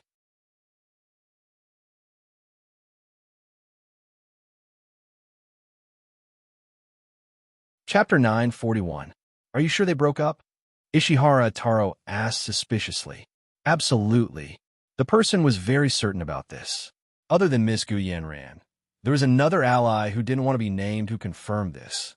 Ishihara Taro knew that other than Guyenran, there was another powerful but low-profile ally who had helped the Ishihara Corporation. As for who this person was, it was said that even his grandfather, Ishihara Wakashi, wasn't sure. It was a pity that this person was very secretive and had never met them in person. They had always contacted each other through the phone. Now, they couldn't even get through to him. Ishihara Taro no longer doubted this person when he heard it. Aha, she actually gave me a Ferrari as a Valentine's Day gift. No wonder she didn't care about me at all. Ishihara Taro looked up and thought about it silently for a while. He returned to his room and began to input these events into his formula. He first calculated the probability, then madly calculated and deduced all kinds of possible consequences. Gunyinji had just returned to her dorm when Ishihara Taro was so engrossed in his calculations that he forgot to eat and sleep. The last week of revision had ended, and the next week would be exam time. Machichi opened the door to see that Gunyinji had already returned with the breakfast she had bought and was scooping porridge for her. Ninji, my con girl, let me marry you. Machichi, who had been starving all night, was so happy when she saw the table full of delicious breakfast. She rushed over to hug Ninji and rubbed her cheeks. Gunyinji quickly pushed her away and smiled. I bought all of this. I can't be a con girl. You might as well marry a chef. Machichi made a face at her. I was just saying, don't take it seriously. Gunyinji laughed and scratched her face twice to embarrass her. Hurry up and eat your breakfast. I even made coffee for you. Drink it quickly and prepare for your exams. Their first exam was that morning. Because Gunyinji was graduating early, she had to take twice as many exams as Machichi. Machichi only had 2 exams today, one in the morning and one in the afternoon. Gunyinji had 4 exams today, 2 in the morning, 1 in the afternoon, and 1 in the evening. Machichi knew that Gunyinji was busier than her, so she quickly waved her hand. Don't worry about me. Don't go back tonight, will you? Gunyinji shook her head with a smile. It's fine. I'll head straight back after the exam. Is it okay for you to live alone? Of course I'm fine. I'm only worried about you. Machichi turned to look at Gunyinji with a deep frown. You have so many exams, and you still want to be a day student? It's just a test. Gunyinji shrugged. I really didn't take it to heart. Forget it. She was worried for nothing. Machichi snorted and turned her head to continue eating her breakfast and drinking her coffee. Gunyinji made a face at Machichi's back and walked to her room with a smile. She wasn't worried about this week's exams at all. She was only worried about whether her plan would succeed or not. As soon as the exam started today, the news of Gunyinji's early graduation would definitely spread throughout the entire faculty. The Japanese exchange student, Ishihara Taro, would definitely know about it. The exam bell rang, and Gunyinji walked into the exam room confidently. She was not surprised to see Ishihara Taro sitting next to her. She looked straight ahead and sat down to prepare for the first introduction to law exam. Ishihara Taro actually didn't study much about law, but he had a good memory and could remember almost everything he saw. Therefore, he made a last-minute effort to buy some notes and exam syllabus and memorize them all in one night. He came to participate in the exam today purely because he wanted to compete with Gunyinji. Gunyinji smiled as she sat in her seat and waited for the teacher to hand out the exam papers. Ishihara Taro twirled his pen. His handsome face was expressionless, and his entire body exuded a cold aura that warned strangers to stay away. This attracted the attention of many girls. Soon, the invigilator entered the exam room and handed out the exam papers. Gunyinji took out her pen and began to write quickly. She only used 45 minutes to finish all the questions. After checking once, Gunyinji handed in the exam paper. The invigilator was very surprised and asked, "Are you sure you don't want to check again?" Gunyinji shook her head and said softly, "I've already checked. I have another exam soon and must hand it in." "Oh." The invigilator glanced at her and put the exam paper away. "Then you can go." Gunyinji walked out of the exam room briskly and rushed to the second exam of the day. Ishihara Taro was not surprised that Gunyinji could hand in the exam paper early. He used to do this often, but handing in the exam paper early when there was still an hour and a half left was too arrogant. He looked in the direction that Gunyinji had disappeared and looked down to continue answering the questions. Time passed very quickly. It seemed like a day had passed in the blink of an eye. Gunyinji finished the fourth exam of the day and handed in the exam paper half an hour early. She walked out of the classroom at 8:30 p.m. and walked to the parking lot. Before she reached the parking lot, she met Ishihara Taro. He was smoking a cigarette by himself under a tree. When he saw Gunyinji walking over, he seemed a little surprised, but he wasn't particularly surprised. There was an indescribable, complex emotion in his expression. "Classmate Gu." He called out to Gunyinji with a cigarette in his hand. Gunyinji stopped in her tracks and looked at him. "May I know who you are?" "Ishihara." Ishihara Taro walked over and looked at her in confusion. There were only 2 exams for the first year of the Master of Laws. "Why did you take 4 exams?" Gunyinji raised her eyebrows. "How did you know how many exams I took? Are you so interested in other people's privacy?" "The exam schedule is posted on the bulletin board in the faculty office. Is that considered privacy?" Ishihara Taro retorted sarcastically. "I just had to take a look and I would know." Gunyinji was speechless. "Fine, so what?" Gunyinji pouted in disdain. "What does it have to do with you how many exams I took? I was just asking." Ishihara Taro threw away the cigarette in his hand unhappily. "Tell me if you want." Gunyinji turned around and left without saying a word. She knew that, to some people, the information she obtained herself was definitely more reliable. If she told him personally, he wouldn't believe her. As expected, Ishihara Taro took it to heart. Looking at Gunyinji's disappearing silhouette, he took out his phone and called Gue Suyao. "Ayao, are you free tonight?" Gue Suyao was studying for a doctorate. Her final exams were all about writing papers and open book exams. However, she hadn't studied much recently. Even open book exams were a little difficult for her. But when she received Ishihara Taro's call, she nodded without hesitation. "I'm free, Ishihara-kun. What's the matter?" "Of course." Ishihara Taro smiled. "I'll pick you up." Gue Suyao happily agreed. She packed her books and got into Ishihara Taro's car.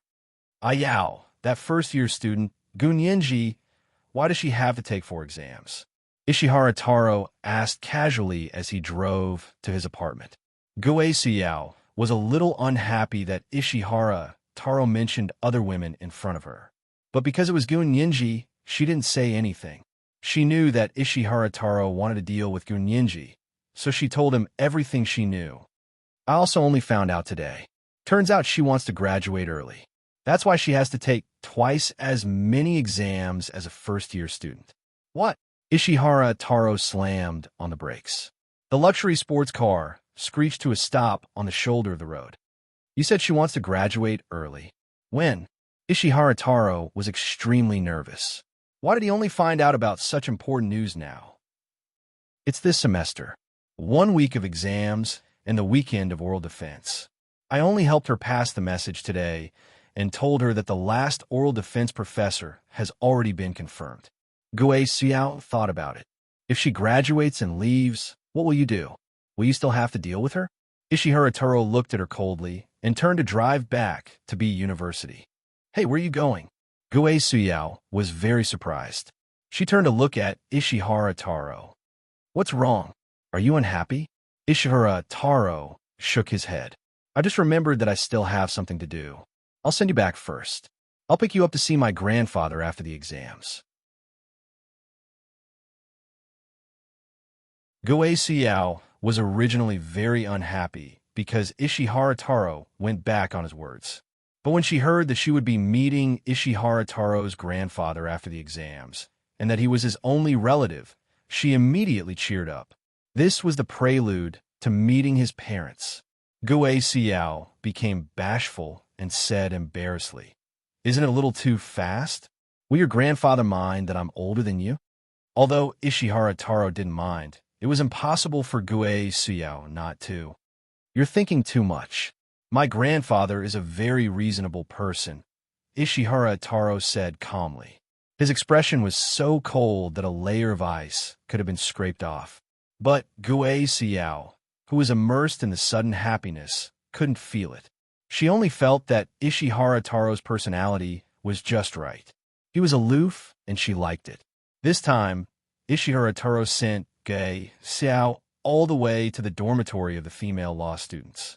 This was also something that had never happened before. Gue Xiao increasingly believed that Ishihara Taro wanted to bring her to meet his parents and announce their relationship. The car stopped. Ishihara Taro didn't let Gue Xiao get out immediately. Instead, he pulled her and kissed her in the car reluctantly. The hood of the sports car was lower than the average car. It wasn't very comfortable for the two of them to kiss in the car. But Gue Xiao didn't feel uncomfortable at all.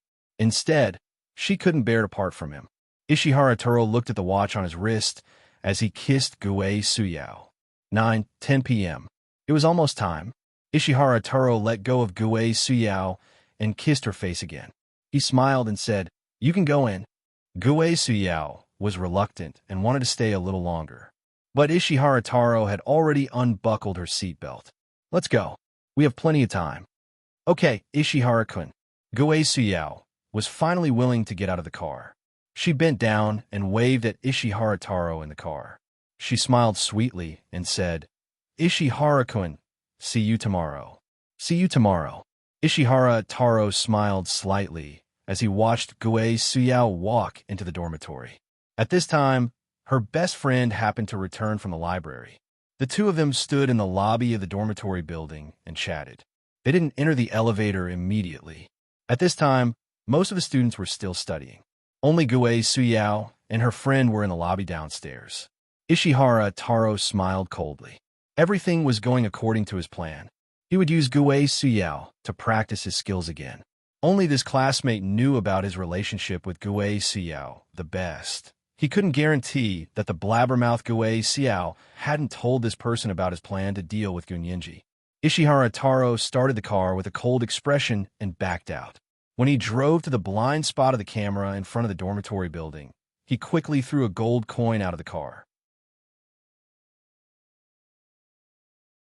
The car had just left when the manager of the dormitory building came back from the boiler room with a bottle of hot water. A ray of gold light flashed in front of her eyes. It was actually a gold coin. She stopped in her tracks and wanted to bend down to pick up the gold coin. In the darkness, she forgot that there was a foot-high cement flower bed beside her. The hot water bottle in her hand knocked against the flower bed. With a dull thud, the hot water bottle was smashed into pieces and the hot water inside spilled out. Because it was winter, the manager was wearing a lot of clothes. She didn't get scalded, but her hands were. She screamed in pain and couldn't care less about picking up the gold coin on the ground. She stretched out her scalded hands and ran to her room. Her room was on the first floor of the dormitory building. There was ointment for burns.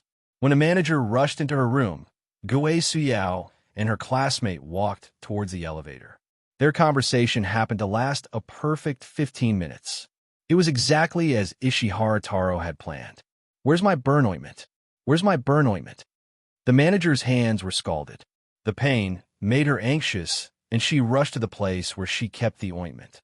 The place was a small closet, and the main power switch of the dormitory building was right next to it. Although graduate students didn't need to pull the switch to turn off the lights at night, the dormitory building still had such a control system. This was because when it was originally designed, this building was probably also used as a dormitory for undergraduate students. The manager's hands were numb from the pain. It was very inconvenient and not nimble when she searched through the closet. In a panic, she shoved her hands into the closet and took everything out. Because her hands were injured, she couldn't control her strength and direction. She was already strong to begin with, so she almost tore the entire closet off and affected the main power switch next to it. The lights in the room flickered twice, and then the lights in the entire building went out. At this time, the elevator that Gue Suyao and her classmate took just reached the top floor, the 12th floor. The entire building suddenly lost power, and the elevator door wouldn't open no matter how hard they tried. How did this happen? "Open the door. Open the door." Gue Suyao and her classmate were so anxious that they pressed the up and down buttons in the elevator with all their might. They slapped the elevator door hard and even called the security office outside. At this time, the manager, whose hands were scalded, knew that she had pulled the wrong switch. She endured the pain and held the main switch with both hands and pushed it up. She used too much strength. The main switch that hadn't been used for a long time couldn't withstand her repeated pushing and pulling. Very soon, a few indigo sparks burst out, and the circuit began to buzz. The lights in the entire building suddenly lit up, then went out again, lit up again, and went out again. After this happened a few times, the building finally fell into complete darkness. The elevator that Gue Suyao and her classmate were in had malfunctioned due to a short circuit, and Gue Suyao and her classmate were pressing the buttons randomly. It was falling rapidly from a high place. Once the elevator went out of control, the consequences of the huge acceleration would be unimaginable. Gue Suyao and her classmate only had time to let out 2 shrill cries before they crashed heavily to the ground with the elevator. This chapter has 4,300 words. 2 chapters in one, including the monthly votes of 900+ chapters. In a new month, the guaranteed monthly votes have dropped. Dear friends, you can vote now. There are also recommendation votes. There are no more at night.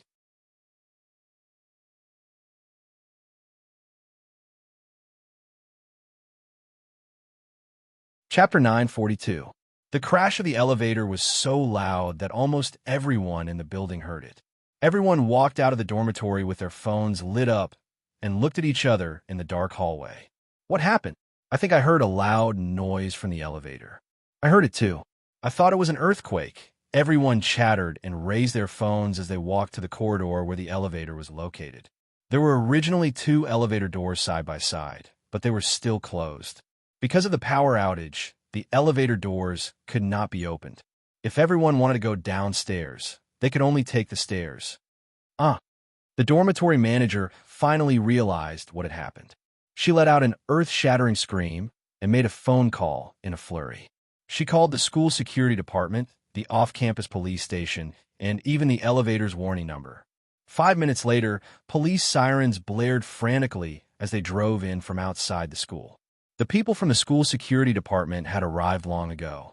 The electrician fixed the main switch, but the elevator, it had fallen beyond recognition. Blood slowly flowed out from the bottom of the elevator and dyed the front of the elevator on the first floor dark red. There's someone in the elevator. No one knew who cried out first, but everyone suddenly screamed and ran in all directions. Almost all the students in the building ran out.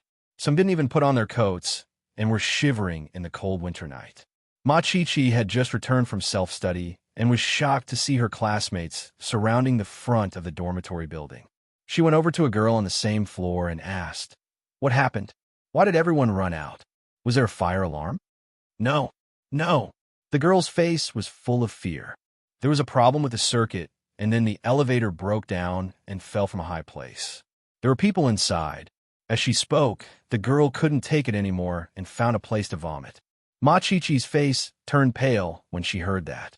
She carried her backpack and took 2 steps back. There really was someone. Yeah, I heard it. I didn't dare go down to see. Another girl covered her nose and came over. Chi-Chi, are you still going up? I don't dare to stay here anymore. I want to go home. It's okay, it's okay. The elevator probably broke down. Just fix it.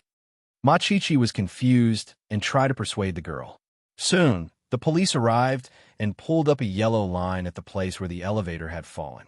There was only one working elevator in the entire building, and even the door of the other one was sealed. Everyone watched in the cold winter night for more than an hour before the malfunctioning elevator was cleaned up. The people inside were sent out in body bags. The students didn't see what happened, but they heard that one of the 2 girls in the elevator was their class counselor, Gue Xiao. Gue Xiao had been working as a counselor for first-year master's students this year, so she had a lot of contact with them. On Christmas Eve, she had just organized a Christmas party at Jinling Bar with the class committee. She didn't expect that she would be gone in less than half a month. Everyone felt a little uncomfortable. Finally able to go upstairs, the students all chose to take the stairs. Before the psychological trauma of the elevator accident dissipated, everyone probably wouldn't take the elevator again. Ma Chi-Chi followed everyone back to her dorm room. Looking at the empty room, she suddenly felt a little scared. She took out her phone and fiddled with it for a while before calling in Xixiao. Chi-Chi, it's so late. You're still up? In Xixiao had been suspended for a month and didn't have any visible work for the time being. He was preparing to go home and propose. He planned to take Ma Chi-Chi to his hometown to meet his parents after her exams. Ma Chi-Chi sat on the bed and hugged the blanket tightly. She said nervously, "Our building's elevator suddenly crashed today. I think there were 2 students inside. They probably died." In Xixiang froze and immediately stood up. "What did you say? Say it again." Ma Chi-Chi felt bad and was a little impatient. She pouted and said, "Didn't you hear me clearly? I said that our building's elevator suddenly broke down today. Luckily, I was studying in a library and not in the dorm. If I had been there..." Chi-Chi, In Xixiang quickly interrupted her. "Don't talk nonsense." Ma Chi-Chi finally smiled and felt better. Holding the phone to her face, she cocked her head and said, "You're worried about me." "Of course I'm worried about you." In Xixiang snorted. "Nonsense. Stay here and be safe. Then can you not stay in the dorm anymore? What about Ninji? Was she scared?" Ma Chi-Chi shook her head. Ninji was lucky. She went back to her apartment for the past 2 weeks. She wasn't scared. However, In Xixiang's words reminded her. Ma Chi-Chi said, "I'm not going to talk to you anymore. I'm going to call Ninji and see if she's willing to let me stay for a few days." In Xixiang agreed and hung up. He was in disbelief. He walked around his room a few times and scratched his head. He called Hua Xiaoheng. At this time, Hua Xiaoheng was still working overtime in the office. The time around the Lunar New Year was always the busiest for the senior officials. The soldiers could look forward to the Lunar New Year holidays all year round, but the senior officials couldn't. The ones on duty at this time were the senior officials at all levels. Hua Xiaoheng was no exception. In the past 6 or 7 years, he had been on duty for almost every Lunar New Year except last year. This year, he planned to stay on duty at the military base.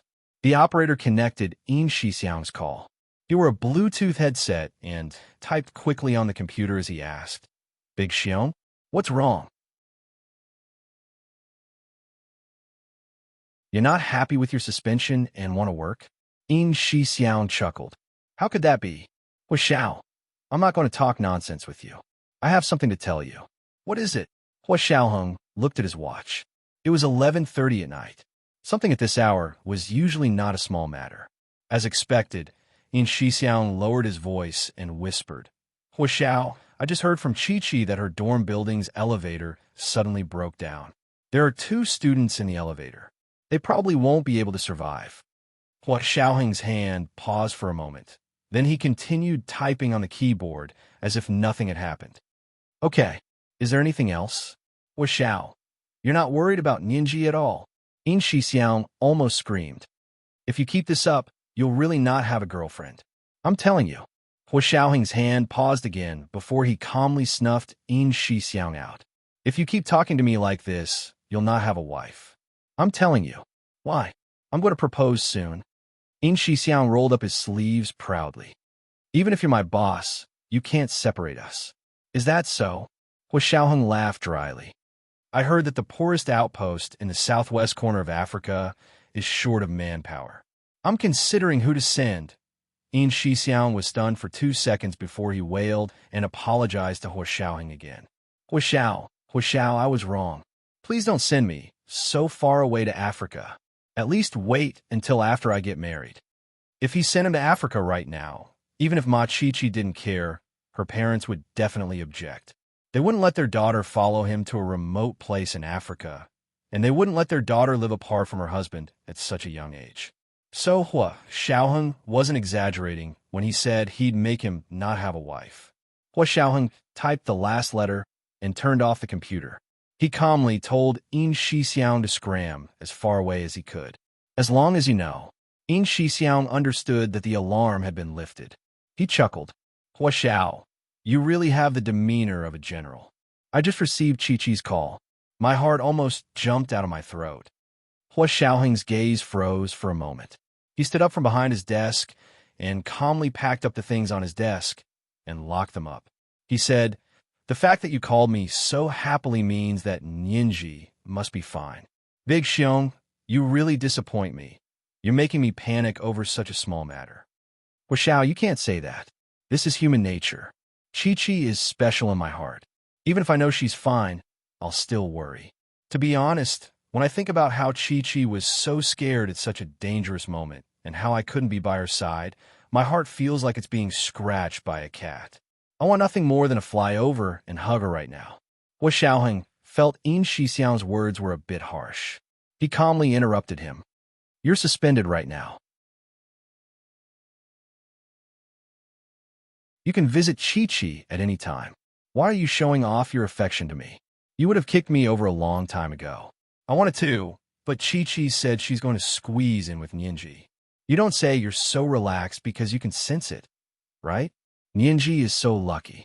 She didn't even stay at school this week. She's been studying at her apartment. She drives to and from school. She's having a great time. In Shixiang's words sounded even better than a song. However, Hua Xiaoheng's brows furrowed. She went back to her apartment? As he spoke, he switched his phone and found a Secret Service personnel protecting Gu Nianji by her side to call. Where are you? Hua Xiao. We're at Miss Gu's apartment. She's already gone back. Everything is normal. Hua Xiaoheng tightened his grip, but didn't say anything else. He nodded. Okay, continue to observe.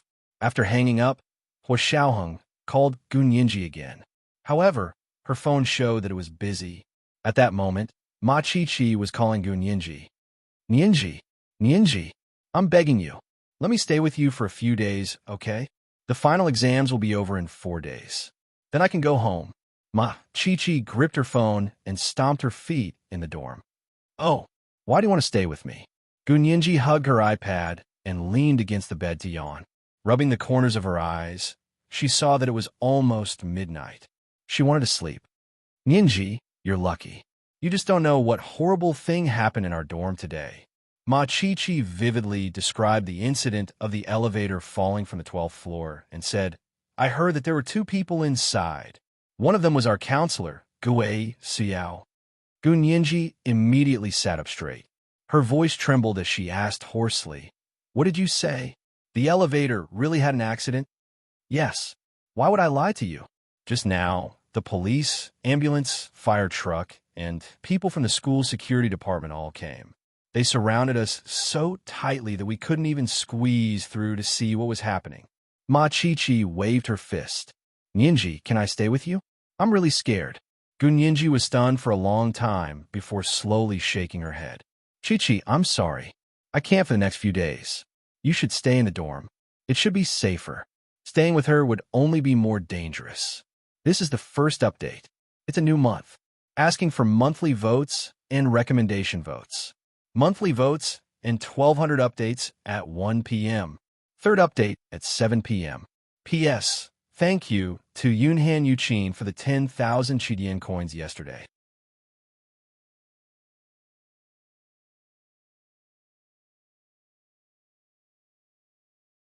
Chapter 943. Ma Qiqi hadn't expected Gun Yinji to object, so she froze. She clutched her phone and sat tongue-tied on the bed, not knowing what to do. Gun Yinji didn't hear a sound from the other end of the phone, so she knew Ma Qiqi probably didn't believe she would object and was still in shock, but she really couldn't let Ma Qiqi stay with her now. She was probably the only one who knew that Ishihara Taro's real target was her, Gun Yinji. The elevator incident in the dormitory building was probably a hasty move by Ishihara Taro after he found out that she was going to graduate early. As for why Gue Suyao was in the elevator, Gun Yinji had her own thoughts. However, the most important thing now was to appease Ma Qiqi. Gun Yinji didn't want Ma Qiqi to misunderstand her. Ma Qiqi was her best friend. When she was trapped in Germany and had no one to turn to for help, only that silly girl, Ma Qiqi, did everything she could to help her. Gun Yinji composed herself and saw that it was Hua Xiaoheng's call. She didn't pick it up, but continued to comfort Ma Qiqi. His voice was very gentle as he said, "Qiqi, don't think too much about it. It's not that I don't want you to stay over, but I really have something to do here.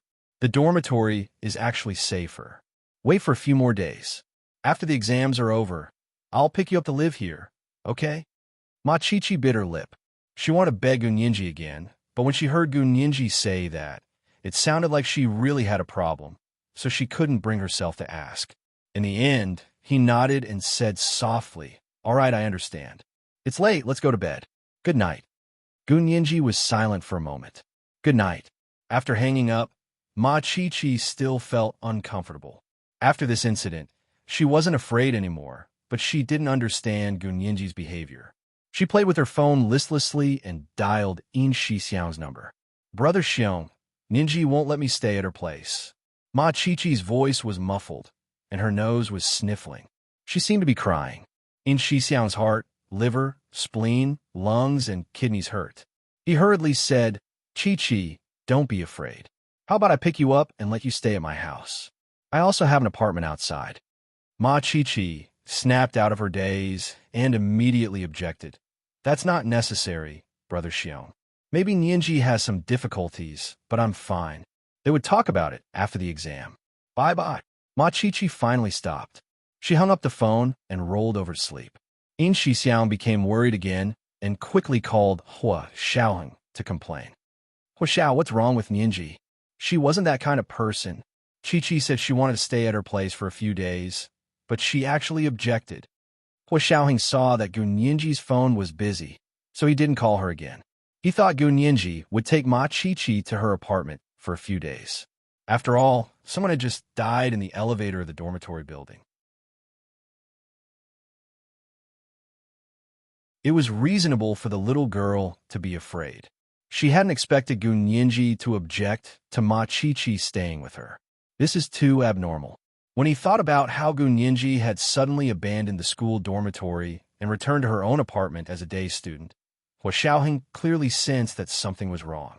He couldn't sit still any longer. He hurriedly grabbed his coat from the hanger by the door, put it on, and left the house with his car keys. He didn't ask his orderly, Fan Jian, to drive.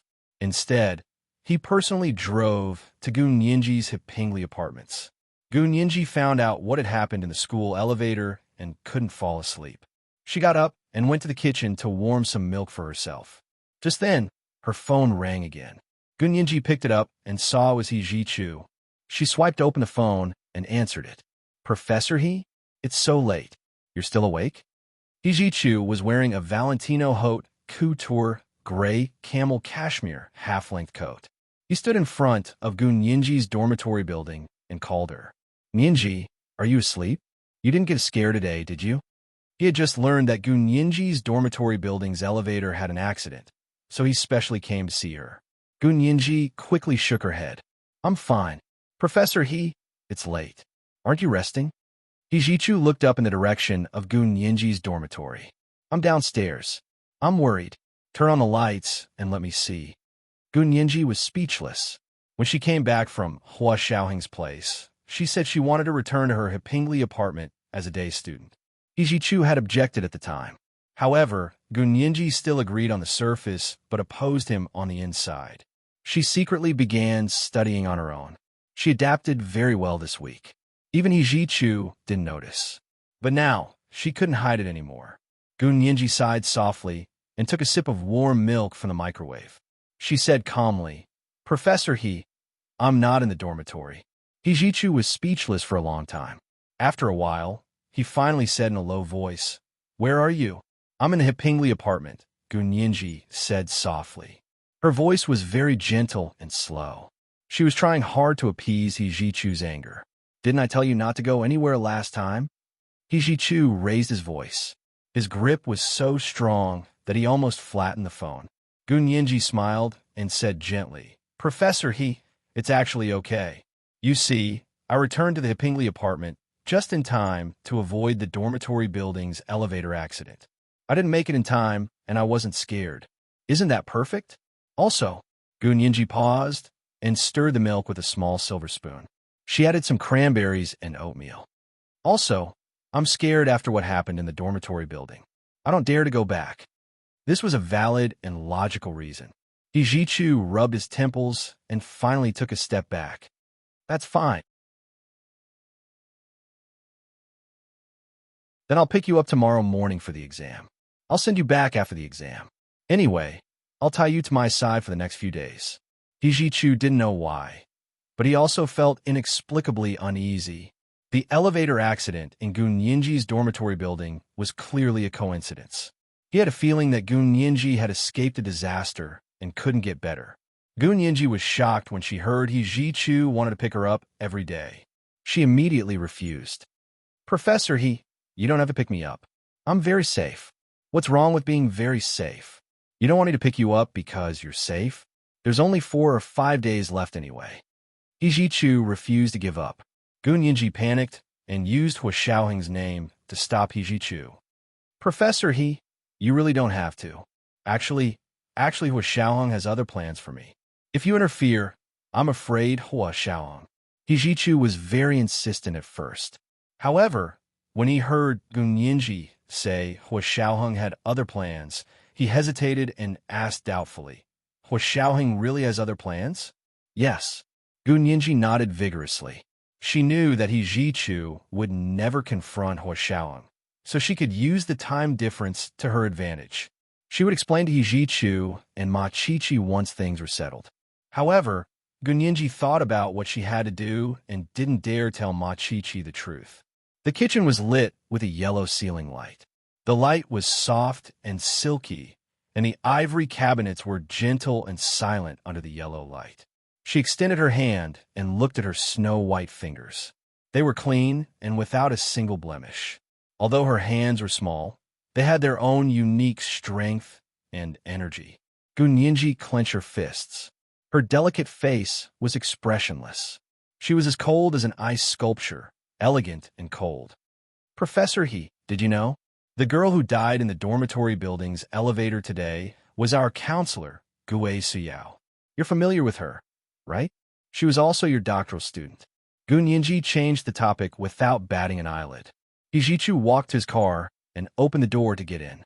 He drove to his professor's building. "Really? It was actually her?" He Jichu was also a bit surprised. Gun Yinji took a sip of milk and said, "Professor He, do you still remember the ball our class had at Jinling Bar on Christmas Eve?" He Jichu nodded. "Of course I remember. We were almost wiped out. Yes, I always felt that there was someone among my classmates who tipped off the mastermind. Otherwise, how could it be such a coincidence that we were chased by police cars as soon as we left the bar's parking lot?" He Jichu understood. "You mean that the person who tipped off the mastermind was Gue Suyao?" Gun Yinji nodded quietly. She was the most likely. That was the only way to explain why Ishihara Taro wanted to kill Gue Suyao. This could also be used in reverse. Why did Ishihara Taro want to kill Gue Suyao? Gue Suyao must have known something very unfavorable to Ishihara Taro. Then, other than the Christmas ball incident, Gun Yinji couldn't think of anything else that could have crossed paths with Gue Suyao. So from the looks of it, the incident of tying 2 bags of white powder under Hijichu's car was inextricably linked to Ishihara Taro. However, Gun Yinji didn't mention this. She couldn't let Hijichu and Hua Xiaoheng know who she was suspecting. If the 2 of them found out, her plan might not be able to proceed. Hijichu remembered what happened that night and didn't insist on picking her up. He only reminded her, listen to Hua Xiaoheng's arrangements and don't run around. Here, I think it won't be a problem for him to protect you. Gun Yinji tilted her head with a smile. Professor, he doesn't have any prejudice against Hua Xiao. Hijichu coughed. I don't have any prejudice against him. As long as he's good to you, I won't reject him. Gun Yinji was so touched that her throat choked. She gulped down a few mouthfuls of warm milk to suppress her tears. She said softly, yes, thank you, Professor He. Good night. Hijichu also said good night to her before hanging up. Gun Yinji quietly finished her warm milk in the kitchen, washed the cup, and walked to the bedroom. Just then, she heard the door to the living room knock. Gun Yinji was speechless. She quickly turned off the lights in the room and picked up the baseball bat in the corner of the bedroom. She waited quietly by the wall behind the bedroom door. It was Hua Xiaoheng who opened the door. As soon as he opened the door, he immediately said, Yinji, it's me. This is the 2nd chapter. Monthly votes of 1,200 plus chapters have been delivered. It's a new month, asking for monthly votes and recommendation votes. 3rd chapter at 7 p.m. P.S. There's still a lot of content.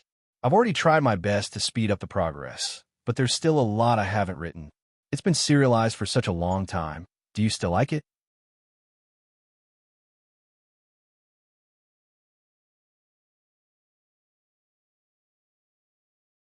Chapter 944.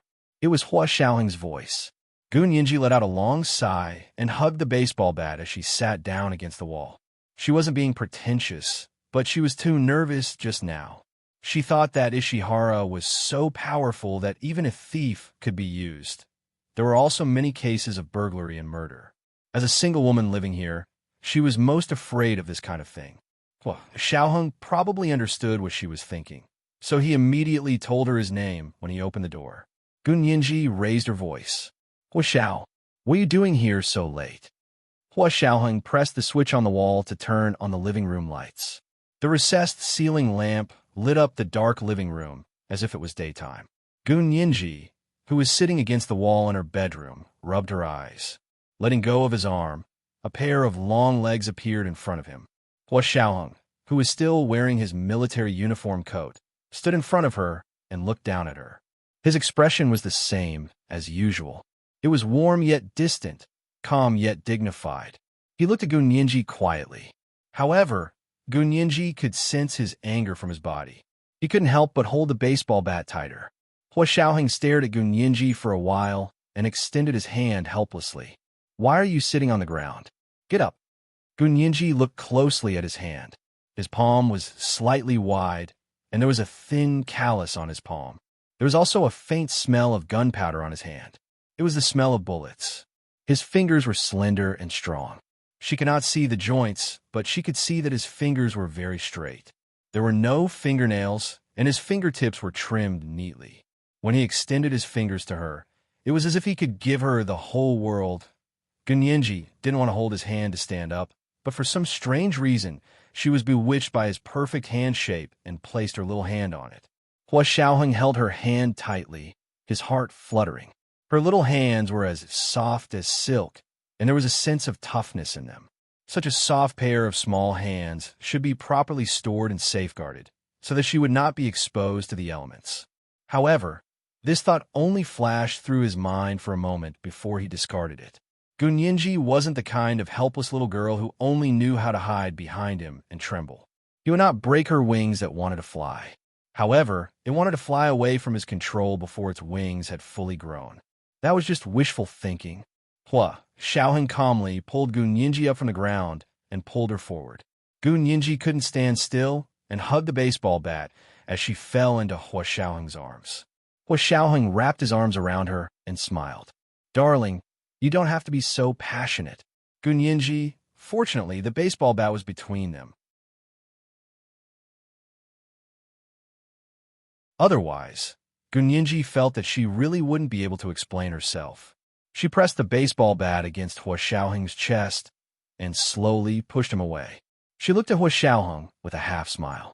"Hua Xiao, what brings you here so late at night?" Hua Xiaoheng's smile faded, and his expression darkened. "I should be the one asking you that. What exactly do you want?" She suddenly stopped living in the school dormitory and returned to her apartment in the Hepingli district as a day student. She didn't like to drive the Ferrari before because it was too flashy, but now he drove it to and from school every day. All of this indicated that something was amiss. Hua Xiaoheng understood Gunyinji very well. He also knew that she wasn't a rash person who changed her mind abruptly. She always had her reasons for everything she did. Although Hua Xiaoheng thought that some of her reasons were too childish, he usually didn't comment on them. Gunyinji pursed her lips. In the half-dark bedroom, she and Hua Xiaoheng were half in the darkness and half in the light. Hua Xiaoheng's back was to the light, so Gunyinji couldn't see the expression on his face clearly. She only saw that his eyes were very bright. They were like stars guiding the way in the darkness, illuminating her path forward. She knew that Hua Xiaoheng could see her facial expression clearly, so she was very cautious and didn't let herself reveal any strange expressions. She couldn't let Hua Xiaoheng know what she wanted to do. If he knew, he might take the risk of making a mistake to deal with Ishihara Taro. Gunyinji absolutely didn't want Hua Xiaoheng to fall into any passive situation because of her. This man was protecting her, and she was also silently protecting this man. Perhaps she didn't dare to love him again, but she could not protect him. Ishihara Taro was too cunning. Even with Gunyinji's knowledge of the law, she couldn't find any law that could openly convict Ishihara Taro. Even if he was caught throwing the coin, even if she could prove that Ishihara Taro threw the coin and caused the subsequent series of events, the court wouldn't be able to convict him.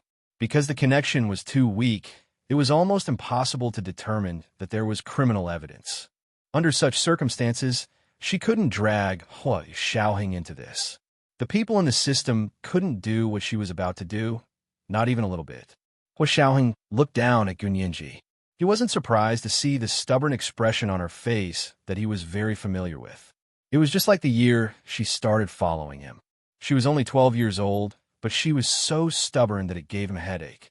He told her many times to go back to her room to sleep at night, but he would always find her hugging her little blanket and sleeping in front of his room in the middle of the night. He carried her back and often watched over her before falling asleep together. Later, when she grew older, it wasn't appropriate for him to go to her bed to sleep with her. In the end, he could only move her room to the one opposite his and leave the door open when they slept at night. Gunyinji could only sleep peacefully when she could see the light in the room opposite her from the bed in her own room. "Ninji, I know you are very smart and very brave, but I hope you understand that you can't just rely on bravery to do things." Hua Xiaoheng pointed at his head. "You have to think carefully about the cause and effect." "I've thought it through," Gunyinji said instinctively. Hua Xiaoheng's expression immediately turned cold. "So you really are plotting something?" Gunyinji's lips twitched. How many times had this happened? This person was too cunning. He could easily get information out of her. Gunyinji turned her head away and didn't look at Hua Xiaoheng. Hua Xiaoheng pulled her to the bed in the bedroom with a headache and lifted the blanket. "You're wearing too little. Go in first." Gunyinji placed the baseball bat on the side of the bed and took off her shoes. She climbed into bed and covered herself with the blanket. Hua Xiaoheng adjusted the blanket for her and sat by her bed to look at her. His deep voice echoed in the bedroom late at night. Gunyinji's ears turned red from hearing it. "Ninji, you're in a very dangerous situation." Gunyinji blinked and whispered, "I know. I can handle it." No one understood her situation better than she did. "You can really handle it." Hua Xiaoheng's voice became calm. According to the news from Japan, they found out the inside story of Ishihara Bai-san committing suicide. Gunyinji's eyes lit up and she asked eagerly, "What reason?"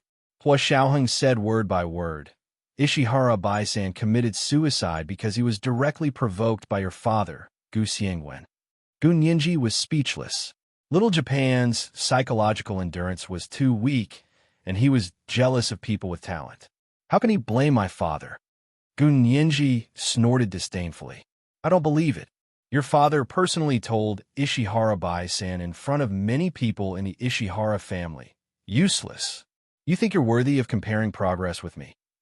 Just this one sentence made Ishihara Bai-san feel so humiliated that he committed suicide. Nianji, do you know what this means? Gu Nianji laughed and clapped. This means that Little Japan's magnetic field research went back 50 years. Good, that's my father for you. He scolded Little Japan to death with just one sentence. I'm proud of him. Hua Xiaoheng was slightly taken aback. He hadn't thought of this reason, but he immediately realized it when Gu Nianji said it. He couldn't help but be full of respect for Gu Xiangwen. After a moment of silence, he said calmly, Nianji, the Ishihara family will not let you off for killing your father.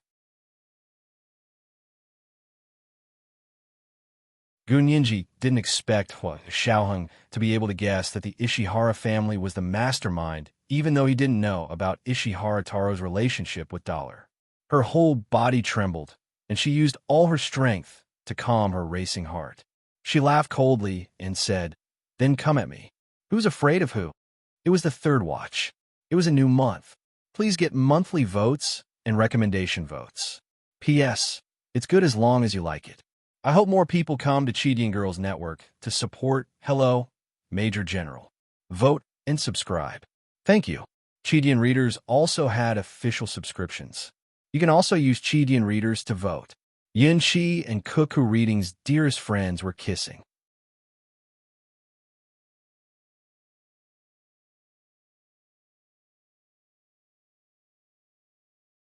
Chapter 945. Who's afraid of who? Miss Gu, you're very confident, aren't you? Hua Xiaoheng smiled. His slender fingers reached out and smoothed her hair to reveal her smooth forehead. He bent down to kiss it. Gu Nianji closed her eyes. Her long eyelashes trembled like two rows of little fans gently flapping. Of course I'm confident, because you gave me confidence. Gu Nianji mumbled. She reached out and hugged Hua Xiaoheng's neck.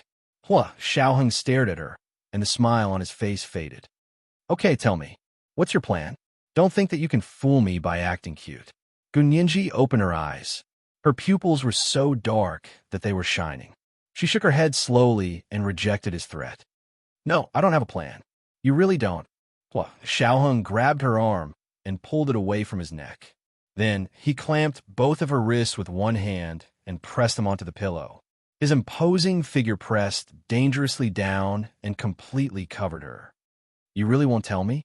Gu Nianji pursed her lips and blinked her big eyes, but she didn't say anything. If she hadn't guessed wrongly, the incident at their dormitory building's elevator was Ishihara Taro's doing. She had spread the rumor that she was graduating early to force Ishihara Taro to make his move earlier. Although Gu Nianji had added fuel to the fire, she hadn't expected Ishihara Taro to not even let Gue Xiao off. No one knew better than her how crazy this person was and how disregarding human life was. No one knew better than her how difficult it would be to bring him to justice. Now that she knew about her father's entanglement with the Ishihara family, all the more she couldn't ignore it and stop halfway.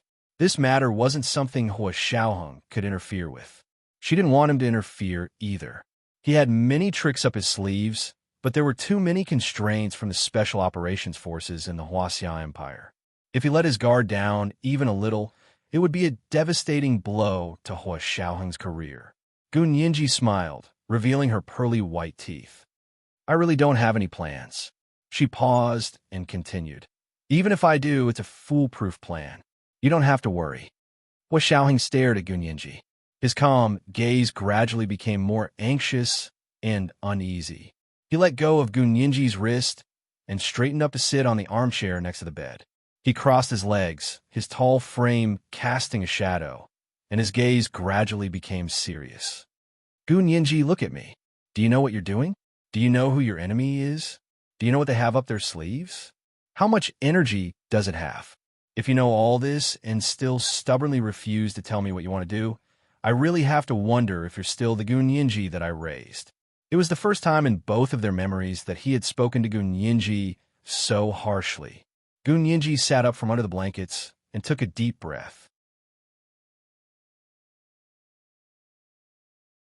Mustering her courage, she said, Huishao, I know what kind of situation I'll be facing, and I know you'll be worried. But can you have some faith in me for once? Confidence? Yes, believe me, I can do this well. I can handle this situation. In reality, only she could handle it. Hua Xiaoheng frowned. It's not that I don't believe you, but two minds are better than one. If you don't say it, how do I know if I should be reassured? Gu Nianji knew that she couldn't say it. The moment she said it, the situation would change and become fake randomness. There were too many variables, so there was no way to talk about the so-called algorithm. She also couldn't continue fighting with Ishihara Taro. Gu Nianji looked down, her hands unconsciously digging at the silk blanket. In the end, you still don't believe in me and my abilities. It's not that I don't believe in your abilities. I know you're very smart and powerful, but what? Gu Nianji interrupted Hua Xiaoheng and gritted her teeth. When I was in danger in Germany, I still walked out of the Alps alive without you.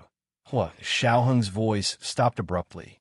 His gaze gradually deepened, and his expression became stern as he looked at Gu Nianji without moving. Germany was in danger. It was Germany again. That matter that put their relationship in jeopardy was like a huge mountain between them. Sometimes he felt that they had already crossed that mountain, but after going around in circles, he would always discover that they were actually still separated by mountains and oceans. Gu Nianji didn't want to say too much. She turned sideways and half covered herself with the blanket. Her back was facing Hua Xiaoheng. Hua Xiao, you should go. I have my graduation thesis defense this Saturday, and I will graduate after that. Before that, I hope you won't come looking for me again. I know what I'm doing, and I'll be fine. You're very sure. Hua Xiaoheng looked at Gu Nianji's back with her back to him thoughtfully. Her curves were graceful and alluring, but it seemed like they were separated by mountains and rivers. Gu Nianji didn't say anything and only responded with a long silence. Hua Xiaoheng didn't know whether he should believe Gu Nianji or not. But regardless, he was used to being in control of the overall situation. Even the independence and freedom that Gu Nianji wanted had to be within his sight and not out of his control. Since you don't want to say it, I won't force you. Hua Xiaoheng stood up. Then we can only do our own things and not interfere with each other. Hua Xiaoheng left Gu Nianji's apartment after he finished speaking. He didn't stay for a moment. He came and left in the dark. The people from the Ishihara family who were watching Gu Nianji didn't realize that someone was coming and going as he pleased under their noses. After returning to his headquarters, Hua Xiaoheng called Zhao Liangzi to his office overnight. Zhao Liangzi had just fallen asleep and was woken up in the middle of the night. His mind was still groggy, and he yawned as he walked in. Hua Xiao, what happened? Zhao Liangzi sat down across from Hua Xiaoheng. Everything had been normal when he left the central control room.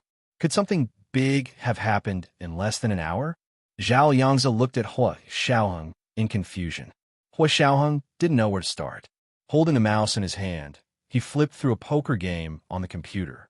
After a while, he finally said, "Is there a program that can monitor Nianji 24 hours a day?" Zhao Liangzi shivered, and his sleepiness instantly disappeared. He shook his head and asked blankly, "Hua Xiao, what did you say? Monitor who 24 hours a day?" Hua Xiaoheng looked at him calmly. Gu Nianji, didn't you hear me? Why do we have to monitor Nianji 24 hours a day? Zhao Liangzi jumped up. I object. This little girl has no privacy. Hua Xiao, don't go overboard. She's not a lab rat. You can't do this to her. Hua Xiaoheng didn't expect Zhao Liangzi to be even more agitated than his actual boyfriend and husband. He looked at him calmly. I haven't finished speaking. What are you so anxious about? Hurry up and sit down. His voice wasn't loud, but his tone was solemn. As soon as he said it, Zhao Liangzi wilted and sat down grumbling. He frowned and said, Please make it clear. You said it yourself that there will be surveillance 24 hours a day. I'm not deaf. I know you're not deaf. Hua Xiaoheng looked away. I said surveillance 24 hours a day because I was asking you if it was technically feasible. We can only talk about other things if it's technically feasible. Of course, we don't need surveillance 24 hours a day, but I want the ability to choose the time and location of surveillance at any time. Can that be done? Zhao Yangzi breathed a sigh of relief and rubbed his still dizzy head. He said listlessly, "Of course it's technically feasible. Nianji also has our special diamond earrings to wear in her ears, so it's completely possible to selectively monitor her at any time." That's good.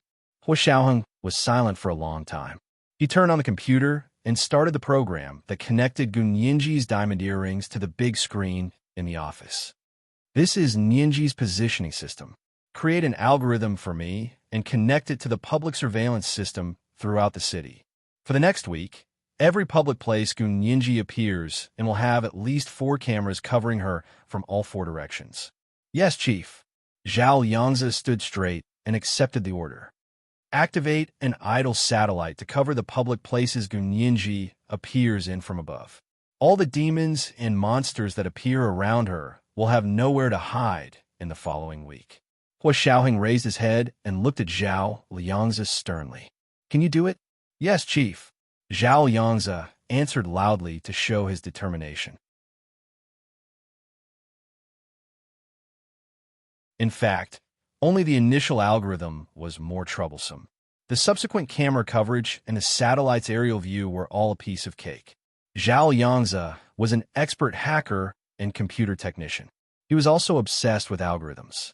He thought of several ideas in an instant when Hua Xiaoheng made the request, but he still needed to verify which was the optimal algorithm. Zhao Yangzi perked up and left Hua Xiaoheng's office. He returned to the central control room on the 6th floor and began to write the algorithm program. He entered several algorithms he had already thought of into the computer, then entered the model of Gu Nianji's positioning device and the coordinates of the public surveillance cameras throughout the city. He wanted to see which algorithm produced the fastest and most comprehensive results. This kind of algorithm was actually similar to Excel's VLOOKUP. It was a constantly changing variable that continuously extracted data from a fixed database according to fixed conditions. Each time, it extracted data from at least 4 different directions. When dawn came, Zhao Yangzi finally came up with the most efficient algorithm and sent it to Hua Xiaoheng. Hua Xiaoheng would do the final test. Hua Xiaoheng didn't sleep the whole night again.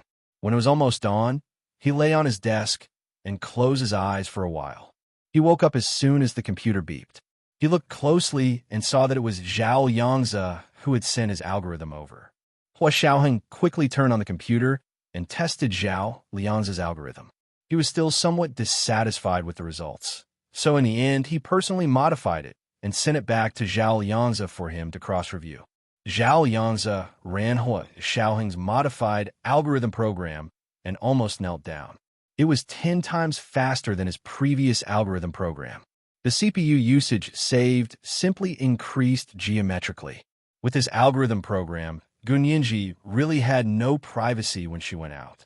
Zhao Yangzi smiled as he lit the candle for Gu Nianji and sent Hua Xiaoheng the cross-reviewed program. "Hua Xiao, I'll give you the best kiss." He vulgarly added a flaming red lips at the end. Hua Xiaoheng ignored his nonsense and quickly received the algorithm program and immediately began to use it. The big screen in the office lit up and showed Gu Nianji's figure. She was wearing a handsome Moncler short sapphire blue down jacket, blue straight-leg jeans, and white sneakers. Her beautiful figure was like a Victoria's Angels supermodel. In the thick winter morning, she was as fresh as the blue sky above. Hua Xiaoheng sat behind his desk and watched Gu Nianji's pretty and bright little face appear on the big screen in front of him. His well-defined lips couldn't help curling up. At that moment, he saw 2 men who looked like pedestrians appear on Gu Nianji's left and right. They were holding their phones and walking with their heads down. They seemed to be passers-by. Hua Xiaoheng frowned and kept adjusting the camera angle on the computer with one hand. Finally, he saw the 2 men's movements clearly. They were monitoring Gu Nianji's whereabouts. Gu Nianji wasn't completely clueless. Hua Xiaoheng clearly saw her quickly glance in the direction of the 2 men, then get into her bright red sports car as if nothing had happened and drive away. The high-definition camera brought an extremely clear visual experience, but Xiaoheng clenched his fists tightly. This girl was playing with fire. This is the first chapter of 3,700 words. It's a new month, asking for monthly votes and recommendation votes. Monthly votes and 1,500 chapters at 1 p.m. Third chapter at 7 p.m. P.S. Thank you to Yunhan Yuqin, Enigma Anxi, AI Tang, and I am Master Rashi for the 10,000 Chidian coins each yesterday. Congratulations to Yunhan Yuqin for becoming the 20th leader of Hello, Major General. Of course, there will be more chapters to celebrate.